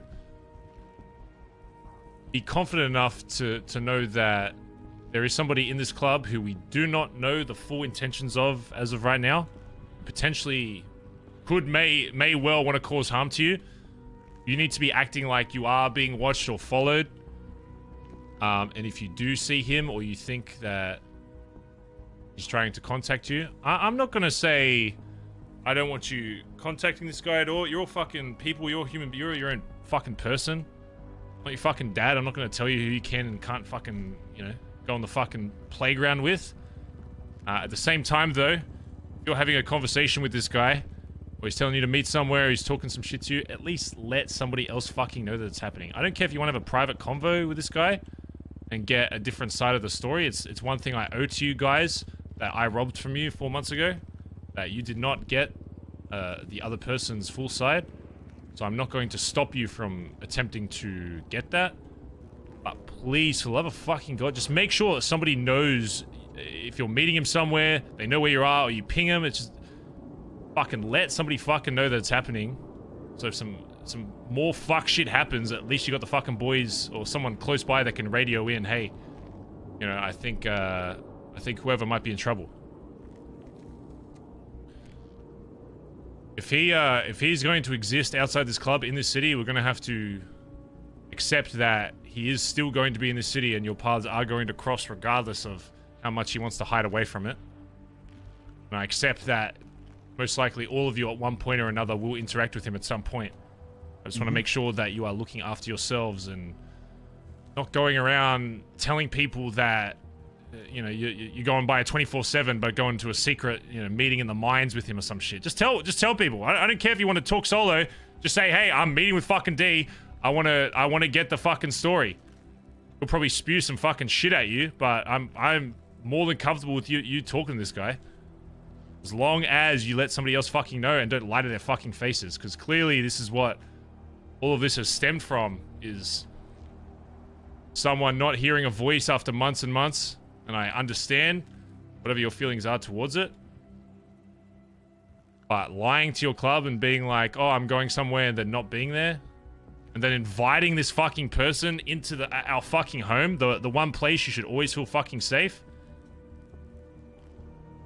As of right now, Dundee or anybody he's fucking hanging around should not be anywhere near the fucking Billabong. If you're going to talk to him, take him up fucking north somewhere. Get him the fuck out of Vespucci. Unless they're wearing carts, they should...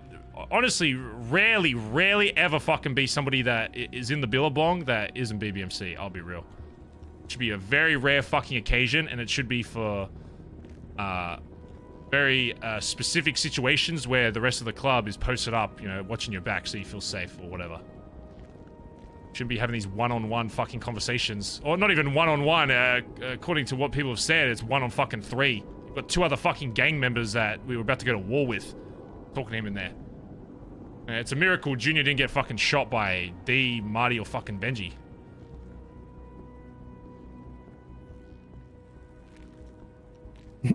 Holy shit. Dundee's the new Cleo. Wow. Oh my god. The circle continues. I'm not adopting him. I'll call Pez, give it like 2 days, and he'll have a lighthouse fucking dump. Oh yeah, shit, if we let Dundee back in the club, we gotta let Pez back in too. Listen, I'm still obviously going off the word of the rest of the club. As you all know, I'm very much a seeing is believing kind of guy. And I'd be lying to all of you if before this point I hadn't thought I saw Dundee. If I'm being real, whether or not it was, you know, me just kind of doped out of my fucking brain, maybe on meds or whatever the fuck. There have been other points where I've seen D. But at this point, I think it's irrefutable based on the amount of people that have confirmed that he is around. Unless there's someone in the air in Vespucci and we're all fucking hallucinating on some shit. And also Seaside Block, 'cause that's where the original person saw him. So the air's bad there too, I guess. Yeah. Just keep in mind that he is out there and that we don't know what his intentions are right now. What we do know is that everybody in this room that's repping this fucking denim has your back, whether you completely agree with them or not. I need to make sure that you all understand to not let your emotions control you when it comes to the oath you fucking said when joining this club. As long as all of you can promise that, then everything else doesn't matter. Okay? Yep. Alright. Does anybody have anything they want to bring up before we walk out of here? Love you guys. Oh, wow. Wow, so cute. I love you too, Buck. If no one else is gonna Yeah, I'll say see you it, guys, y'all you know, are next rude. month when something new happens, you know. Okay, this Been fucking nice seeing you, Buck, this for the cunt. last 3 days. Giga Chads comes back in a month.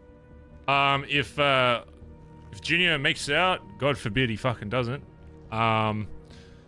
Please, if I'm not awake, just text me. Be like, Junior's awake. Please make sure he's okay. Despite on your opinions on what happened, my first and foremost thing is making sure everybody in this club is safe.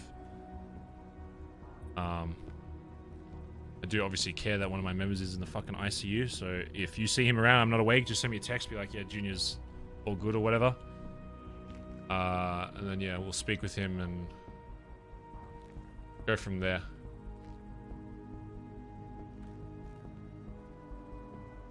All right. All right, as you were. Twitch me, next to 30 months, by the way. Great dick, Baz. Keep it up. Kef dance. Where's Kef dance? Oh, is that Soul Kef's emote? Nobody got shot. Okay, you can do it, buddy. I can't get over there. Nobody got shot yet. It does feel like the vibes of that room, though, is I think TJ is still going to have to face repercussions. I think it'll be overshadowed, obviously, by making sure everyone's safe and away from D or whatever. But what?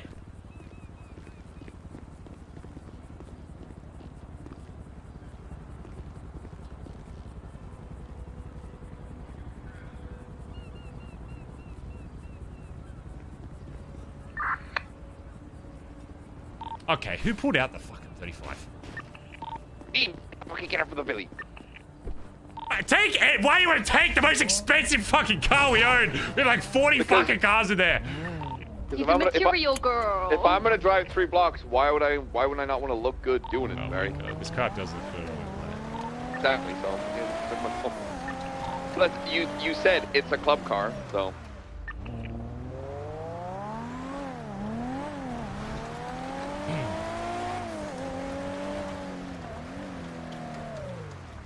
Can you park that at the garage when you're done? I'm just gonna save it back. Fuck out of me. Oh, I forgot we have that car. Fuck it up. Yeah. Just park it up when you're done with it. It's fucking snow, man.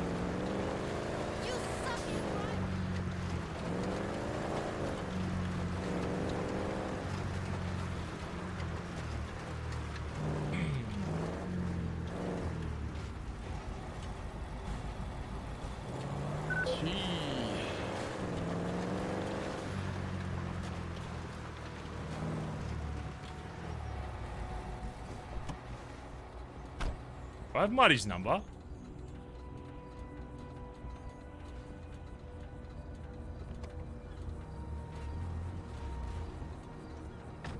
Oh shit, he's awake. Oh shit. Collin, come in garage real quick once you're done. Hey, Barry. Yo. Are you around tomorrow? Oh yeah. Okay. Well, I might need to talk to you about some shit, but I'm so fucking tired, so I'm gonna go to bed now. Yeah, that's all good. But if I even fucking remember. The fishing tournament. Oh yeah. Alright. Alright. I'll remind you. Good night. Alright. Boss. Yeah, thank you. Good night.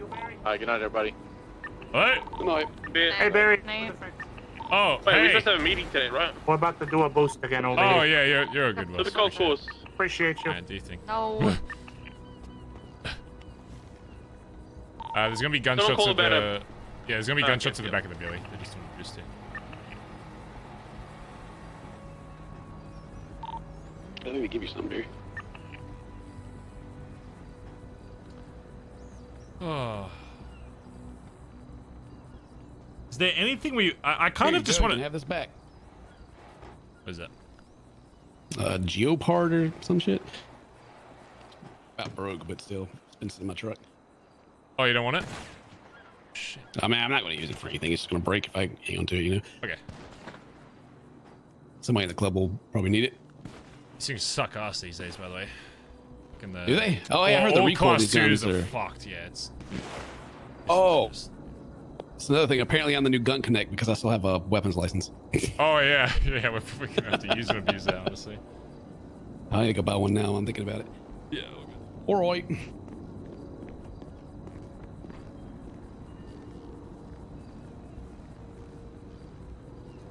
Maybe we take this with us.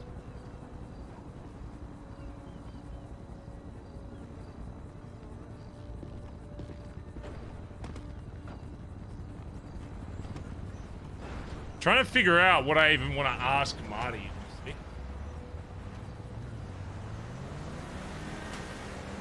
I know he's like, there's no reason for him to tell us anything. I'm just curious as to what Dee spoke with him about. And if Marty would be willing to give any of that up.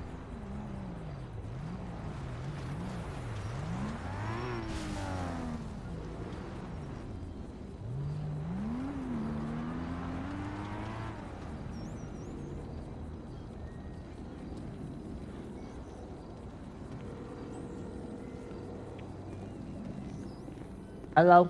Marty, it's Barry from the BBMC. How you going? I know who this is. I got you saved. Barry Driver. It's me. Listen, I'm gonna cut straight to the chase. Let me turn house the for radio like 30 minutes, 40 minutes.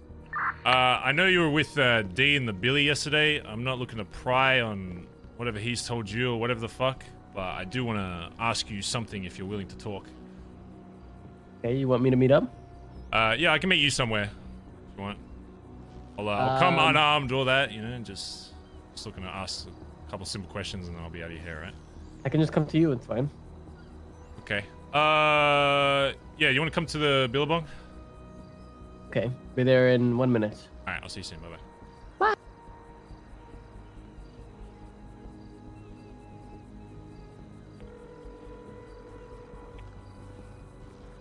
Just so you know, Marty's awake. I'm going to chat with him in the garage in the Billy. Who's awake? Marty. I was with yesterday. Oh, okay. When's he coming down? Like now, pretty much. Okay, I'll be there in a minute. All right, see you soon, Hey, just to let you know, I don't want anyone posted up or anything, but I am chatting to Marty in the Billabong, okay? I don't want, like, any kind of, like, tension or anything. I just want to ask him a couple things and then... done, right? We'll just be in the area. Yeah, just be around. Don't be posted up or anything. Just,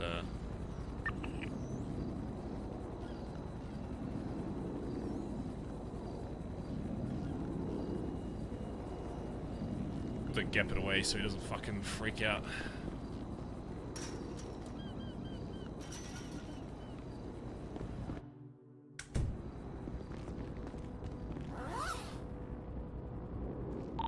Don't have like a C2 or anything, Collin, just have your pistol or whatever.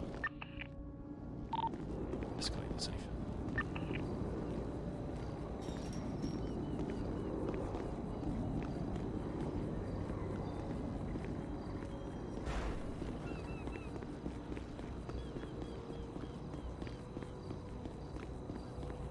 Oh, you can let him in, yeah. Just tell him to come to the back garage.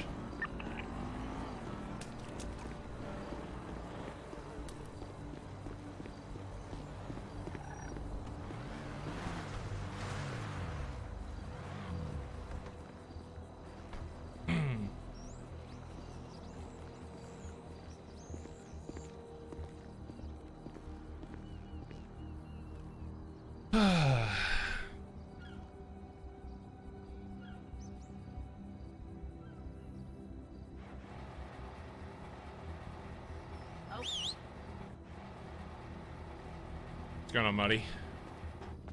Hello, Barry, the driver. Hello. Listen, I'm not gonna bust your balls about anything. I'm sure you're somewhat aware of the situation that's kind of taken place in the last like day or two, right? Maybe. Well, I mean, I know you're with him in the fucking Billabong with Benji. I'm just trying to clarify. What's that? Says who? Says the people that were here with you. Remember the two guys that tried to shoot each other? I may or may not recall this information. Okay, all right, Money. Listen, I'm not trying to pry in anything. I just need to clarify something with my own club, okay? With you know who Junior is? The guy that you were with? Well, he was in the red hair at some point. Yeah, red hair. Yeah, the Crocs. I'm just trying to figure out what led him to letting like you guys into the billy and like why that even took place to begin with. So I've got different people in the club kind of on the fence about how this kind of happened, and there's been a few things that has concerned me with Junior that have been told from other people, and I just want to make sure for my own family's sake, you know, like you would care for GG, you know, that everybody's Don't you mean Dundee's family's sake?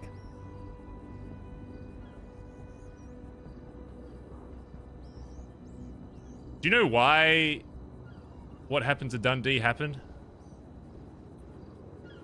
Do you know why?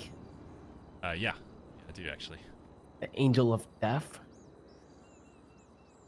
Yeah. Or something? Yeah, okay, see. Do you want me to tell you? Okay, why don't you tell me? Want the long version or the brief version? The long version. I got time. Alright. So, as you know, before D passed, I was VP of this club, second in command. I helped D make this club from the ground up. We've had people blooded in, blooded out, all that kind of shit. Different previous VPs fucking removed because they were trying to take over all this kind of shit, right? And D's right-hand man for God knows how fucking long. Do you know anything about this Norman Bones guy? I guess I kind of have to start there. Norman, Normal Boner. Yes, I've heard of Taylor too.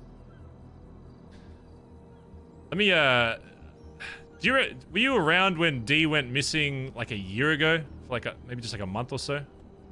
Recall any of that? He was like gone for like a month? Anyway, no. he was ocean dumped by Sam Bass, chief of police. And then he wasn't even chief of police before then. He got ocean dumped and then he got a promotion. What the fuck? Yeah. Anyway, whole thing fucking happened. He ended up on a fucking island out in the fucking... in Hawaii or whatever. El Perico, whatever you want to call it. And the only reason he came back was because of a person named Norman Bones appeared in front of him and offered him an alternative to dying, I guess. Basically, he promised him that he'd come back here and be able to live his normal life as long as he did a few things for him. The main thing being causing chaos around the city. D is obviously, as you probably know, already quite a chaotic kind of guy. But there are some things you might seem like, man, that just seems like really random and has no like reason for that happening. And that's because he was doing the bidding of this Norman Bones guy. Basically, every few months he'd meet up with him and ask him to escalate chaos in some kind of way. So much so where it got to the point where we'd be committing terrorism for almost little to no reason, at least from my perspective. But once I learned about all of it, it all made sense. He took me one day while we were boosting. Asked me for my gun, because he, quote-unquote, forgot it. Took me to a place behind Barrio, that little shit fucking murder shack that everyone fucking likes to kill people at. Took me there with a gun to my head and told me that Norman had asked him that he wasn't satisfied with what he was doing in this city, and to escalate things, he wanted somebody taken close from the club to, I don't know, appease him, I guess, as was part of the deal. His first instinct was to take me, I guess. Took me down there, gun to my face. I didn't even know who Norman was at that point. He fucking rocked up there. And at first I thought it was just some old fucking cunt, but I literally got my gun out and tried to fucking shoot him, and he vanished like a millisecond before, so that's spooky if you ask me. I told him, you know, are you gonna really kill me after everything we've done? We've built this fucking club together, whatever. Kind of broke down a bit and said, no, I can't do it, whatever. So when Norman said, you know, part of the deal was it wasn't anybody specific, it was just somebody close to you. At that point, he asked me to call somebody down from our own club, somebody that was jacketed. I don't know if you know how like our ranking system works, but basically when you're a prospect of this club, it means you rep the fucking denim. You're not blooded into this club till you're a full member, but you know, you're still repping this fucking club just as much as anybody. Right. Yeah, he told me to call one of my own boys down to have him executed in front of Norman so that D would be saved from purgatory, death, whatever. What do you think? What do you think I said to that? What if someone told you that, you know, to spare their own life, that you got to bring down one of your own boys? Just someone from Gulag Gang. I'd probably pick Ratchet. Okay, well, maybe our gangs are a little different. I have a big thing. Once you rep this fucking denim, you know, I ain't fucking icing you unless you know, you cause danger to somebody else in my club. So of course I'm not gonna fucking do that. Norman told us that, you know, unless a decision gets made here, you know, one of you's getting fucking killed. And already D didn't want to fucking kill me. I wasn't gonna fucking kill myself. So Norman brought up the point of killing someone else that was close to the club, but not in the club. And the only other person that was even close to having any kind of relationship with me that doesn't rep denim was my dad. D wanted me to kill my own dad just because of his deal that he made with somebody else for his own life. It's not just. How is it just? It's his life. Well, of course. But when you're trying to get other people of the club you built and you live by every single fucking day in this city, you're telling me you would rather sacrifice your whole club before you? Without him, the club never exists, no? Listen, let me tell you how I see this, right? So Ming and Jean-Paul grew Gulag Gang before I did, and then I took over as they were gone, right? Right, he's gonna be a lost cause. I would expect them to slaughter everybody in Gulag Gang to save me as I would do for them. If I had to sacrifice every fucking member of Gulag Gang to save Ming, to save X, to save Jack, to save Turk, I would fucking do it without thinking. That's how I operate. These are people that are blooded into your club? These are all blooded in. I would blood them out. I would kill them. I would slaughter them. I chop their fucking heads off. All for Ming, Turk, Jack, and X. And it will always be that way. Those are the people I will die for and kill for, whoever the fuck it is.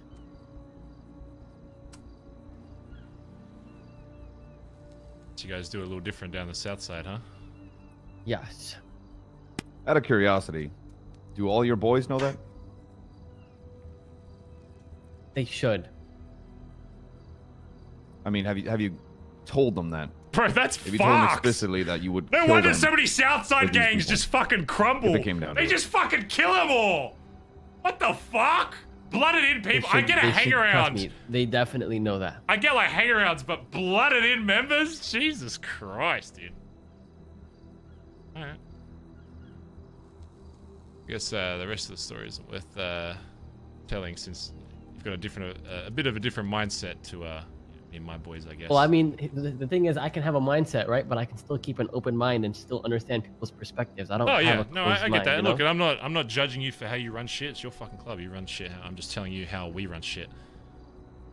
The thing is, right? Without them, GG would never exist. Without me, GG would never exist, right? So the way I see it is, if we've done it once, we can do it again, right? And I understand it's a little cutthroat, right? It's a little cutthroat the way I think, but without them, I'm nothing, you know.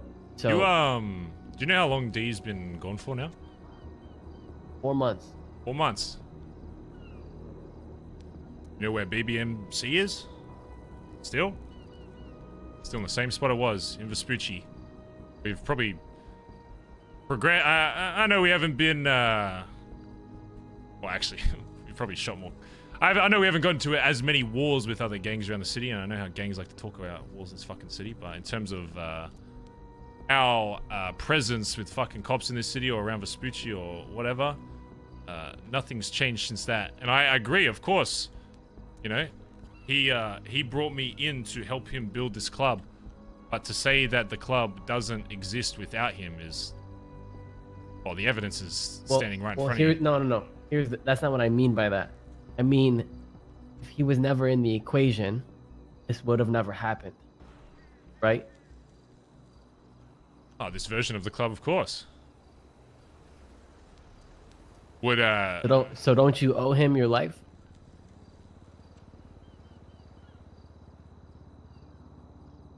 I owe him my life just as much as I owe my life to everybody that reps this denim.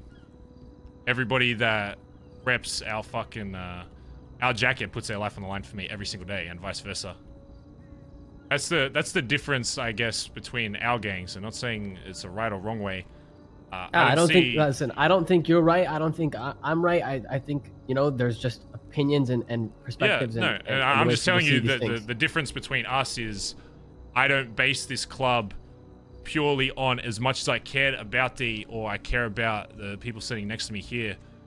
If they did something to jeopardize the club, I would have no problem with taking them out to ensure that the club still exists.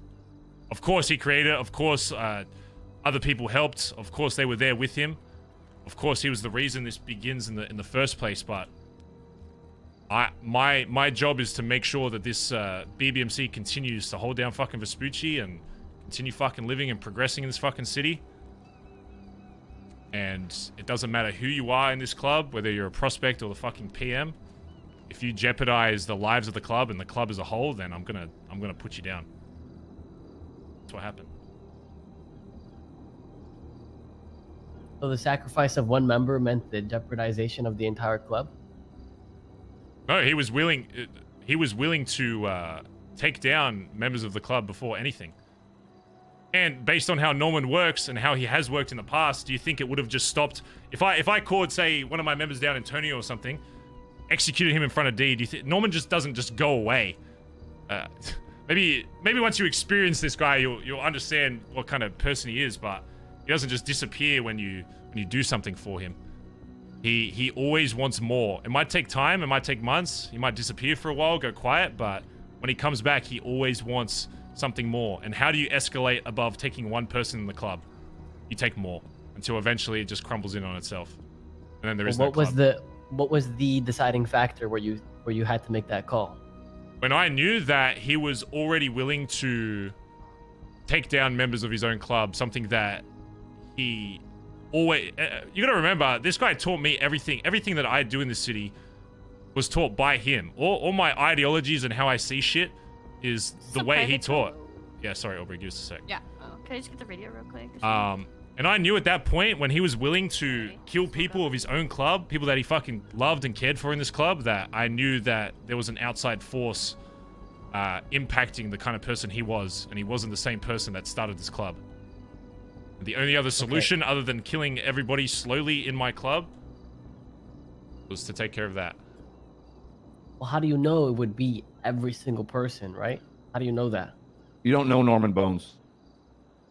The thing is, and I get what you mean by that. Of course you don't know, but am I willing to risk the entire club and the lives of every person in this club to find that out? Why the fuck not? Because I care about this club. I care about this club existing. I care about the people in this club. I care about the individuals, but the reason I am in this city is for this club. As you said, I have everything to owe to D and this club, but I don't exist without this jacket on my back. I will do absolutely anything I need to, even if that means taking out the person that started it all.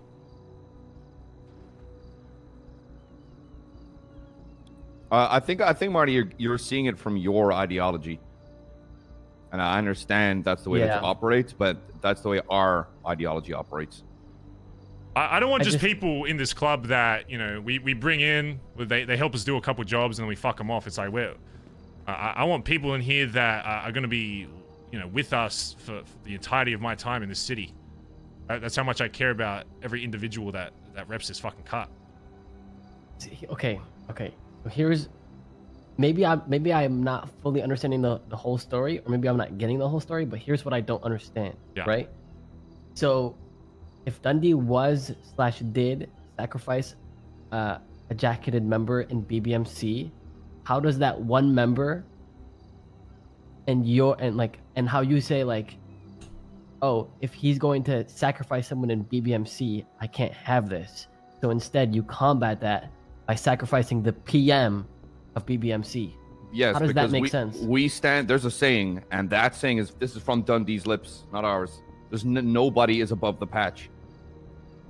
That's his words. But doesn't that make you know better than him? Doesn't that make you know better than him? When he is putting his own life above the patch, then something that we've been taught by that PM is enforced. Because nobody is above the patch. Nobody, not even him. And again, based on our previous experience with this guy and what he himself told us about him, rather, that it wouldn't just stop at one. It's not a one and done deal. He just disappears. He'll do the same thing he's done for months and months and just come back later and want something more. And what more is there to take from somebody than their club? It doesn't go, oh, yeah, go kill a cop. Oh, go cause terrorism a hospital. Oh, go take someone as close as possible to you in the city. Oh, go back to just killing a single cop. You see where I'm going? It can only progress further from there.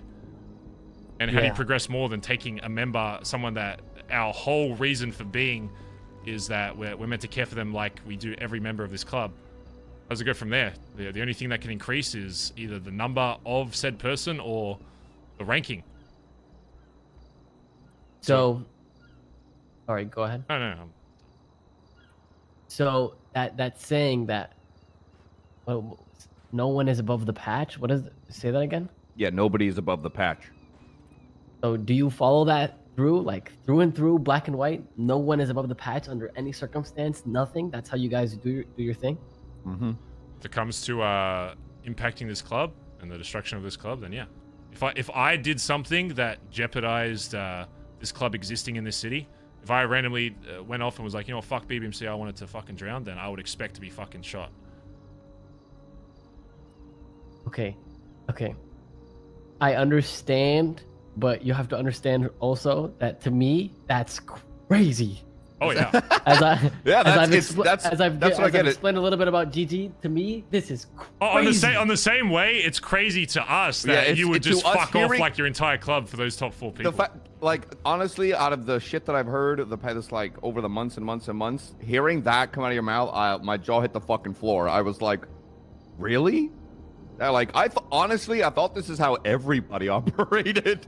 We're not trying to we're not trying to downplay what kind of person D was. The reason I said yes to help building this fucking thing is because I knew he was fucking crazy and he'd do shit that so many other people in the city are fucking doing. But by his own rule, he got to a point where years after we helped make this club that he was at a point where he was being controlled by somebody else. So, okay, this might sound dumb, but it's because I don't know very much. Yeah. Have you tried talking to Norman? Oh yeah.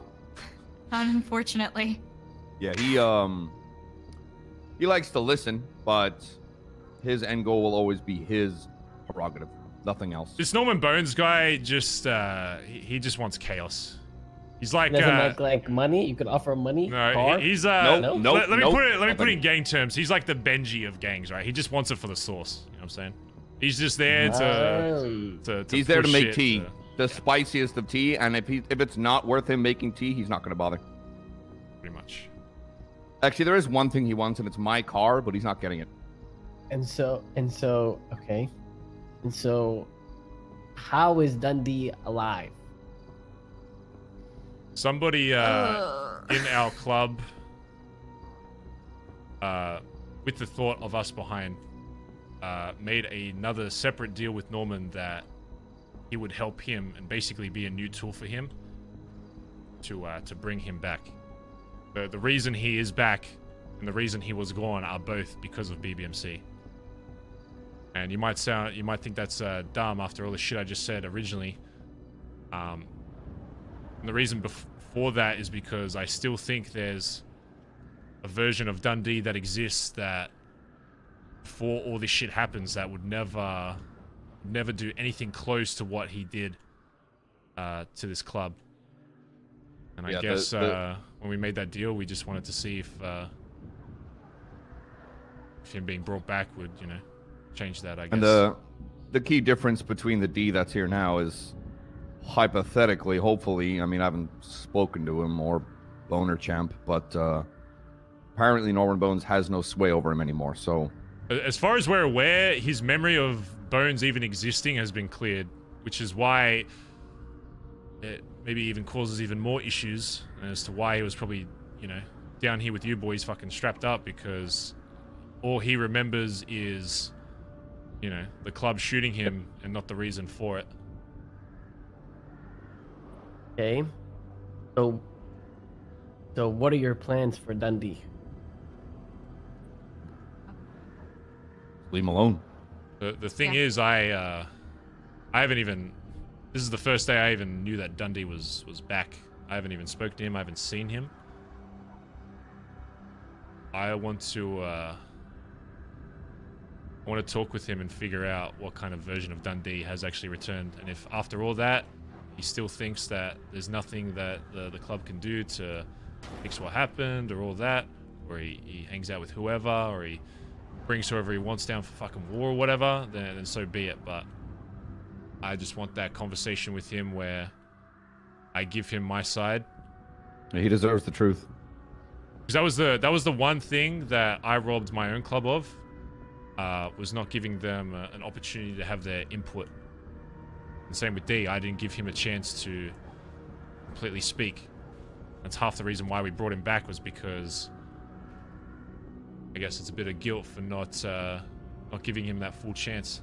I guess all the other shit you said, what if he didn't? That still plays in my mind that, it's possible maybe he would have just not gone through with it. That's what I think is not fair. I think you didn't even give him the chance, right? Because what if... Yeah, go ahead. What if, Mr. Norman said, okay, now I want 3 members. And then Dundee said, you know what? Take my life instead, right? It's over. That's too much. Or whatever it may be. You didn't even give him that opportunity, and I don't think that's fair. Yeah, you're right. No, I don't think anybody's disagreeing with that. It's something we've reflected on and has changed the club as a whole. Which is the exact reason why he's walking the earth once again. But obviously, I mean, you're the only person that knows his mindset outside of the other person I have that's in fucking ICU right now. There's another member fucking shot him. That knows where his mindset is with everything. So that's what we're figuring out, I guess. Oh, so you want me to tell you how he feels? Is that what you're asking? I mean, if you want to, I'm not going to say no to that. I didn't bring you down here to pry everything that you spoke with him about, but... So now the ball's in my court. Oh, okay. Yeah, I guess, okay. Wouldn't you like to know? Listen, look, I'm just saying, you know... You mentioned anything about, I guess, the club as a whole, I guess? I know he spoke with Junior at some point, but... He's not exactly someone I can go talk to right now. He's fucking neck deep in fucking metamorphine or whatever. Yeah, I may or may not have seen what happened to him and saw him get shot in the mouthpiece. I may have seen that. There's a chance that's I a haven't. whole fucking separate. Well, I know you were there, so I know you saw. Unless you closed your eyes when it happened. Yeah. Oh. Did you close your eyes? I saw it. Okay. No, I saw all Ray that Blair damn witching blood. in the corner. No, it was crazy. It was fucking intense. Yeah, that's a whole separate fucking issue. I don't even want to begin with. So now that you know how our club sees shit, you can probably imagine what shit we're gonna have to do because of a member shooting another member like that. See what I'm saying? That's Well, don't you have to just shoot him back? He's done? I mean, exactly. That's a whole other thing we're trying to deal with once we figure out whatever's happening with D, I guess. You should tell that to Ming Jingtai. You know Ming Jingtai? No. I think I've heard him around. Well, if you ever see him, tell him that's what happens at BBMC. Okay. If a jacketed member shoots another jacketed member, they're also out. They're out. I'll let him Done. know. Finito. Is this one of the guys you would fucking ice for the top 4 boys, or is he in one of them? No, Ming. I kill anyone for Ming. Okay. I kill your bitch ass for Ming. What if one of your other top boys shot one of your other boys? What if like Jack shot Ming? Impossible. Impossible. Okay, no, hypothetically, come on. I'm telling you, it's impossible. Okay. What if he was on like drugs or some shit? We got fucking baked out of his mind and was seeing like aliens and shit. Jack doesn't take drugs. Okay. He's a cookie. That's a good solution, I guess. Just say it's impossible. Be a cookie? Oh, well, I guess that makes more sense than what I said. Yeah, fair enough. I mean, hey, I didn't think I'd ever have D hold a gun to my head, but here we are. That is true. So. It's true. Yeah, the city's got a weird way of testing you. Yeah. All right, listen. I won't ask anything more because I know you have a good relationship with D, same with Benji and all that. I would just appreciate it if when you saw him next that you tell him that Barry wants to speak with him at some point. I don't care like what terms are. I'm not looking to intimidate or whatever. I just need to know what kind of person he is and what kind of person has been brought back, and then whatever happens after that, whatever he wants to do, then we go from there. Okay. Well, here's what I think. Okay. Here's what I'll tell you. Andi does not trust you guys. Okay. Mm-hmm. So he's probably gonna want protection, and I might have to be at that meeting. But I will relay in this information and what you've told me and this and that. And next time I see him, I'll let him know, and I'll let you know. See if we can get something done here. Okay. You saying that because he wants protection, or you want the spice? Or is a bit of both? Okay. Well, I'm already so far deep I in. like you, Marty. Look, Can you look me now and tell me it's not mostly spice? Oh yeah, you want spice? You want spice? Notice how he said I and not eyes. Listen. Jeez. What you guys didn't know is that Dundee's pregnant. Oh shit! You killed the pregnant man. Oh fuck! Shit. Wait, so we killed 2 of them. Barry, what did you do? Damn, 2 I mean, for 1 are you deal, sure baby. you want a mini Dundee running around the city? I mean, That's an easy bump on KD though. Bro, gives Baby Driver a whole new fucking meaning. Did I just say that out loud? Yes, you did. Oh fuck. Collin. Alright, look, So, if that's so what you he did wants... with your conscience is that may be because he's okay, fucking that pregnant. changes things a little Okay. bit, but... What if the baby died? Okay, wait, did the baby survive?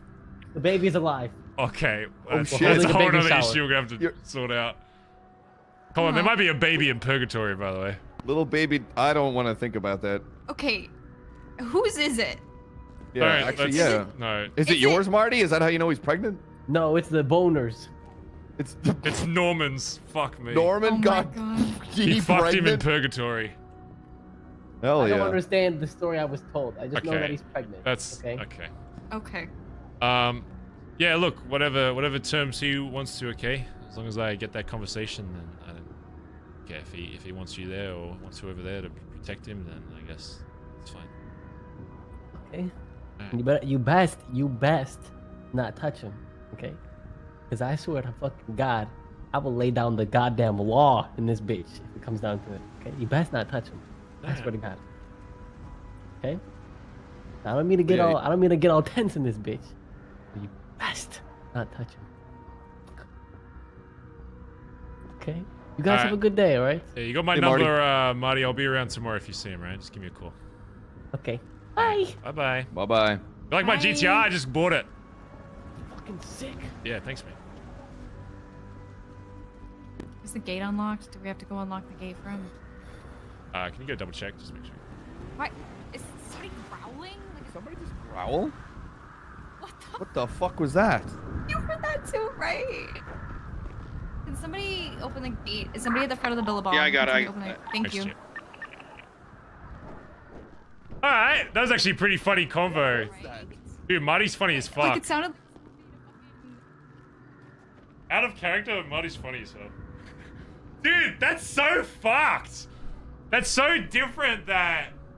I knew Southside gangs were different, but I thought they still cared about blooded-in members. That's such like a contrast difference to like... BBMC cares so much about the club existing that, you know, it would be willing to take out whoever, whereas it seems like... I don't know, unless it's just GG. That motherfucker literally said, yeah, I'd kill Ratchet. Before I said anything, he'd be like, yeah, I'd ice Ratchet, no problem. Like, what the fuck? I just want to quickly say. Hearing some. Bro, he's crazy. They call us a fucking cult. I was like, yeah, but what if you had to kill a bloody... Yeah, I'd kill Ratchet. It's like, what the fuck? Like, I have never been so... Thankful. Because I genuinely thought that's how every fucking gang operated. Bro, Like, if D decides to say fuck off BBMC and go to GG, he's going to have a stark realization of how different they are compared to how shit runs here. That's fucking crazy. Oh lord. Will just say like I have never been, you know, because like I spend a lot of time with you guys, and most of my friends is mostly, you know, like Seaside's like that too. Did he growl at you? Because people were hearing Well, growling. Benji used to be Vargos, right? Oh, he's got like a trench coat, a black outfit on, a turtleneck. I don't know. Just I standing think here. Norman's outside the Billabong. Looks like a dad.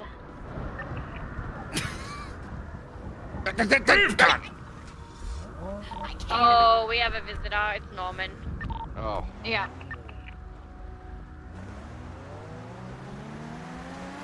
He walking just in. walked in and said, "Don't worry, I'll let myself in." Norman, you old cunt.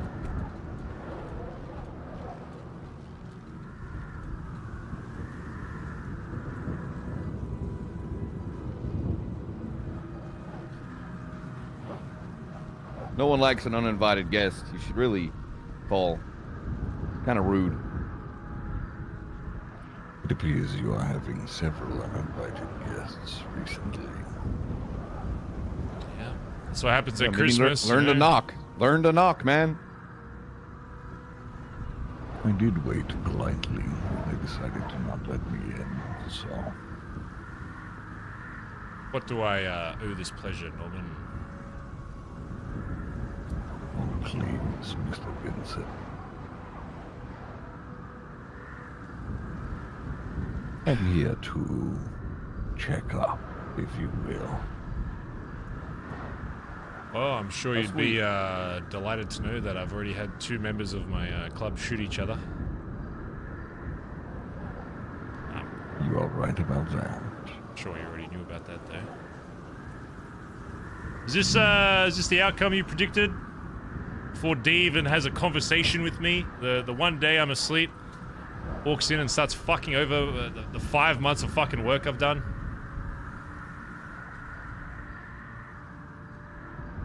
I think everybody here had an inkling of what would happen you better than most. You did spend several sleepless nights thinking about it. Where is he? About.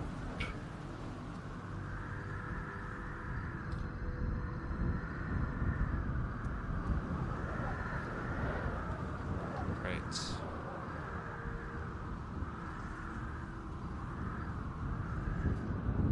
What is Big Bad Barry going to do about it now?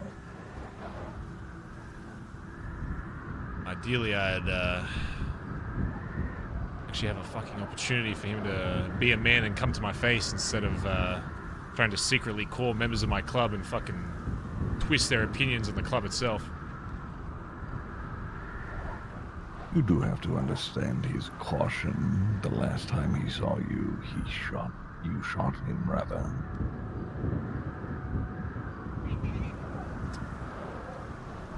I shot D because there was an insect attached to him that was controlling his every move. Mind your tone, Benson. The person I shot wasn't the same D that I started this club with.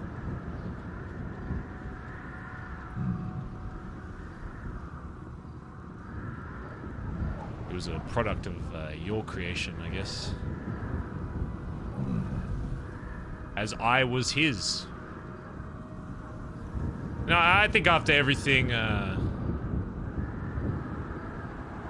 mean, he might think differently about it when I speak to him, but I think if he was in the right state of mind, he'd understand why I did it. And I will make sure that he understands, even if he doesn't remember. When have you known Erwin Dundee to be in a right state of mind?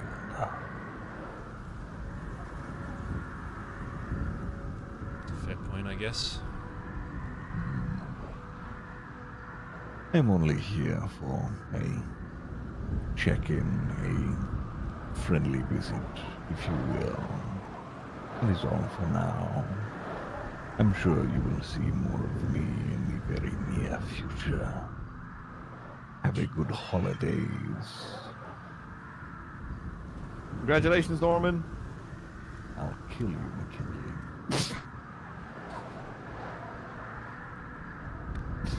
Damn, that looks sick as fuck. Look at him walk away. That was cool. I hope he gets stuck at the gate. I bet the gate is Norman's nemesis, dude. The gate is gonna kill Norman. I'm not helping him. Fuck that guy. No, he's gonna say that. Just put. Oh, there we go. Fuck. Okay, took him 20 minutes. Let him leave. By the way, just. Man, we met Norman's arch nemesis. The gate. The Billy Gate will save us from Norman Bow.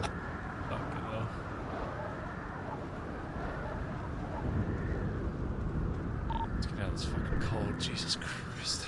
Roll my eyes the whole time. Balls on.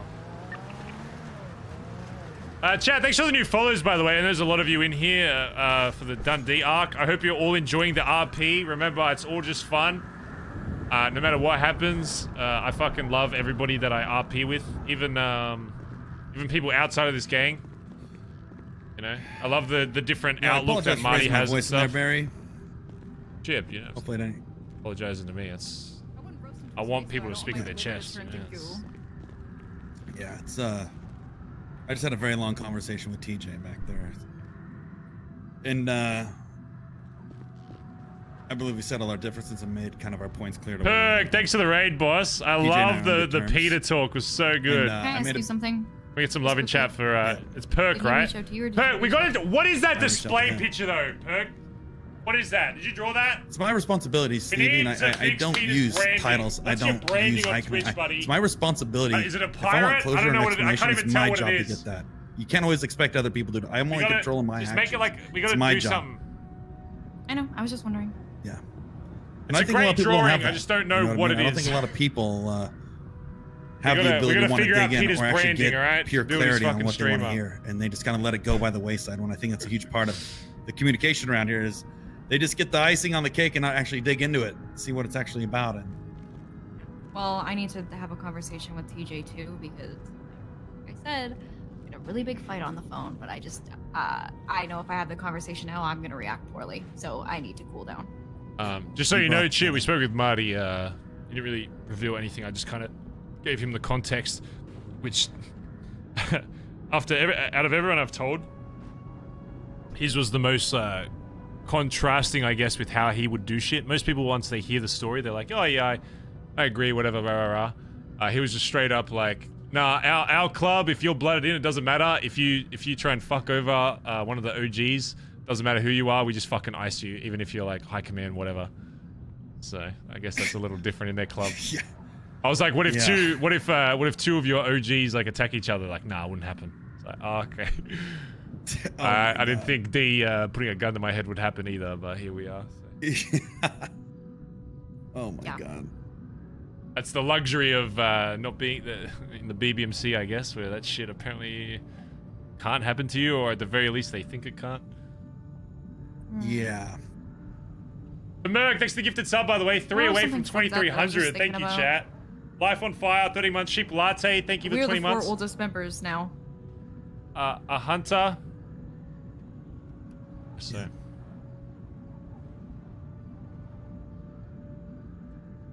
49. Yeah, are we oldest by age? Or are you talking about oldest by a lot? I'm like 30, longest in the so. club? Yeah, I don't know. How old am I?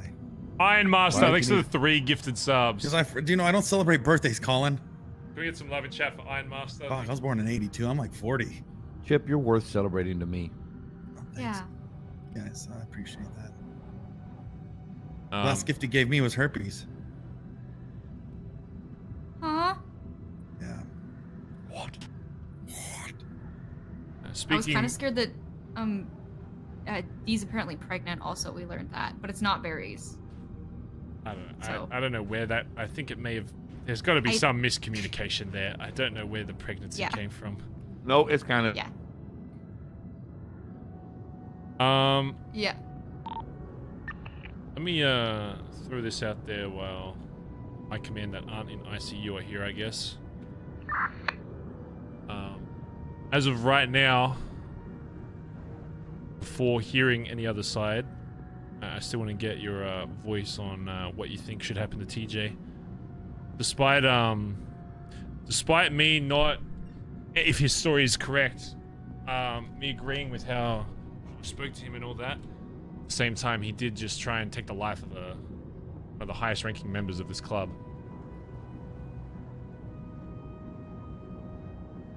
But I guess you could say the same about me, so.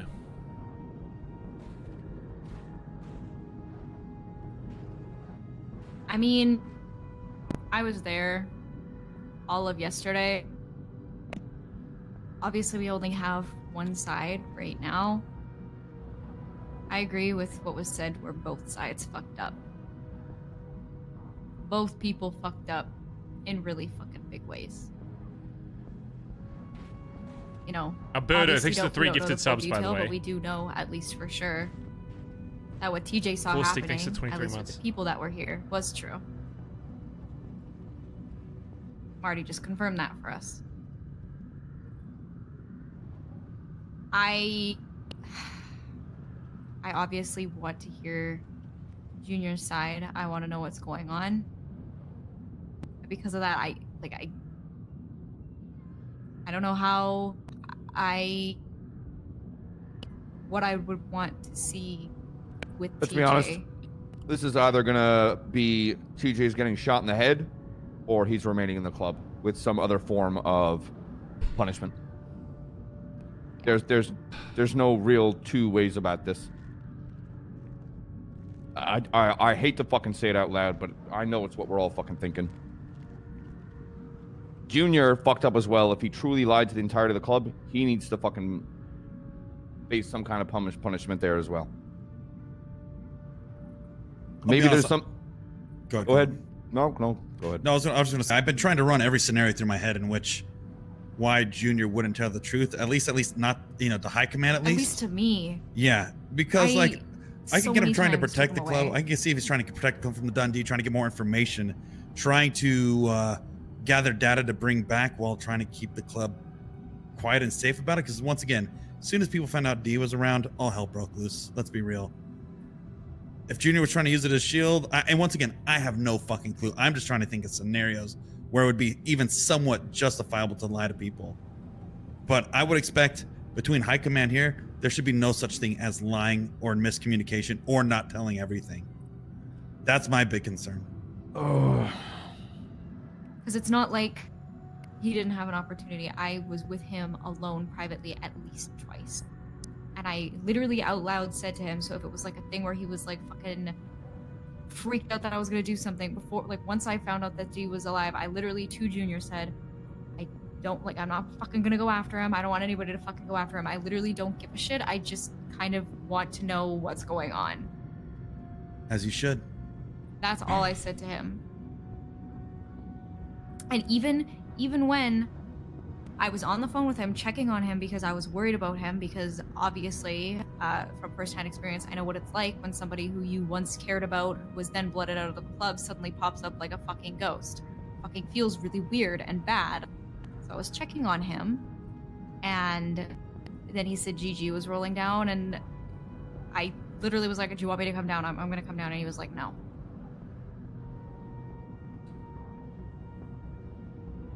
And I was alone with him once before that as well. GG shoot each other all the time. Doesn't seem any downside. At the same time, I mentioned it briefly to Collin. BBMC as well, is different to other gangs in the city and role plays when they shoot their members that it's actually has consequence. That is the same choice that a lot of people have made, and not in like a shooting someone way, but making a choice that you think will either be for the betterment of the club, or you think you can take things into your own hands without talking to anybody. And that 90% of the time is the shit that fucks us. Is when people play shoot each other, it's like, you know what? Maybe despite everything we're saying about Junior, he really truly wanted to get all this information, and he was going to relay everything to us, and he didn't have a negative bone in his body. Like, maybe that's truly what he was doing. Maybe. But this whole thing is happening because he wanted to do that on his own and play hero. If that is the case. So different circumstance, but still somebody. Don't talk shit about other gangs, chat. Other gangs do shit differently. There's nothing wrong with how we do stuff or how they do stuff. So that's not a roast to other gangs. They're allowed to do whatever they want. I'm not going to say a lot of details about the other shit. We just do shit how that went down with me and TJ, but that's good. I think that's a good thing. I know I need to have a conversation with him. And try to talk about at least the conversation that we had, but I need a second, because that was probably one of the worst conversations I've had with anybody in the city outside of the time when I told Dundee to go fuck himself. Demotions have never really happened in BBMC. If you get demoted, you usually get blooded out. Not really a thing. The other thing that bothered me a little bit when TJ mentioned that there is no protocol for people having problems or causing issues within the club, but I literally used Dundee as an example of what do you mean protocols don't happen? Dundee put himself above the patch, put members in front of him, and he got shot for it. There's been plenty of times. I can tell you number of times where Collin did his fucking job. And by saying that there's no protocol, or not knowing that Collin is the enforcer of the club and that is purely his responsibilities, how do people in the club still not know that? I also, of course, like, I'm chaplain. I always try to check on people, but I can't fucking... Being a goldfish is contagious in the club. That's true and real. The first time I ever hooed somebody was the first day I got my patch. It spreads. But I always try to check on people. And I know that I can't be here as much as I want to be. But I said and have always said to everybody, if anything happens and you want to talk, if something happens and you are feeling unsure, if you are feeling upset, anything like that, knock on my door, because 90% of the time, even if it's not right away, I will be able to wake up. I need to do that. And I mean, I'm just gonna say the words that I said because I don't want anybody to like hear what I said, but me and TJ basically got into an argument because I basically said, you know, I've been trying to communicate with you, and he was basically implying that I didn't do enough. And I said, I didn't take this job to be a fucking babysitter. And then he asked, well, why the fuck did you take the job? And that pissed me off. But I want to say what I meant by that is the fact that I will always care about everybody, and I'm here to fucking look after everybody. That's what I want to do. That's what I've always wanted to do. And I do it because, not because it's my job, but it's because I fucking actually care about people. But if something happens and you're feeling some type of way and you don't at least think, hey, like maybe I should talk to Stevie about this. Like, I'm not a mind reader. And this isn't just like a TJ thing, right? And I know that everybody goes through their own shit. I'm not expecting everybody to fucking pour their hearts out to me, but you know, it happened with D too. This girl talks a lot. I tried so hard to get D to fucking I mean, say Chad already anything knows to me. how to respond to that. Nothing. Same thing with Pez/Cody. Nothing. Who asked? So I just want to say, like, you know, I am fucking trying, and I'll just Oh try wait, harder he got in the banned, future, so I he guess, can't but see I- chat. Hold on, let me show it to you.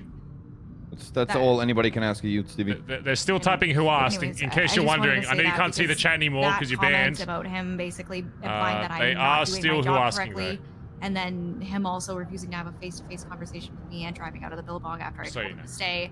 It just really made me upset, and that's why I'm taking a second to not reach out to him, because I need to calm down, and that's just, I just want you guys to know that. Well, please, about allowing everybody involved to have their. I want to focus on a few little. Oh, sorry. Please go ahead. Yeah, and I'm not saying that to just like be like, oh, like this is all the bad things he did, or like try to get like some sort of like fucking extra punishment for him. I'm not saying that at all. I'm just saying that so you guys understand my frame of mind right now and why I, as Chaplin, am not reaching out to him at this moment, because I owe that to you guys.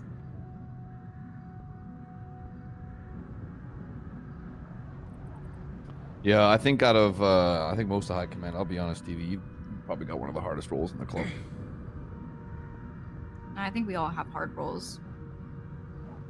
I can do half the shit that you do, Collin. Oh, remind me, chat. I want to have one hubcap convo before we end today. I want to focus on just a few things to try. I do want to talk to narrow Dad. this down. I want to give him some of this RP as TJ well. said that bad that he hasn't really been around for it. He doesn't regret it, and you know, if the situation played over, he'd do it again. Hubcap waiting 2 minutes. He stepped out of line, did something he shouldn't have done, and he's openly admitted that he'll do it again. Regardless of if Junior lied or didn't lie, something still needs to be kind of done about it, and something needs to be done about Junior. But I'm not saying anything about Junior's side of the story because, again, this is the third time I've said this, we need the whole picture. I'd like to sit here and speculate on, okay, this is going to happen to TJ and this is going to happen to Junior. But I am not going to decide on anything here and now because I want the whole picture. That's all I'm going to say on this. I think we're all on the same terms. I think we all agree with that. And if I ever have a chance to cross paths with Dundee, I'm not going to hide it from anybody in High Command. I'm not going to say a fucking word.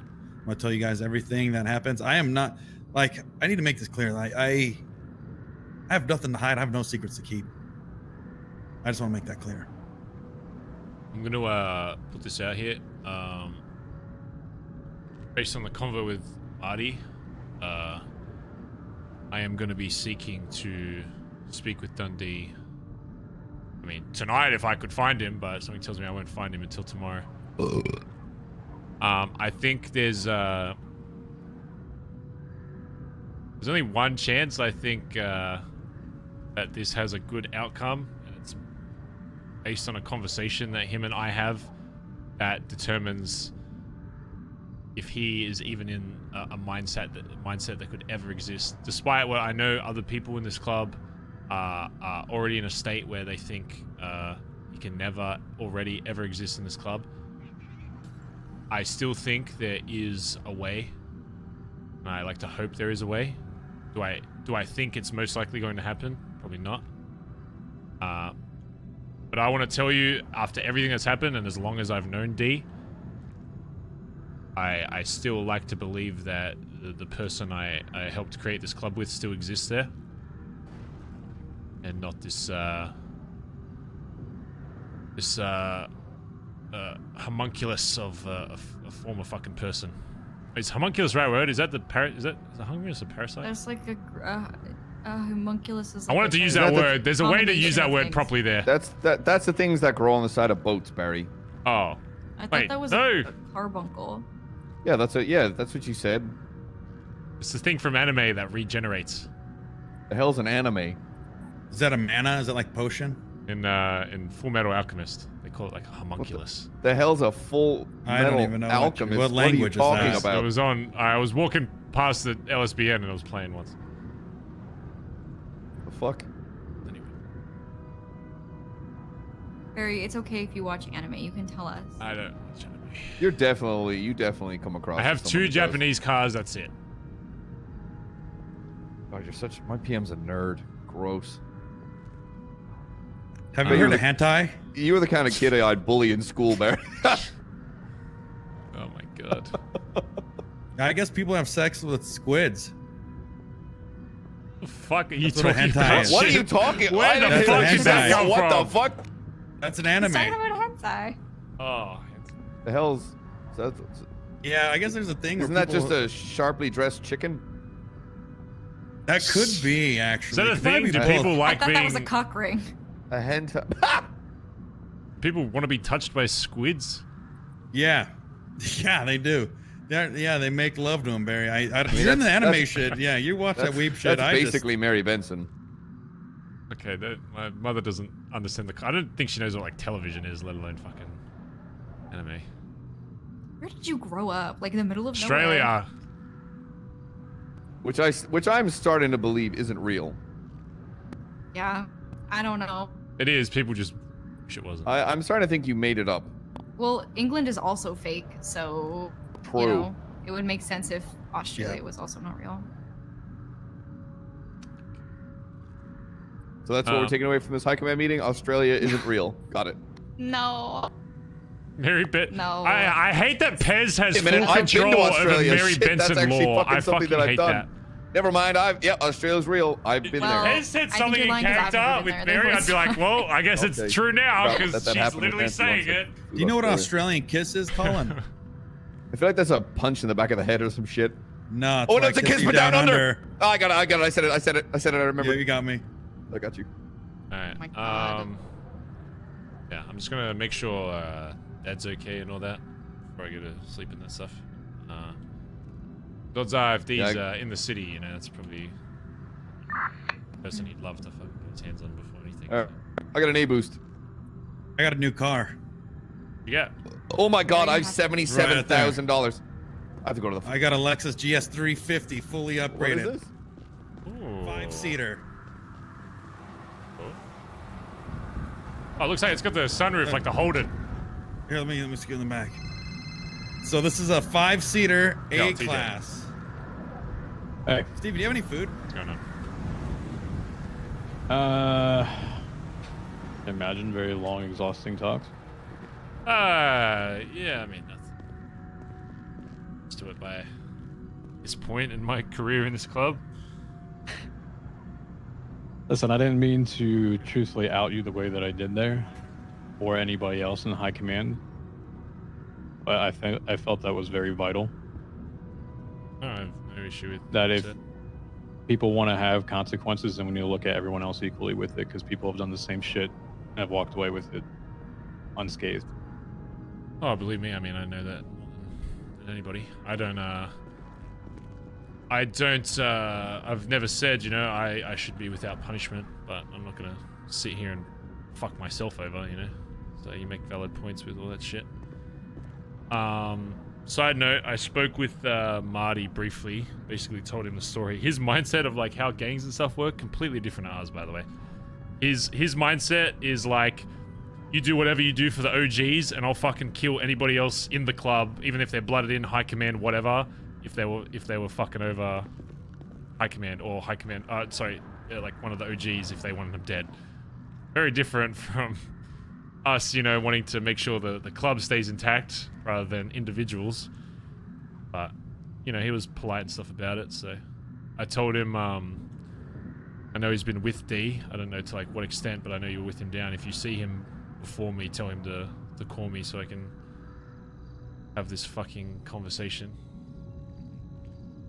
And I think, however that conversation goes is going to guide my opinion on if there is a version of Dundee that can exist that can work in this club, or if it solidifies that he's just too far gone, he wants nothing to do with it, and that we just have to work around that. So.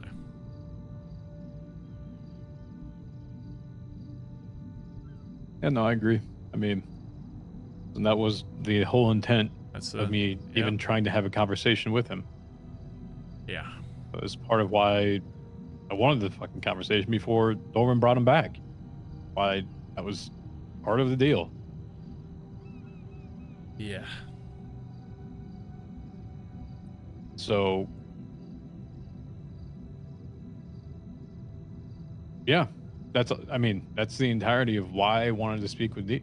Literally, see where he was at. Wasn't even addressing Junior at all. Like, none of my comments were ever addressed or aimed towards him before he started being antagonistic. Like, I could have cared less whatever he was saying at that point. All I wanted to do was go down and have a conversation with D. I didn't need to be antagonized by someone that is just inserting himself into that conversation. Yeah.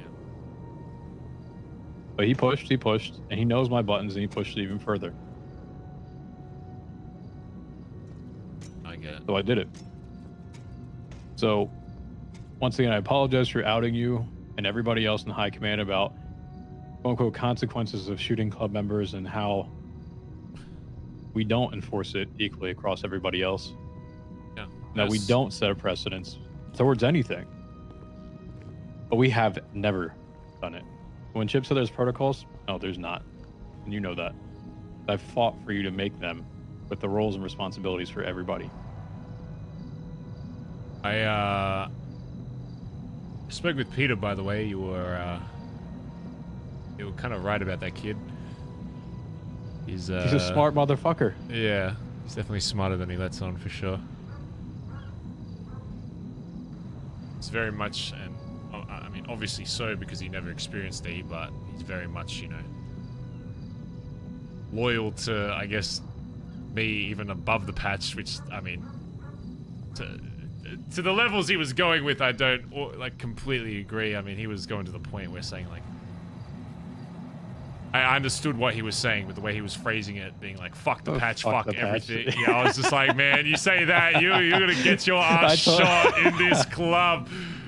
But I understand what he was trying to... That was the only point where I was like, okay, the wording on that is rough, but I know what you're saying. Yeah. You're not saying fuck the patch, you're saying fuck how the state of how shit is seen, but you're not saying fuck what you're wearing. Fuck using the patch to your advantage. Yeah. One time and not sticking by it for everybody else is kind of what he's going with. And he said, I'm not as gifted with as much of a thesaurus as everybody else is, but I don't mean it in that way, but this is how I say it. And I said, yeah, I understand that. Yeah, so... yeah, outside of that though, I guess, Andi didn't really reveal anything outside of that. He just told me that obviously D doesn't trust us. Check, go figure. I mean, of course. Yeah, we'll have to... Until I actually talk to him, then it's gonna be up in the air. And if he still doesn't have the full story, I mean, Marty didn't have the full story, so if D's getting his info on what the story is from Marty and Benji of all fucking people, then he's definitely gonna have a skewed fucking idea of what actually went down and why it happened. Well, apparently Junior as well, and possibly Antonio. Which Well, is if Antonio was right about, well, if he was telling the truth about not telling him about what happened,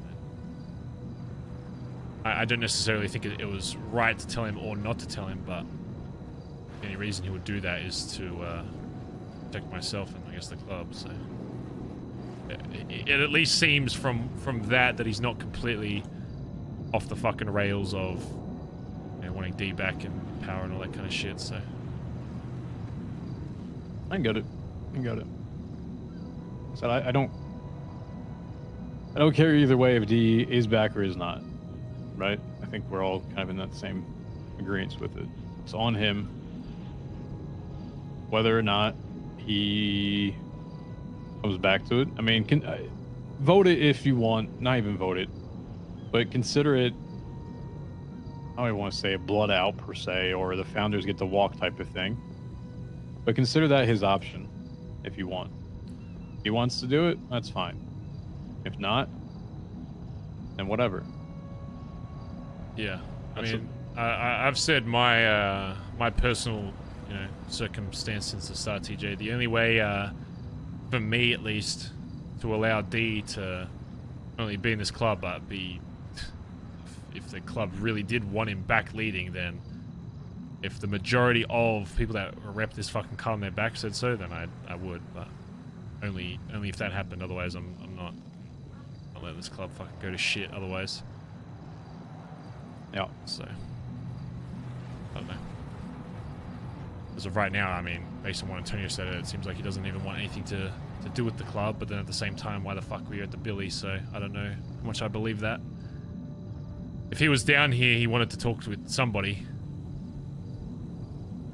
Albeit with fucking people with fucking C2s on their fucking backs, but if he's trying to have a conversation, he either wants to gauge people's opinions on the current state of the club, or he's trying to figure out who we can get to help get him back in the club. I don't know. But at the very least, we know he's curious. Just don't know to what level and to why. I mean, clearly didn't show any loyalty towards it. He literally left Junior sitting there. That's what I mean. If Junior had any reservations for D, like, man, like, are you really gonna care after he just walked out after you were shot? I mean, I know you were the same, but at the very least you called someone to fucking pick his ass up so he wouldn't bleed out. D wouldn't do that.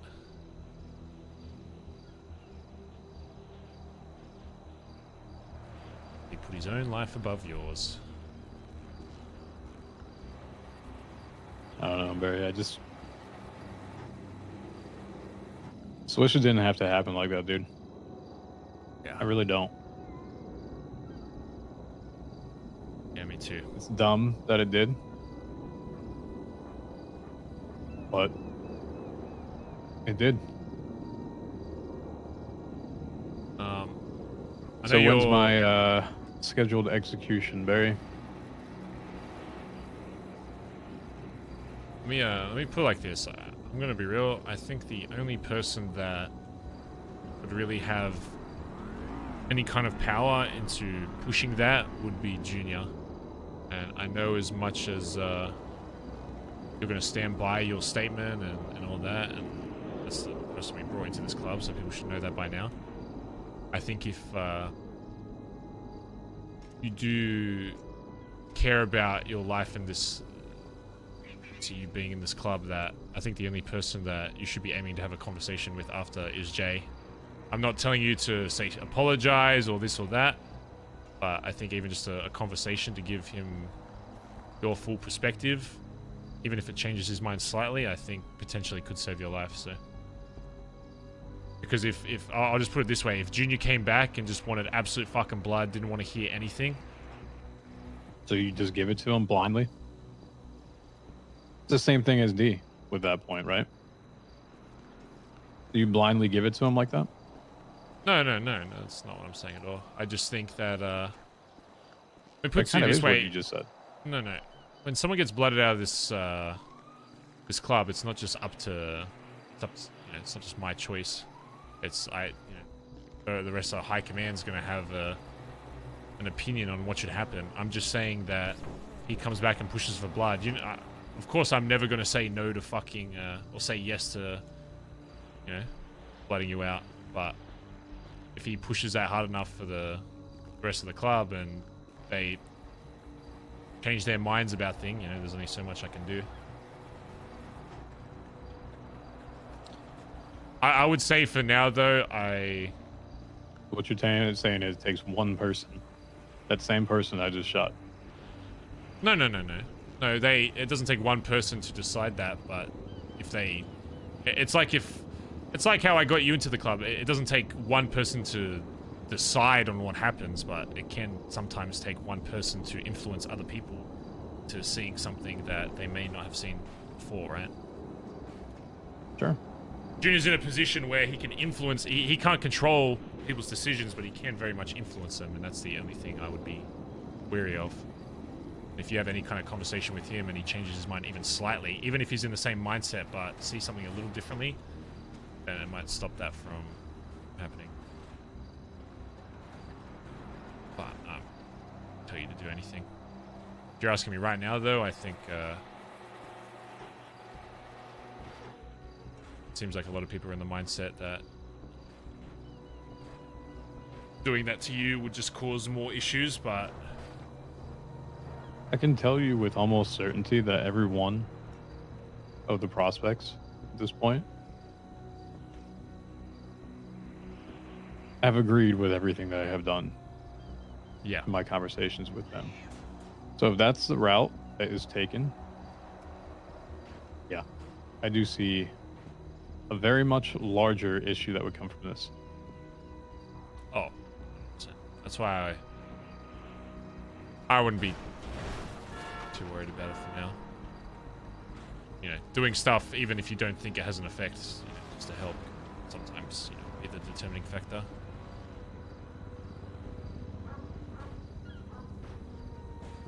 If it does happen, if it does, promise me this, that you be the one to do it. That's the only reason I got you into this club. I won't let it get to that point, alright? I can't lose. You gonna promise me that? Yeah, of course. But, I mean, I promise you that it's going to get to that point. I mean, that's the... Everybody's aware of the terms of how you're in this club. I promise them if it went out that I'd be the one to do it. But let's just do everything we can to not get it to that point. And yeah. I feel like I've had my fair share of sacrifices for this club, so killing my son isn't exactly something I'm going to add to that. Killing Junior wasn't exactly something I wanted to ever add to that, ever. I think most people understand that. And those that don't, I think a bit more context, I think they add as well, so. Yeah. Right. I'm probably going to find Dad and just chat with him and make sure he's all good, and then start looking for D tomorrow, I guess. Yeah. Yeah. Yeah. I'll be at the house later, but yeah, just make sure we see Sis or fucking whoever they're okay, because I mean, he wanted to do it before this shit happens, you know. If he sees them out by themselves, I don't know. If he does something to them before all of this, it will severely complicate everything. And it might be... If I don't get a chance to talk to him and he does something fucking stupid after all the shit that the club's done and he hasn't got the full story, then he's gonna fuck up his chances of ever having any kind of connection to this club before you even have that conversation. So make sure that they're okay so that doesn't... So I wish you were awake yesterday, Barry. Yeah. I don't think any of this would have actually happened. I really don't. It just furthers the point that no one's really ready to step up yet. Otherwise it wouldn't have happened. ready to step up? No, they... Barry, how often do you truly rely on your high command to do what they should be doing instead of relying on yourself? Paul and I had this conversation, and he was actually going to call a high command meeting with everyone but yourself, see how they could help you out, and that they needed to step up. And he agreed with it. Really, some of the people are coasting at this point, bro. They're letting you take everything on it. And they're not stepping up themselves. So how often do you truly rely on your high command right now?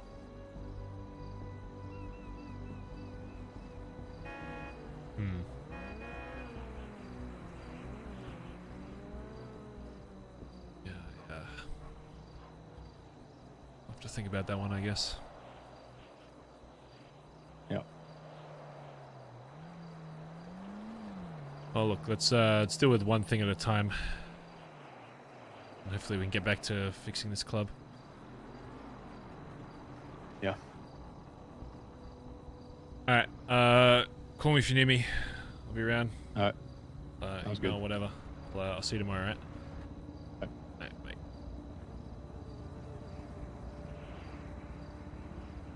Hello, Finn. Hello. I miss much?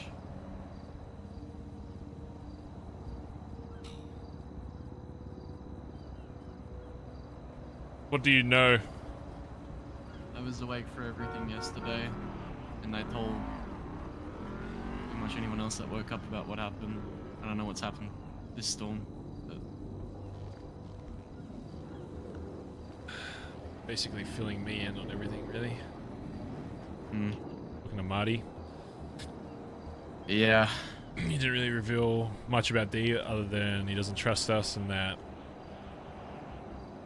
I told him if he sees him before I do to call me so I can finally have this fucking chat with him.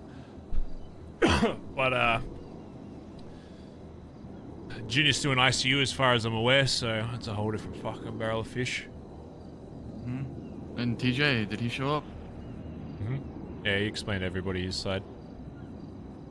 Now Junior apparently allegedly tried to meet up with D like 3 different occasions and came up with a fake story for the club.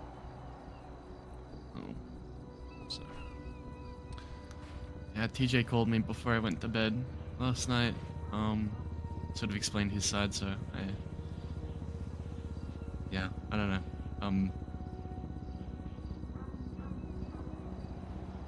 How are you doing?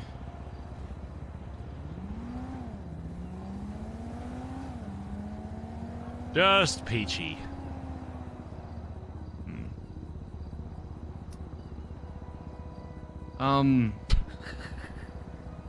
Yeah, I don't really know how to talk about this, but I asked TJ, Faye had the receipts. last night a little bit about why he did what he did, and I'm okay, smile. I don't know, I'm just kind of... I thought it'd take longer for us to start shooting each other, you know? Yeah, I didn't think it'd take 1 fucking day of me not being a fucking wake. And it wasn't even D that fucking shot. No, he was just here. Yeah. Yeah, we had a pretty solid streak for months. All the club needed was D's presence to shoot each other. Not even for him to... I don't even think he said anything based on what they told me. TG like walked in and then they started mouthing off against each other with Junior, and then it escalated. I don't even know if the others even said anything. Yeah. Yeah,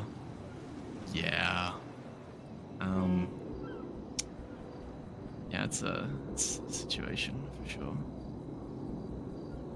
One thing you can do, Finn, is just make sure that people that are around you when you're awake don't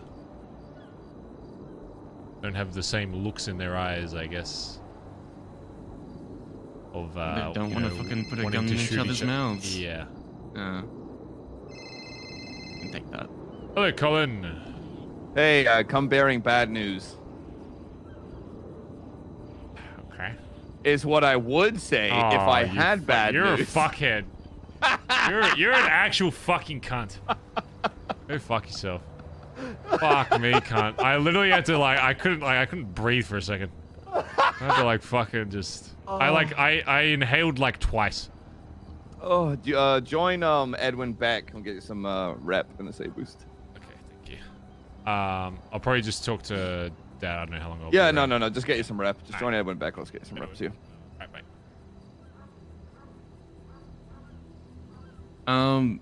So as I was talking to TJ last night, I guess I asked him if he held the fact that I voted no again about Hubcap's jacket against me. And he said yeah. Well, he said something similar. And I realized I haven't, Oh, I forgot about this very transparent with the way I've been feeling about shit. And I forgot quite about honestly, this it's been really hard for me to gather my thoughts and my feelings about the whole situation because I've just not wanted to think about it because it's actually really affecting me. Yeah. So I just want to explain a little bit. I felt really poorly about the whole thing, in terms of I felt at the beginning I was pretty well connected with Hubcap. I really wanted him in the club. I mean, I think you can remember I fucking bringing up old mate and shit just to try and get him involved in some way because I thought it'd be great to see, Mm-hmm. And when you have this member of the entire city that everyone's in love with, he's well respected, he's well renowned, he's be great fucking addition to any group.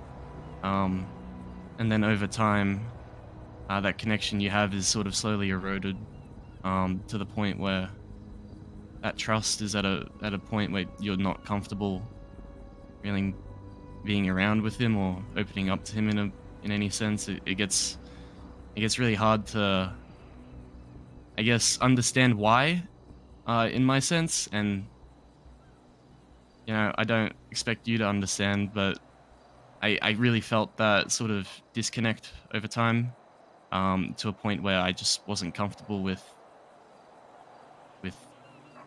having him be part of the most intimate thing in my life, I guess. And yeah, it's I know it's your dad, and it's really hate hearing me say this, but I don't want. He has so much passion and energy, and I recognize how much he fucking poured into this club day in and day out, and it fucking kills me. It kills me to be the person that says I just can't do it, after seeing all that, and it fucking hurts. And I don't know, I guess I didn't want to think about it. I didn't want to give it any thought because I felt like a fucking villain, Yeah. I mean, everyone loves him, so how couldn't I? But I just wanted to explain that, and I don't want him to, be thinking that I fucking hate him. It's just there's a level of trust that I need between every club member, and he just didn't meet it, unfortunately. Finn, there's a reason why you're where you're at in this club. There's a reason why your life literally belongs to me now, that you're blooded in this club. And if you ever try and leave this family, I'll fucking ice you. It's because that it's not just me that wanted you here. It's every single person that is a higher rank than you, or wanted you in that spot and wanted you as a permanent part of this family. Because they trust your opinion on stuff. And even if they disagree, why do you think there aren't people storming down here being like, I want Finn's head on a fucking stake? Is because whether or not they agree with what you're saying doesn't mean they don't agree with your right to have that choice. And realistically, if it's just not there, it's just not there, and that's it. That's all there is to it. If you're at a point where it's like, yeah, it's just not going to happen, then it's not going to happen. That's just how it goes. I'm sorry it's taken me so long to get to this. Sorry. I got It's a hard look. It's a hard thing, and I'm to blame for it as well. The policy I pushed for just didn't work. I mean, in some ways, if that was going to be the outcome anyway, then it worked in the sense that at least we're cutting it off now rather than 9 months if you're still feeling the same way. But yeah, you know, it's not your fault at all. It happened, and that's it. Okay. Yeah. Still feel like shit about the whole thing, so yeah. You know, it's just... I know. That's why you're here. I want people to, as hard as it is sometimes, not be scared to be like, this just isn't going to work. And you are just, unfortunately, the first person that has had to go through that. There'll be other people that will be in your situation, I'm sure, in a month's time with other people, where some people might gel and then others just don't. It's just how it is. I'm always going to prioritize the people that are in this club over people outside this club. Whether you call that luck, fate, whatever, you were here, you are blooded into this club, that's all that fucking matters. So your opinion is valid, and that's it. That's all there is to it. I appreciate that. Yeah, that's all it is. Yes. Okay. In the meantime, yes, keep an eye out for any dickheads around fucking Vespucci. Especially ones that have a fucking mullet. The only thing you missed on our talk today is I don't care if people go out of their way to try and contact E or speak with him or do this or have little private talks. I don't give a fuck. The reason why he's back is because I did something that I fucked up, and I'm trying to relieve that by giving people whatever closure they fucking need to close this, whether there's a version that returns or he's just gone for fucking ever. As long as they just don't hide it from people. There's literally no reason to hide it. Just say, I'm gonna go talk with D. I might ping you my location just so you know where I'm at, so I don't get fucking kidnapped or whatever. But if they want to have a private convo, they can have a private convo. Stop that. They need to not lie to the club and tell them they're doing something that's not happening, because then people are going to see that a completely different way. And that's what's happened with Junior. And until Junior gives his point of view, I'll be honest, the club kind of sees him as he's just lied. He's lied about speaking to him. And until he changes that, that's just his viewpoint. Anyway, my thing is, I'm worried that everyone's gonna go off and do their own little private convos with him. And he's gonna start digging his hooks into people. He's gonna start playing victim. You know, yeah. Oh, woe is me. I'm gonna Sag farm so that you guys get on my side. That very much is a possibility. Trust me, I'm completely aware of that. But I am confident that I've hopefully shown people enough reason as to why it happened. Dundee is the one without information right now. And I just hope that, and I trust that. Oh, he doesn't even know why he was killed, does he? No.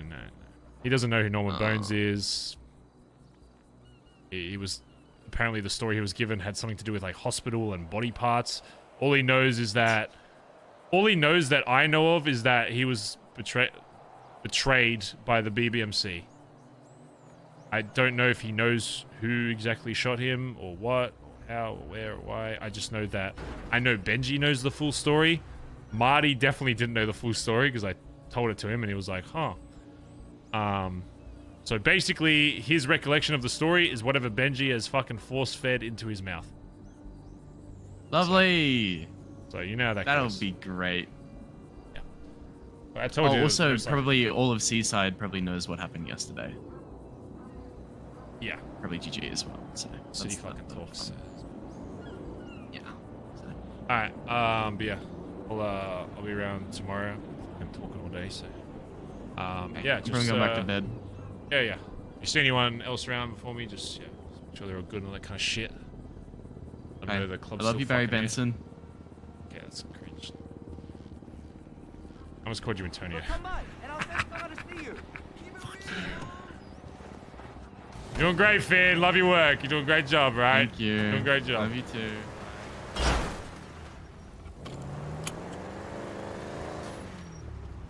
Final conversation of the day, chat. You ready? We have to tell Hubcap that he's officially out of BBMC as well. If he's still awake. Hello, son. You all right? Hey, yeah, good. Do you want to meet me at the house? Yeah, I'll meet you out there. All right, I'll meet you up there. Bye-bye. See you, bye.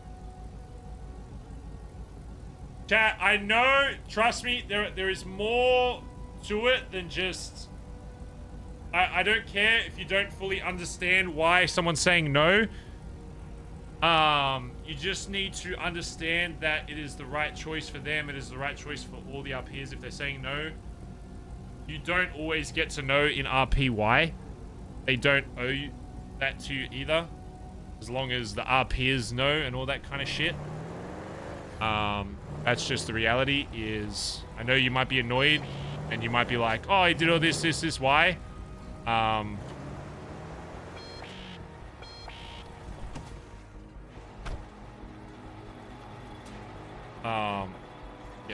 The reality is you don't always get to know.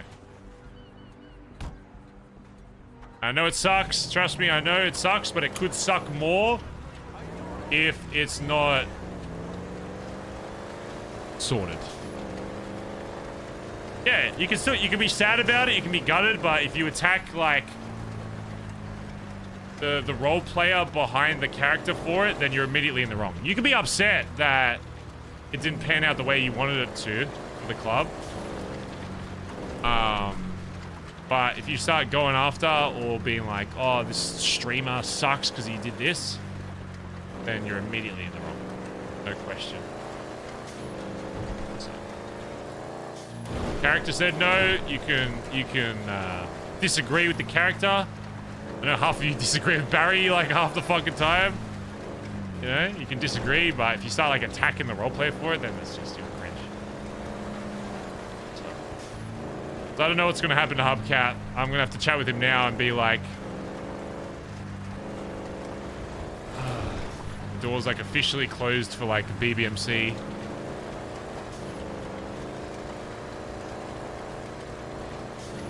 And that's you know, that's part of my fault as well for not properly establishing the hang around shit.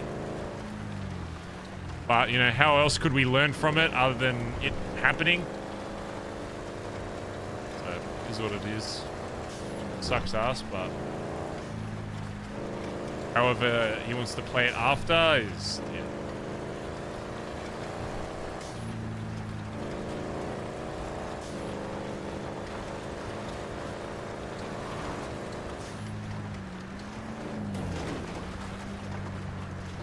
A nice.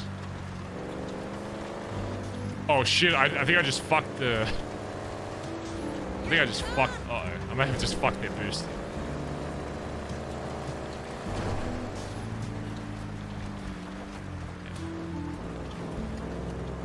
Finn, that conversation was Finn saying no, chat. That conversation was Finn saying no to Hubcap being a hangaround again.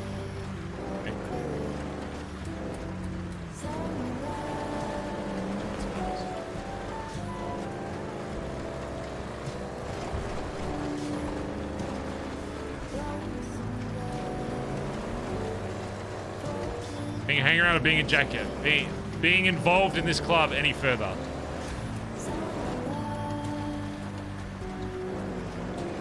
He can hang out, do all that, but he won't ever rep jacket.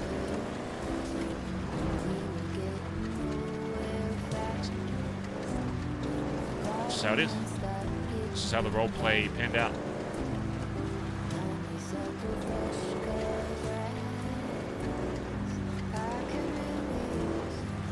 As much as it sucks for Barry, it's just another thing that he's doing to prove that nothing will ever be above the club and the club's choices for shit.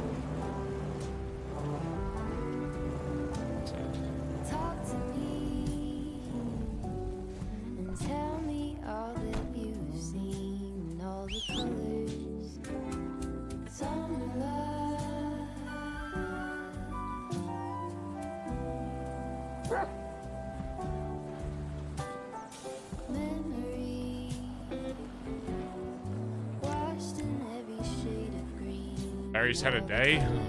I mean, did you expect anything different, though? Did you really expect Barry not to have a day? I mean, did you? Of course not.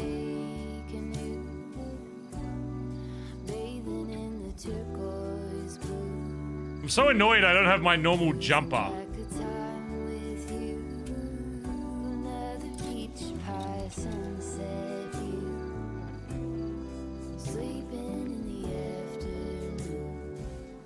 I'm gonna look. Oh wait, it's sunny.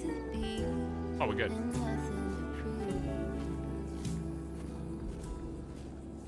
Song? Oh wait, it's about to snow. Never mind.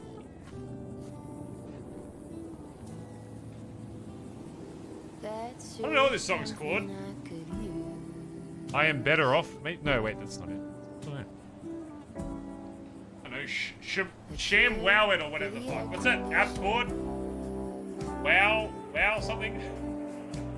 Sham Wow It. Shazam it. Wait, what's... Oh, wait, no, Sham Wow's the fucking... That's the cloth thing. Sham Wow.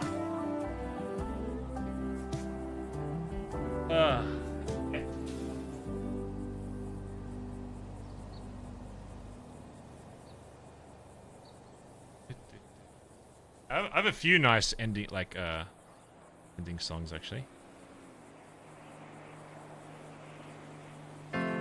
Oh, Susanna. I have a few of them. They were just, like, nice acoustic songs I found. Jethro, thanks for gifting us up a Gecko Zen, by the way. Appreciate it. Big Johnson, did I thank you for the 11 months? Caustic Salsa. I think I thanked Snorlax. Thank you, guys.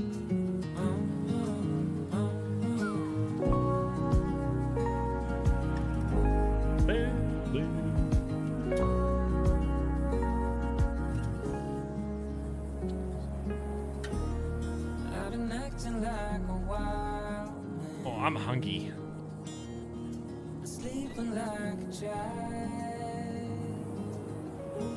Thoughts, opinions, concerns so far, chat room? Everyone surviving the source? Thanks for everyone that's in the chat, by the way. If you're new to the stream, consider following. If you like this kind of spicy RP, I know it's hard to get into if you don't have full context, but hopefully I showcase it in a way that you can kind of get some context a bit. That's the hard thing about such in-depth RP, is it's hard for like newer people to get into, because it's like you got to catch up on all the fucking seasons basically.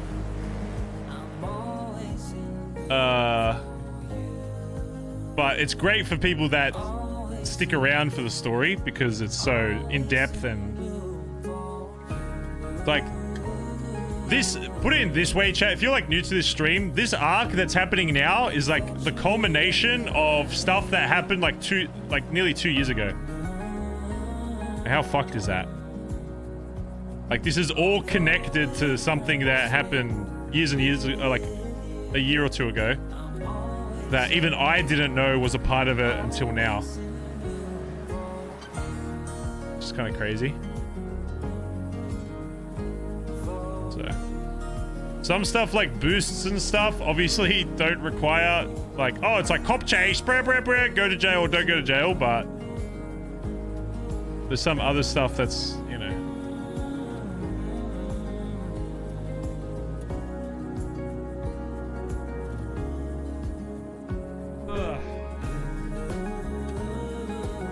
How could Riley and Malachi do this? Fucking hell.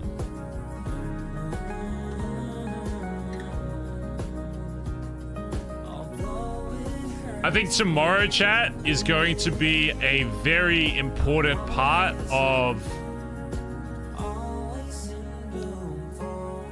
If D tomorrow in the conversation pushes harder away and like implies that he never wants to do anything with BBMC, then there won't be much we can do. It comes down to a lot on... I can explain everything to D, but it will come down to what he wants to do that pushes him either further into the club or away from it. So if he decides that he's done with BBMC, it'll suck ass. Because I still like to think out of character that there's a way that we'll have classic Rick and Morty adventures, but if he pushes the club away and goes with like the side that GG and Seaside have his best interests, then it's over. That won't matter. So, who knows?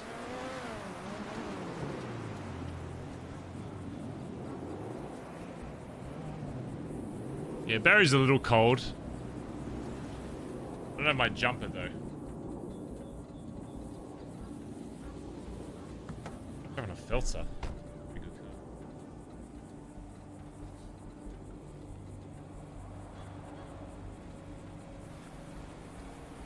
car. Hello, son. Hello, Dad. Dressed for the weather, I see. Oh, my fucking... the outfit. I lost my jumper somewhere. I'm going to the clothes store to find it. Ah, you're a tough motherfucker. You'll be all right. I mean, cold is just like hot, but the opposite, right? So That's actually a really good point. Yeah. Easy. Yeah. You know what you're talking about. Yeah. So are you safe? What's going on with this D shit? yeah. Oh, I mean, I'm safe as any other day, I guess. Sure. He's in the city, somewhere. He's spoken to other people that he had a relationship with prior, Marty and Benji. From what I can tell, the only story that he has about what happened to him is from, most likely, probably just Benji, because he's the only one out of those two that actually knew the story. Unless Marty just pretended to know. Okay. All that Marty said was that, yeah, he doesn't trust the club and that things were out for him or whatever.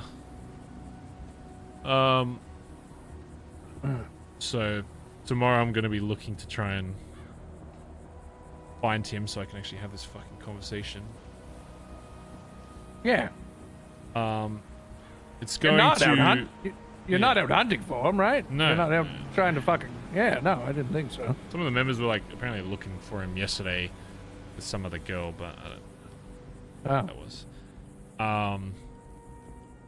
Yeah, it's gonna come down tomorrow. I mean, the only thing I can do is lay everything out on the line for him, and if he if after all of that he sees my side and what I did for this club, and that it was for the club, that it truly wasn't to fuck him over. I only did what I thought he would want me to do if he was in a clear state of mind. That if he still pushes back after that and says, you know, fuck you guys, whatever, I just want to do my own thing, then, you know, what more can I do? Right. Were you gonna, like, are you trying to bring him back into the club is the thing? Well, what does the club think about that if that's the case? I'm not like trying to bring him back unless unless he's at a point where he can actually be brought back into it. It's just I don't know what kind of D is back, you know, even after the brief convos I've had with people that have spoken to him. It's like I still don't know if he's just confused and lost and doesn't know, or if he's, even when he gets told the truth, he's just gonna have a bloodlust and he's not gonna fucking care and he's gonna want to rewrite everything and just I don't know. Yeah. Is there really a guy complaining about me talking in roleplay? Bro, there's like 50 other NoPixel streamers you can watch that literally just do nothing but do boosts. So okay, so you can go watch them, buddy. Ah, this guy's not robbing the vault for the 5th time today. This guy's the club's still holding together all right with him back around?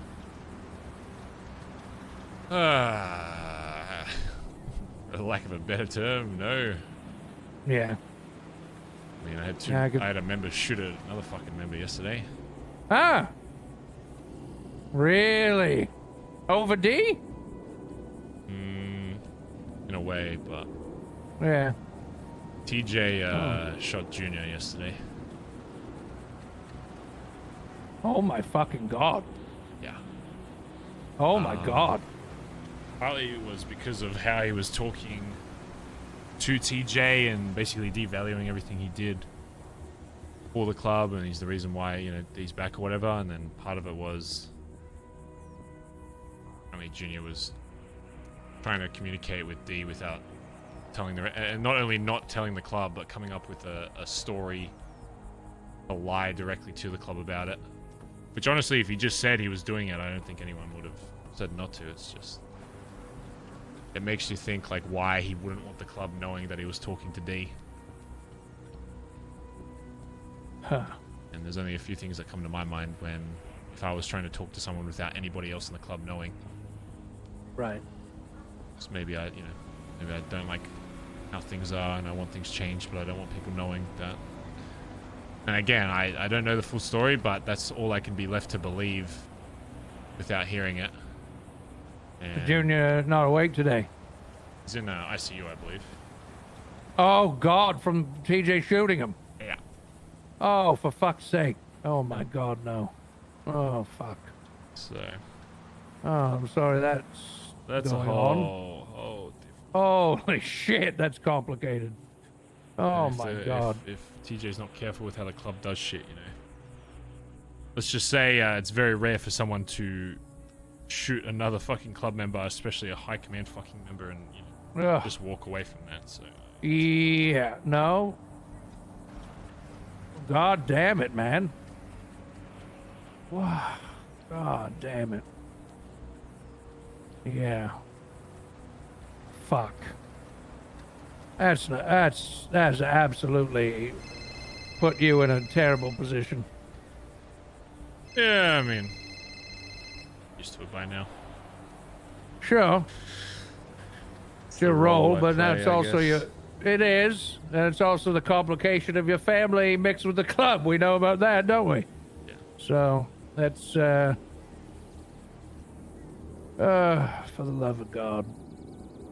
Well, has TJ been around to talk about it? Yeah, we spoke with him today, and I made sure that he told the club about it. And for the most part, it seems like the club agrees. Not necessarily with him shooting, but no, he's on the same page with how Junior was acting, so. I'm really fucking surprised by Junior.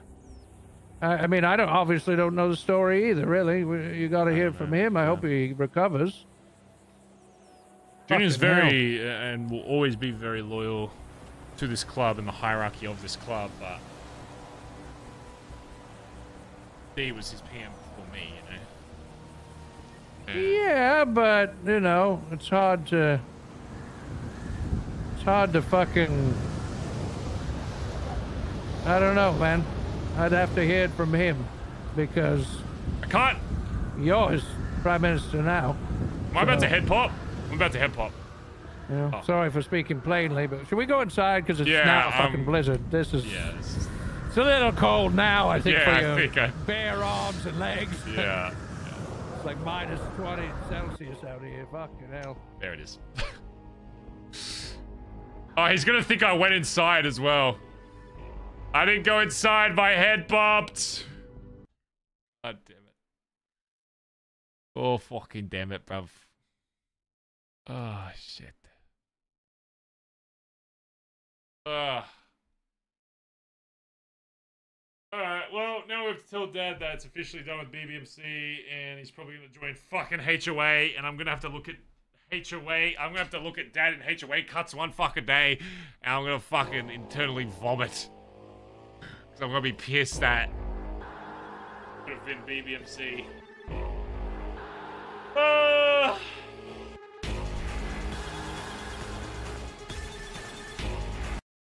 Fuck me. I don't know why 5M's music is so fucking weird as well. Frick the HOA.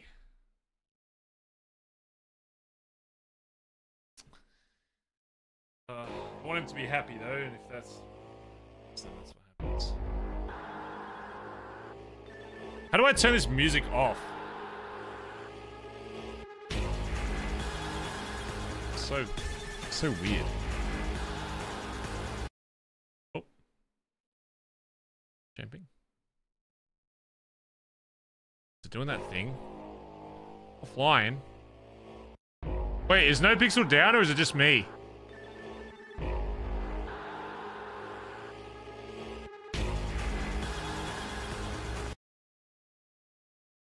Hey? Anyone else still in the city?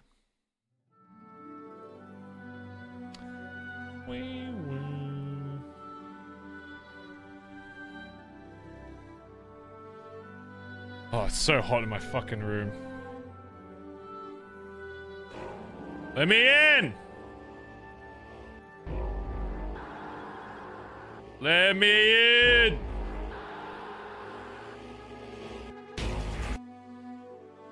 I don't want to have to use my thingo because it'll turn my internet off.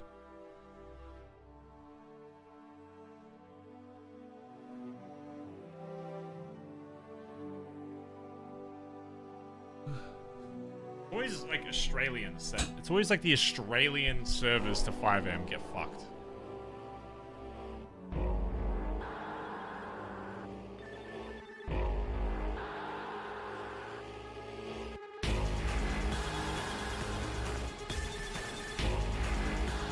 This music is so trash.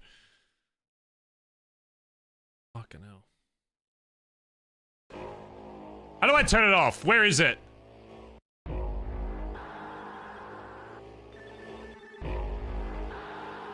Where the fuck is it? It's so bad. There's no setting for it.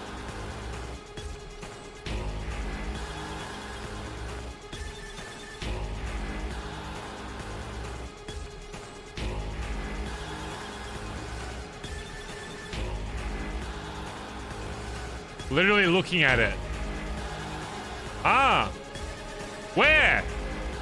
Streaming audio frame limiter.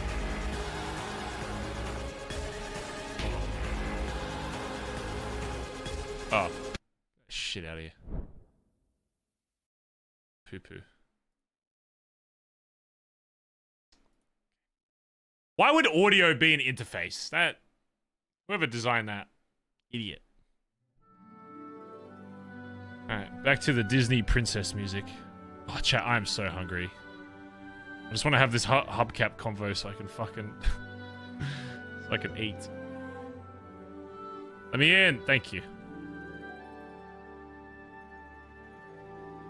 Chat, rate the roleplay out of 10 today. What do you reckon? What are we thinking? Oh, it's fucking hot, bruv. So fucking hot, I could fucking die. Just went back in. 9 out of 10, too much talking. That's the thing though, even if you don't enjoy like the talking stuff, like you gotta like just enjoy it while it's happening, because when these big arcs are over, you don't really get like the big convos for a while, you know? It's not like every day this kind of stuff happens, right? Like once this arc's over, we go back to like boosting, bank robbing. We still do convos, but they're a lot more lighthearted and they don't have as much like depth to them, you know? So you gotta enjoy both sides. That's why I always try and give as much possible depth to everyone that wants to have a convo. Because then... Yeah. What'd Ziggy say? What'd you say, bitch? Like my new music, Ziggy? You feel like you're in like Pocahontas or some shit?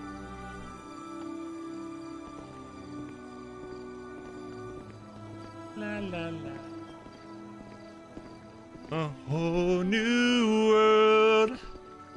A new fantastic point of view. Oh, wait, hello? Hold on. I cannot hear him now. Great. I hate sitting by this fire because it's actually so hot in my room. It's making me hotter by sitting by this imaginary fucking campfire. The fuck is it? Voice chat.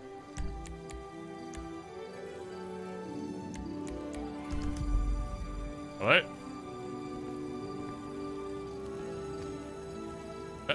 Hold on.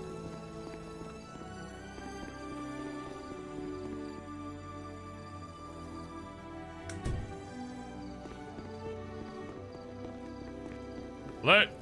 Hello? Hello? Hello, hello, hello, hello, hello. Hey. All right. You can hear me? Yes. I'm gonna sit all sexy on the rug, okay? Okay. But yeah. Maybe not.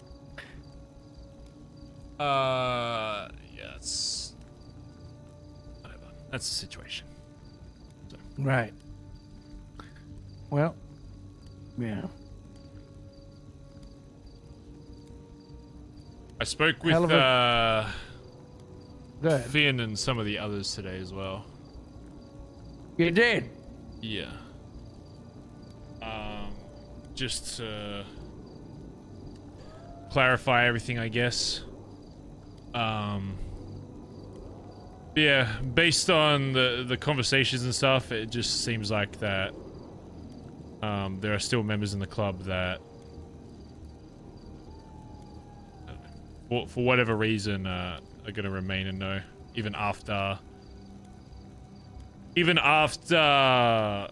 know, me saying that a lot of it is just fault to the new way we were doing things. They still remained in the same boat. That something just wasn't clicking, even after everything. Ah. God. Well, that's the end of that then. End of that chapter. Oh, that's a little too sad. Well, you know, I can say that I'm glad that it's finally fucking over, because holy shit. I've just been waiting and waiting, you know, and now I can fucking let go of it and move on. It's not what I wanted to do, but at least I can get some closure now. I mean, Stevie and Finn were told to talk to me. They never talked to me ever, not even once. So I feel disrespected by them about that, but it is, you know, I loved the club. I respected the club, and I still do respect that there was a process in place, and you know, people had to be unanimous, and it wasn't. So I don't get in the club. I mean, you know, that's as simple as it needs to be for me. So I tried my fucking goddamnedest, but yeah, it's over. So I'm happy about that. There's, you know, at least there's a conclusion here, because there wasn't for a while. So I don't think there's, you know, any doubt in the people that, you know, saw your full potential, that, you know, that you weren't trying at all. I think everyone saw how much you put in. Probably more than any other hangaround ever has. You know, it's just... Yep. There's only so much I can do as a leader without completely destroying the way things have always been done, I guess. Yeah, and I respect that from you. I was thinking about that if I would have been in the club and said no to somebody, and you would have said well, too bad. How would I have felt about it if the long-standing rule was unanimous for someone to get a jacket because it's very special? Because then at that point, I have potentially 3 members instead of, 1 being like, well, my opinion didn't matter anyway, so why stay here? Yeah. Yeah. Oh, yeah, no. I would never, ever ask you or expect you or anyone else in this club to be like, well, fuck the rules, it's Hubcap. That would make me feel shitty, and it would make the jacket cheap. Every time I'd put it on, I'd feel cheap about it. That's the truth. Right? There'd be this guilt that I'd be carrying around every time I had it on if not everyone didn't say yes. So, I appreciate you, I appreciate everything you did, including, you really distanced yourself from me during the process. So did TJ. And I just wanted to make sure that if it was going to be in the cards, that there would be, no one doubting anything, Yeah, nepotism. I fucking understood every second of it. At the very least this way, I can finally just talk to you as a dad again and not have to worry about any other well, it's the same relationship, It's the same for me. Yeah. I wasn't able to talk to you candidly for 2.5, or anyone in that club for 2.5 months. And I had lots to say. Yeah. I just kept my head down and worked on my fucking driving for fucking 17 hours a day, Well, now you can just speak to me as a son rather than a PM. You don't have to worry about that kind of power dynamic. Put on some fucking pants. What are you doing? It's fucking negative There's 20 a fire outside. here, so yeah. I'm fine. And my brain is extremely hot, and putting on hot clothes would make me feel even more uncomfortable. Yeah. Look, buddy, I fucking love you. This was always a risky proposition anyway. A long shot. I reached for the fucking stars and I didn't get one, but I'm still lifted up. You know what I mean? There's everyone in this fucking club, 98% of them anyway, fucking spent the time with. You. Well, yeah, I know they do, and they all told me that individually. Even after the last no, and it was sort of wishy-washy, everyone told me that. They all told me, "Hey, it doesn't matter if you have a jacket on or not. You're my brother, and you call me if you need help or if you need anything, any fucking thing, you call." And that was told to me by many people in the fucking club. So I'll never forget that. Same thing, if you're ever getting chased by cops now that you know how to fucking drive now, if you call me, I'm always gonna come help you the same way I would help them. Oh yeah, it's funny because today, all of a sudden the roads got really slick for driving. All of a sudden, like worse than they've been in the last couple of weeks. Right. And all of a sudden, a cop showed up behind me, and I still fucking lost them. 3 cops. Good shit. Fast cars too. Yeah. I lost those motherfuckers. I couldn't have done that 2.5 months ago, 3 months ago. No. At all. I couldn't have driven from the Billy to the fucking burger shop without having to go to the hospital. So, look, I appreciate the club. I don't hold hatred for the club in my heart. I don't hold hatred for anyone in the club in my heart. Like I said, disappointment for a few of them, just disappointment, and that's it. It's not a violent anger. I'm not gonna go up to people or fucking whatever. It's not like that. BBMC doesn't deserve the club. So deserve Hubcap. I appreciate everything the club did for me because they did lots, and I'd rather just leave on good terms like we are. And I mean, anything you do in the city, you'll still always have the support of BBMC. I appreciate that, and yeah, it was a hell of a fucking run. I'll tell you, hell of a chapter in my life. It was like I went through the Marines. I keep telling people that. That's what it was like. Sleep deprivation and fucking. Oh my God, just the hardcoreness of it. Not really knowing where you stood, and it was hardcore shit. And I get it. I understand. Even when Marty was like, I was explaining everything to him today. I was like, we do all this just for, I shot like D in the head to protect just blooded members of the club. And he was like, what? I'd fucking ice anyone if I'd kill anyone just for the OGs. Like they're just fucking, yeah. A lot of Southside gangs just, they have their top guys, and it doesn't matter as much about what the club as a whole is doing. If they fuck with one of the OGs, and they just fucking ice them. That's it. Which is very surprising to me. And people call us a fucking cult, but I don't know. Well, that's the thing. I respected the BBMC's hierarchy and the way that it's set up, and how hard it is to get in, and how the respect goes upwards, but it also comes downwards. Yeah. Especially under you. And you really see that. I saw that because I was around before you were PM, and I saw how it was before, and the fear and the anxiousness, and I'm really happy for the club that you're in charge right now. So that's my opinion on the piece. Put it this way, Dad. You might have less to do in terms of inside club stuff with BBMC, but I think it just opens back up a lot more stuff where, you can do stuff with myself or just like individual people of the club that you wouldn't be able to do if you were jacketed regardless. Does that make sense? Yeah, it does. Yeah, there's a lot more shit that we can do now that I don't have to worry about, your impact in the club. It's just, the only connection is just, you being my dad, and everything else after that is whatever. So it's a lot easier to do a lot of other stuff. Yeah, it is. However, though, one thing that doesn't go away is the situation with D. Yeah. And now that you're not in the club, I think even more so that you will have a target placed on you by him. I think even if the conversation goes well tomorrow,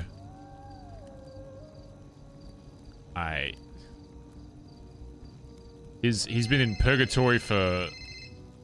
Let me answer this. Hold on. Yeah, go ahead. Yo, Marty. Hello. Hey, what's up? So I haven't spoken to Dundee yet, but okay. Are you busy? For like 5-10 minutes I will be, then I'll be free. I just have a quick question. I was pondering. Okay, yeah. That talk really resonated with me. Sorry, Dad. Okay. Give me 1 sec, Dad. All right, I'll be right back. Yeah, go ahead. All right, go ahead, Marty. That talk really resonated with me, and I just want to ask you something. Yeah. And I don't want you to answer right away. I want you to sit there and think before answering, okay? Okay. If it was you, right, in Dundee's position, and you had to sacrifice lives to save yours, and Norman told you that same thing, would you sacrifice your own life, or would you kill that BBMC member? If it was you in that position, don't answer right away. If it was you, would you die, or would you sacrifice that person's life? I want to know, because you know what I think? I think if you were in that position, you would have sacrificed that person. Wait, so you want me to answer that or think about it? Yeah, no. If you have your answer, like, and you've talked about this before, or something like. Go ahead. If I was put into a position where somebody told me that I had to take a member of my club that's jacketed, that represents the BBMC, I could not exist in this city knowing that I did that. And you can choose to believe that or not. And I know it's dumb as fuck, and it's probably a brain dead fucking take, but here's what I think. Sorry, go ahead. Sorry. Yeah, well, it's just the amount of shit that, like you were saying earlier, that the club has done for me and that D has done for me. I feel like I'd be spitting in the face of everything that I've preached and that I tell, other people in this club to fucking do, right? If it's a fucking hang around, whatever, I don't give a fuck. I'll fucking go ice a fucking hang around. I don't give a shit. But as soon as they wear that cut and they represent this fucking club, then. Okay. Here's what I think. And then I have one other question after, okay? Mm-hmm. I think you're not lying. I think you're telling the truth. But I also think it's another thing when you're actually in that position, right? Because you could hit me with a hypothetical, oh, what if you had a gun pointed to your head? Like, oh, yeah, I twist the gun around, bang, kill him. But when the gun's pointed at my actual head, things are different, right? Yeah, I can get that. My next question is, if you thought, right, it was in your best interest to get rid of everybody in high command for BBMC to stay alive, would you get rid of everybody in high command for BBMC to stay alive, including yourself? Not killing, just getting rid of them. You mean removing them from the club? Yeah. The problem with that is that doesn't exist in this club. If you get removed from BBMC and you're in high command, you get shot. There's no walking away. If you get taken out of the club, you're dead. Everybody that has blooded into this club, their life belongs to this club. If they miraculously survive a gunshot wound from us from being blooded out, then I would find it very surprising if they remember anything about BBMC. Catch my drift. Okay. Wait, is there a chain of command? There's not then, right? There's no. Wait, there is. There is. Yeah. You got prospects. So when you first stop being a hang-around, you get voted in by people from the club itself, and it has to be 100% unanimous. So every single member of this club, we don't get a new person in this club unless every patch blooded in like full member says I want them in this club, and then they become a prospect. Once they work their way up prospects, you get blooded into this fucking club, and then you have that luxury of crafting what the club looks like. And then we've got a few in high command that just oversee all of it, and then you've got your PM and usually a VP. But we don't have a VP right now. And are you the PM? That's right. So you're obviously your word holds more weight than anyone else's. Yeah. So doesn't that mean you're above the patch? If I say something and if I want to make a decision that impacts the club heavily, say you're in my club, you're blooded in, and I wanted to blood you out. I said, this guy fucked up. I want to fucking shoot him in the head. If I said, I'm going to go kill this guy, and the rest of my high command said, no, I think you've got this wrong, and they were all against me, if I did that, then I'd be fucking over the club, and then I'd be in the wrong. Oh, that's fair. That's what we do at GG. Yeah. That's how it works. Oh, that's fair. Yeah. Okay. Yeah, I think we have like some similarities with how we run shit, but I think we do have definitely some differences. And I know, trust me, I completely understand how fucked it is to value the life of a jacketed member the same way as like someone in the upper echelons, I guess, but yeah, that's just how we run it, I guess. That's how D taught me to fucking run it, and that's what I do. Okay. And I think you already said this earlier, but I just want like explicit question answer. Mm-hmm. Do you regret doing what you did?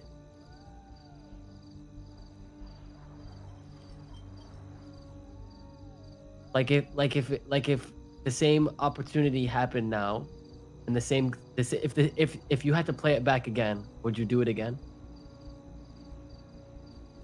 If I was still as confident as I was in that situation that D was... I'm saying now, like if it happened now, right? If it was the same circumstance where D was under the same things that he was then, because as far as I'm aware, from what we've done, he won't be. But if everything was replicated the exact same way that it was then... You would still do it? Yeah, if I was sure again that he was going to impact the club, I'd do it. I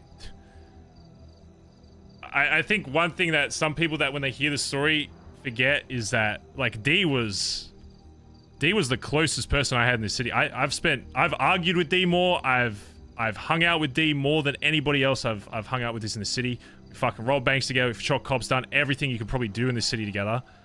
And I was still at the point where I thought that it wasn't the right decision, but it was the decision I thought that I had to make and truly believed I had to make to protect the club that we created. So yeah, I would. Okay. I'm not here to judge. I just wanted to tell you that I have a hard time comprehending your viewpoint on that. Yeah, that's fine. I don't expect you to. Okay. But this is very interesting, you know, like comparing or like picking each other's brains, kind of, because we have, when it comes to stuff like this, we have very different viewpoints. This is and listen, I'm always I'm an open book if people want to spend the time to listen, you know. If I'm not gonna go out of my way, you know, telling everybody in the fucking city shit, but if people genuinely want to know my reasons for shit, I'll tell them, you know. If you come to me like you are now, just asking shit, I'll tell you how I. Yeah, I know. I'm letting you know right now. Like right now, as I'm talking to you, I have no malintent or like kind of like. Oh no, you're good. No, I understand that. Like, look, I get that. These are a friend of yours as well, and you've done a lot of shit. Same with Benji, and I completely understand that. You know, you guys have a relationship there, and I'm sure you want to have his best interests at heart as well. Yeah. But yeah. Okay, I'm gonna go ponder more. If I have questions, can I ask you tomorrow? Yeah, I'll be around tomorrow. Okay, this is so text me, call me, it's all good. Yeah, all good. Okay. All right, bye-bye, buddy. You have fun with your father. All right, thanks, mate. Bye.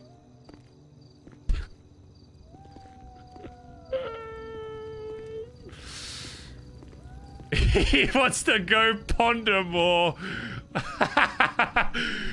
That's funny as fuck. Bro, he's probably going to use it against me, but I think it'll lead to good roleplay, so... He'll probably get D to, like, force Barry to, like... I don't think there's a situation, though, because... The only solution where that happens is if I make a deal with Norman. And I, like, kind of get forced into a perma or some shit, you know? Yeah, it was just Marty, Collin asking... I mean, he's actually been pretty polite about asking shit, you know? It's surprising. Yeah. Most gang leaders just, they want a big, like, ego, dick fucking flex, whatever, but he was just genuinely curious about trying to see my POV, even if he doesn't agree with it. Which I can respect, so. Yeah, that's good. Anyway. Just because, you know.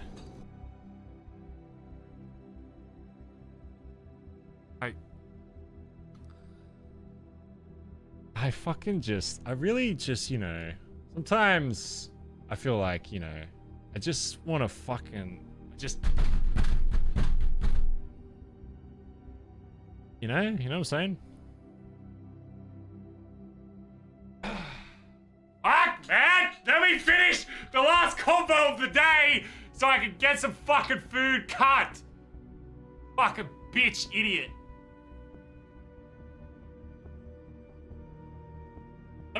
Let me finish me convo, me 5-minute fucking convo, before I get too hangry and I can't say shit properly. Let me get my food. Ugh. Fucking hell. I think it would be good RP if somehow Marty worked with, like, D to, like, kind of challenge Barry's morals a bit. Obviously, you can never make someone perma in the city, but I wonder if there was something you could do that, like, would prove that Barry prioritizes his club over himself in that way. Yeah. Obviously, out of character, if someone put a gun to my head and was like, we'll kill you unless you kill the club, like... I'm not going to OC perma off that. I might go into, like, ICU or something and be like, oh my god, miracles survive, but... You know, I'm not going to perma just because someone wants to perma me. Does that make sense? So... I don't know, though. That's the thing about all of this, though. Like, realistically, even if TJ didn't do that thing, even if this didn't happen, whatever... Like, D probably, like, Norman still probably would have brought D back out of character. In character, obviously, we think it's purely just because of TJ's deal. Out of character, though, I don't think Whippy would want to kill off D completely. Because, like, if TJ said no to the deal, I think we'd still be seeing Dundee back. Does that make sense? But I think the way he would come back would be very different, and maybe it would mean less likely of BBMC ever happening again. So, the funny thing is, though, he said, what would you do at gunpoint? I mean, Barry was at gunpoint. D could have shot Barry. Barry was unarmed. Barry was in the kill shed. He had a gun. He's already had a gun to his head.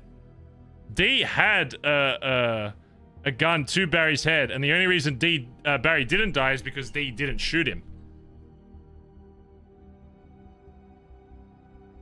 Barry gave him the gun back. D put the gun on the ground. Barry shot Norman, said, "Ah, shit, that didn't work," and then I put the gun back. Because at that point, it's like, if D wants to kill me, I'm gonna let him kill me. If that's where he wants to, like, take the character, then I'd let him shoot me. I don't know if I'd perma off it, but I'd be like, if you're gonna shoot me, then there's, you know, the consequences of you shooting me I'll let it play out. It's less about like an NVL thing and more so like, I want the consequences of it. If he chose to do it, just, you know. Who knows? Who knows? Yeah, I don't know what would happen if D like shot Barry like in this state. I genuinely don't know what. No, I don't know what we do. I think if D shot Barry, then BBMC like all as a whole would be fucked. Like, how could you possibly recover from that? But I guess at the same time, I guess Barry did that to D. But we know out of character that, you know, that it was the right move. But in character, it's like, again, they've still only heard Barry's... D hasn't told them his side, really. He just didn't deny anything that Barry said when I told the story. No one's really been like, I wonder if Barry lied. What if I talk to D and he gives me the truth?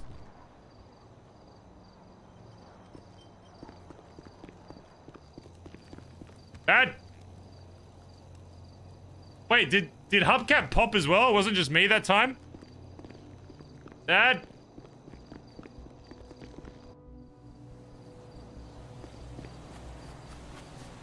That's silly.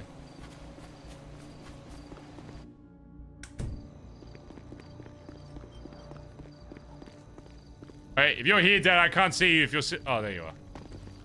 Yeah.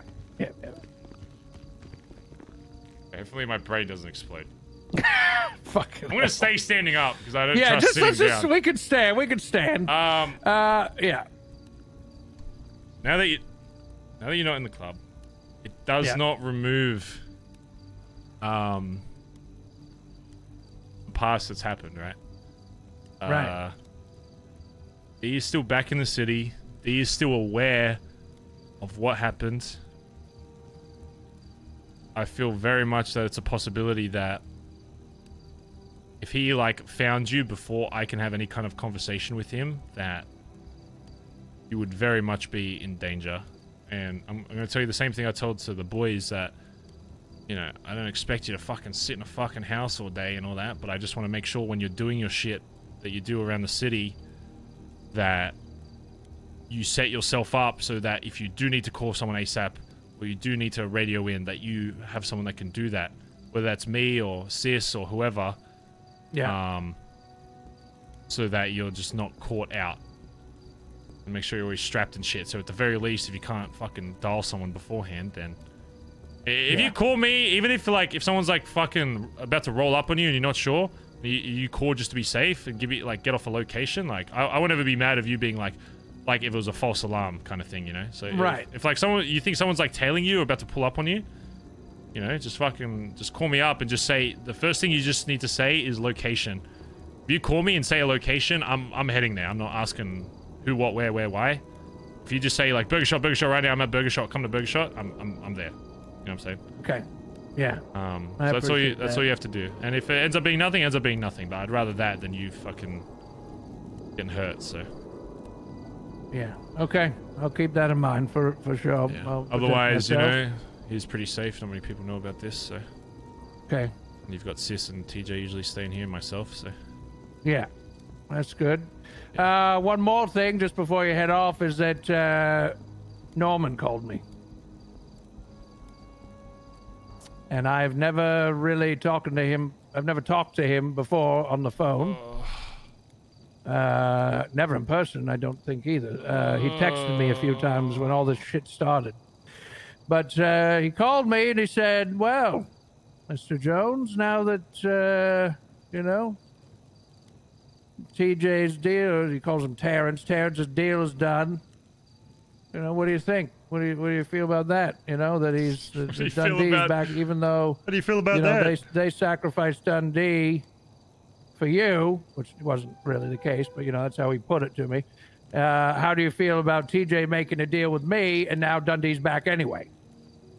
And I said, I don't care. I said, people did what. Should have said who asked. I said, I don't care. I said, people did what they felt they needed to do, whether it was right or wrong in anyone's fucking eyes, doesn't matter to me.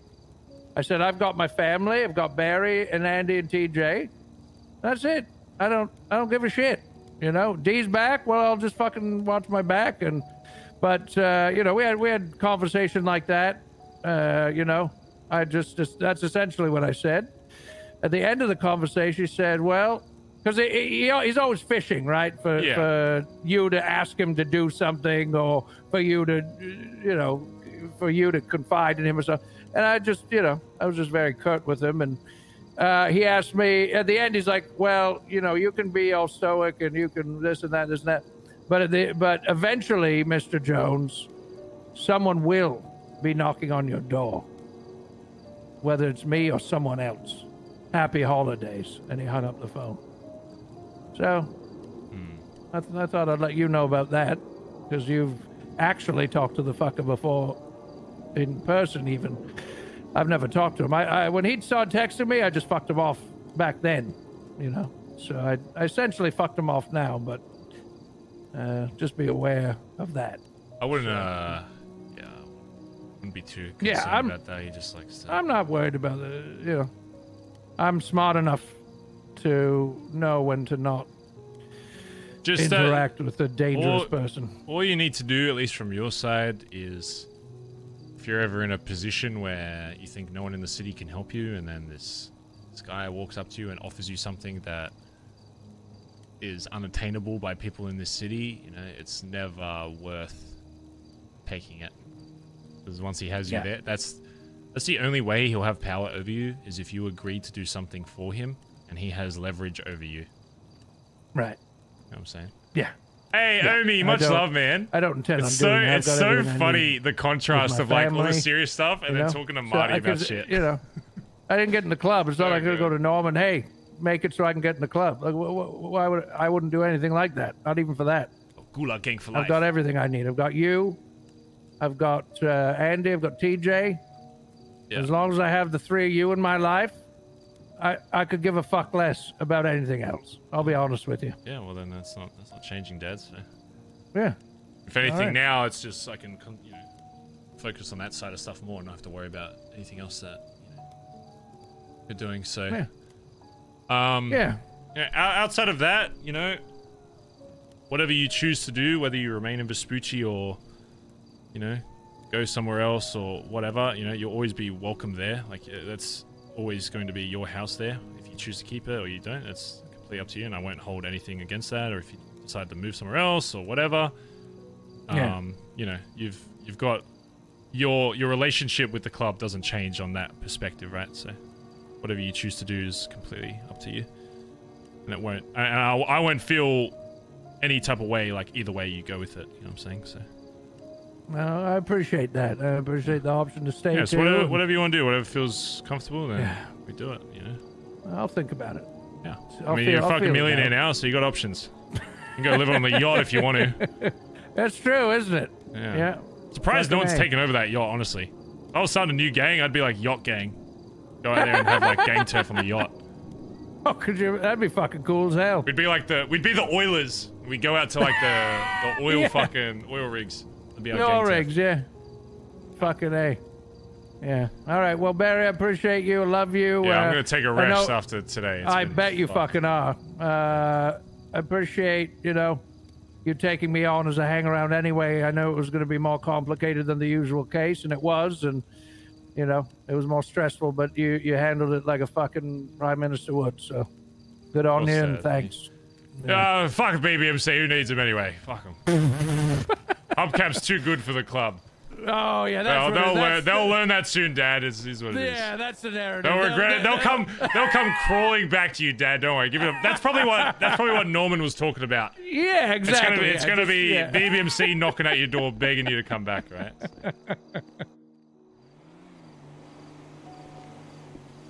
All right. Well, there we are. Yeah, End of an era. You spoken to any of the workers yet? I did actually. What was his fucking name? I actually borrowed the tractor So to get dark. into town earlier because I forgot I didn't have a car. Oh, I mean, we pay for it now, I think. Yeah, it's our tractor anyway, yeah. All right, well, you be safe out there, and you and anyone in the club can call me for any reason as well. I'll make sure to let him know. All right, whatever it is. I'll see you tomorrow, Dad, all right? All right, love you, son. All right, see you later, bye-bye.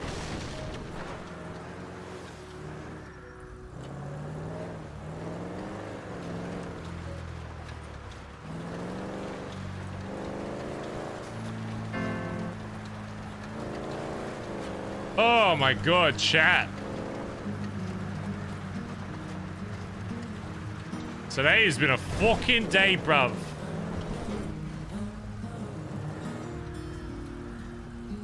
Oh my lord.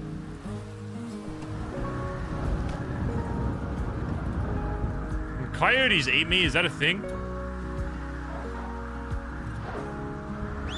Bye-bye.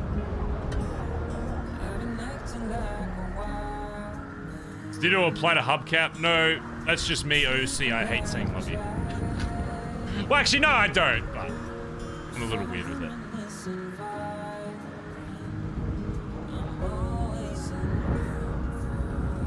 We'll deal with this tomorrow, chat. Chat!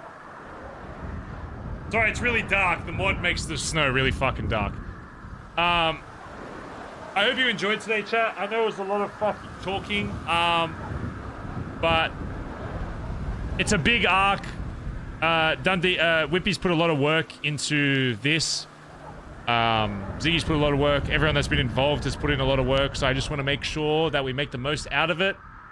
And I think by the response today, hopefully you guys enjoy it.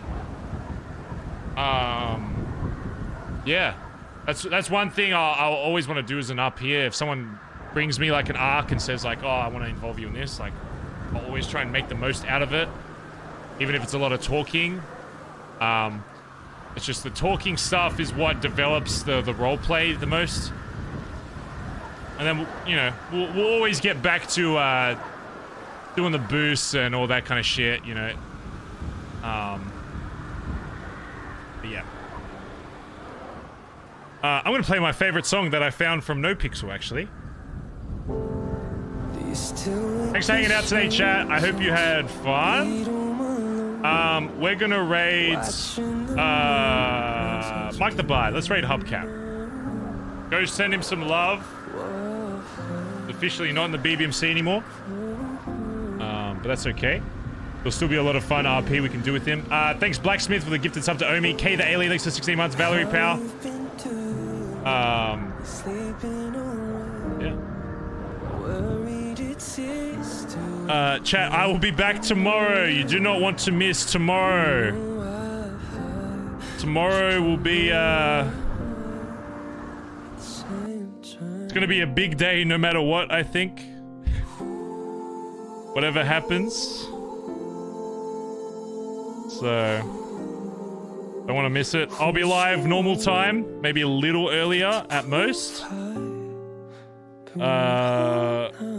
See what happens with Dundee and the BBMC. If we end up going to war, if we end up talking, who knows? Who fucking knows? This song is called 50 Proof by EA. I think it's J, but it's EAJ. Really good song. I found this song in NoPixel on the radio. Yeah, chat. I hope you have a great rest of your night. Thanks for subs, donos, follows. Most importantly, if you were just watching the stream today. Also, I was right about Argentina winning. So if you bet on Argentina, you can PayPal me your commission of your winnings. Even though I know nothing about soccer and I just guessed, I was right. See you guys tomorrow. Have a great rest of your night. Okay? See you guys tomorrow for more spice. Spicy roleplay. Bye-bye.